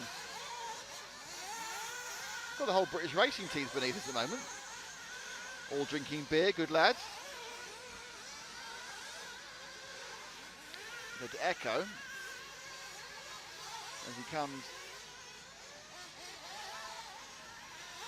out of the exit of the Durango D and down the main straight, which is looking quite rutted as it says. Lorries go away in the background on the motorway. Now, turns it round and gives it a good push forward. So it's quite tight. And what will be his last lap? No, he might get 2 laps actually.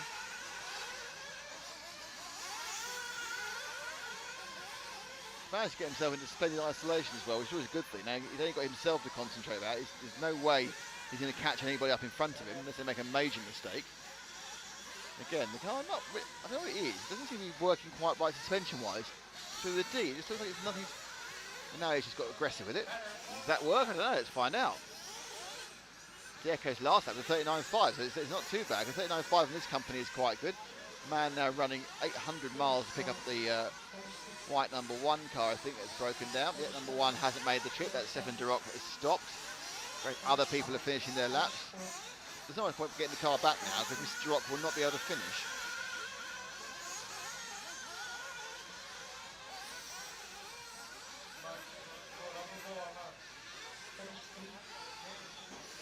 And over the line comes our man, and that finishes the whole thing.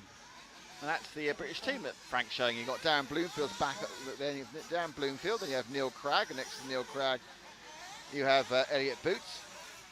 And next to Elliot Boots you have Lee Martin, then James Lepizo, and I'm afraid I can't recognise without his name who the S-Works driver on the far left is.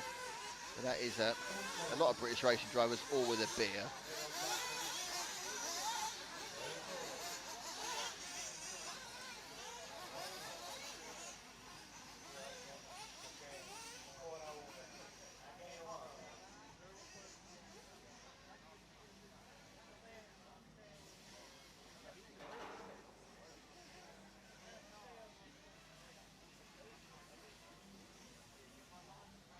So we are now getting ready for the final race of the day, well, final heat of the day, which is heat number 10.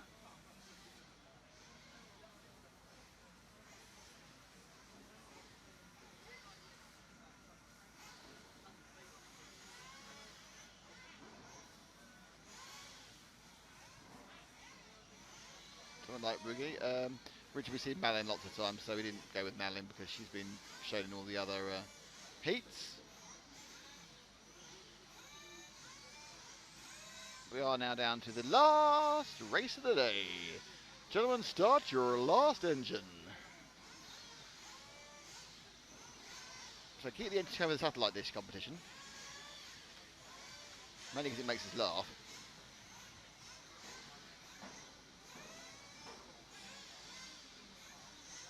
James Tatlow says, can you stick his transponder on and use it for qualifying tomorrow? James Tatlow's not having a good day qualifying. So sorry about that, James.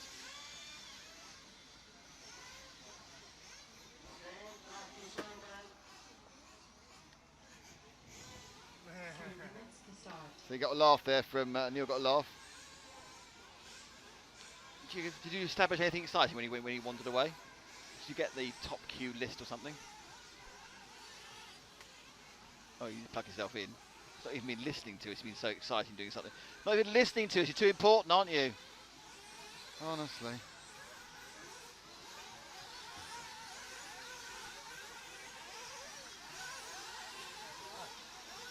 It's working now. I've been unplugging the other end and plugging the transistor out. Oh, okay.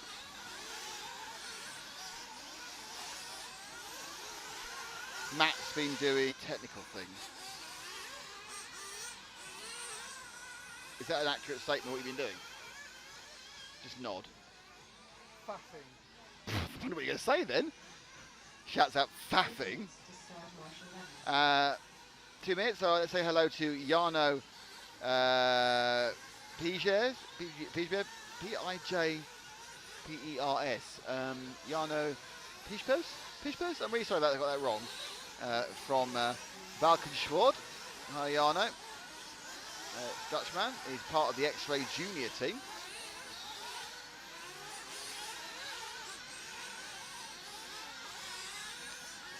Well done.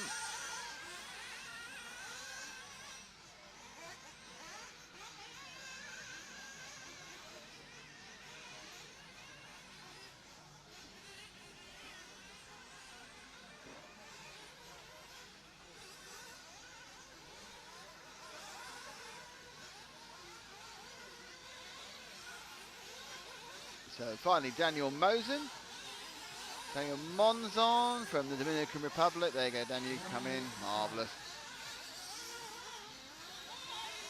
Going crazy over at EFRA as well.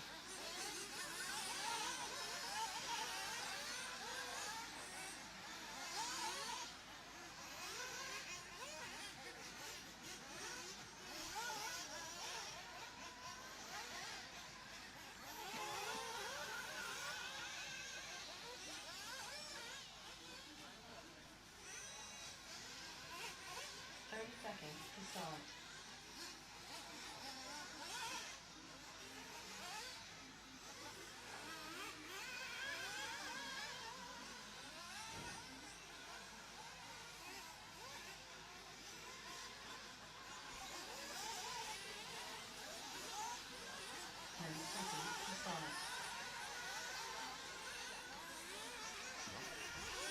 So it's all ticking along. And we're in the last heat. So the last heat of the day. Matt, how do you want to celebrate the last heat of the day? How do you want to celebrate the last heat of the day? You need, let's have some conversation for the last heat of the day, shall we? The last heat of the day Yes. will be celebrated Yes.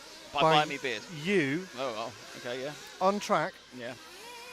saying goodbye.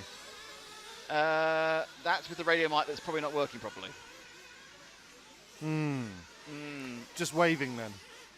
You want to wave? Yes. I really don't think pointless waving. I'll say goodbye, and then I'll say he's waving, and then we'll film you. What was that kid thing you heard? He's waving. That was a That's- catchphrase, wasn't it? That's what I just, literally what I just said. Yeah, I know. I was trying to remember where it was from, though. I was jogging my old brain. And trust me, it is an old brain I was jogging. So what car number are you with, Frank? Car number 3. That is the machine of Roman Kuma. Running in the middle of the pack at the moment. Do you want to know something interesting? Yes. Well, I say interesting, but All right. If you oversold it already? yeah, I have, yeah. Okay. But car number 2, The car of Hannes Kaufler, yeah? he Yes. made the podium in large scale, in the original, the first ever large scale off-road Euros, and we filmed it Held at the in Austria. in Austria Yeah. at Fairing, Very. which Ollie and I covered, which was won by the now chairman of that section, Ian Oddy. That is fabulous trivia. Is that not interesting? That gets you a 4.8 on the trivia scale. He's out of 6 though. Okay. Well, But it's good though. so great. Thank you for that. Your intervention has been interventive. Next up, so Martin Karner's leading this now in car 4. We find car 4, Frank.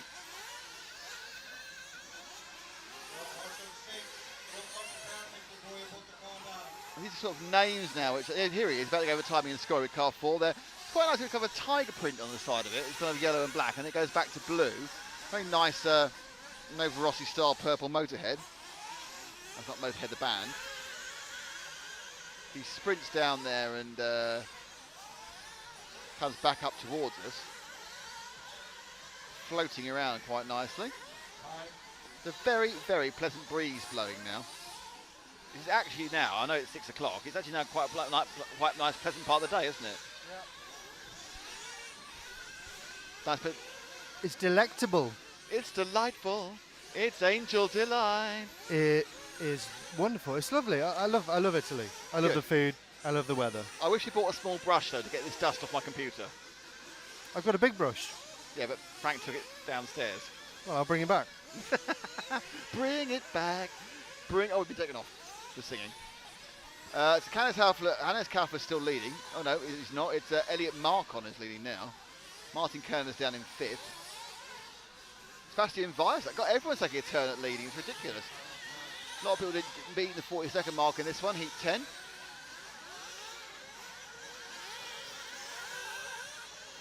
So what we will do at the end of today is we will put up the round 3 results on the Facebook page, on the EFRA page. I will post to you what time we'll be coming on for the broadcast. Please think of your requirements for the dish. We will find a Sharpie pen and bring in to get people to sign it. Is that not right? So lots going on when we go off air, and we're back on air tomorrow about 9:45, but I will tell you when that is, officially, very soon.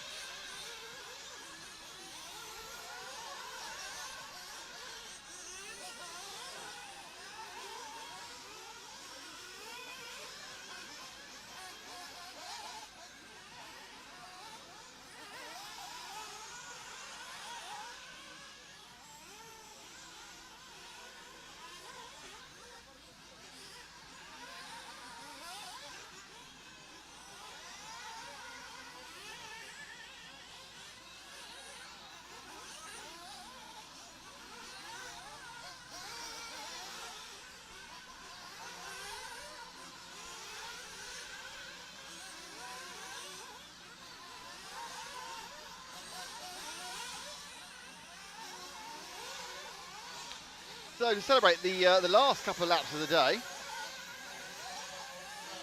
let's just have that car there, car number 1. There he goes. And that is Sebastian Weierstein, who will take us round for our last lap of the day. Sebastian is currently leading this heat, which is a bit of luck really. So Weierstein for the last lap goes round the ground the G, comes up the short chute, but that wasn't the best entry to that. Tight now, he goes down the bumpy road. Almost like he's realised it's the last lap, he's going slowly. Bottom of the track, through the HB hop-ups. Left-hand turn, 2 bites of the cherry of that one. Round the Curva Grande. And then he turns in sharp round blind corner. Blind side.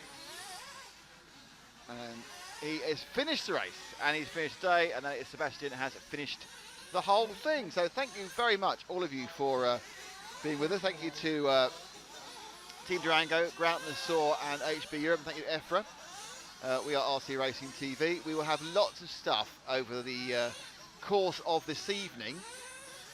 So please check back at EFRA and check back at the RC Racing TV Facebook group, because we'll put in lots of information. And UK 911, I think I did describe what cars they were using, but I can't do it every single time.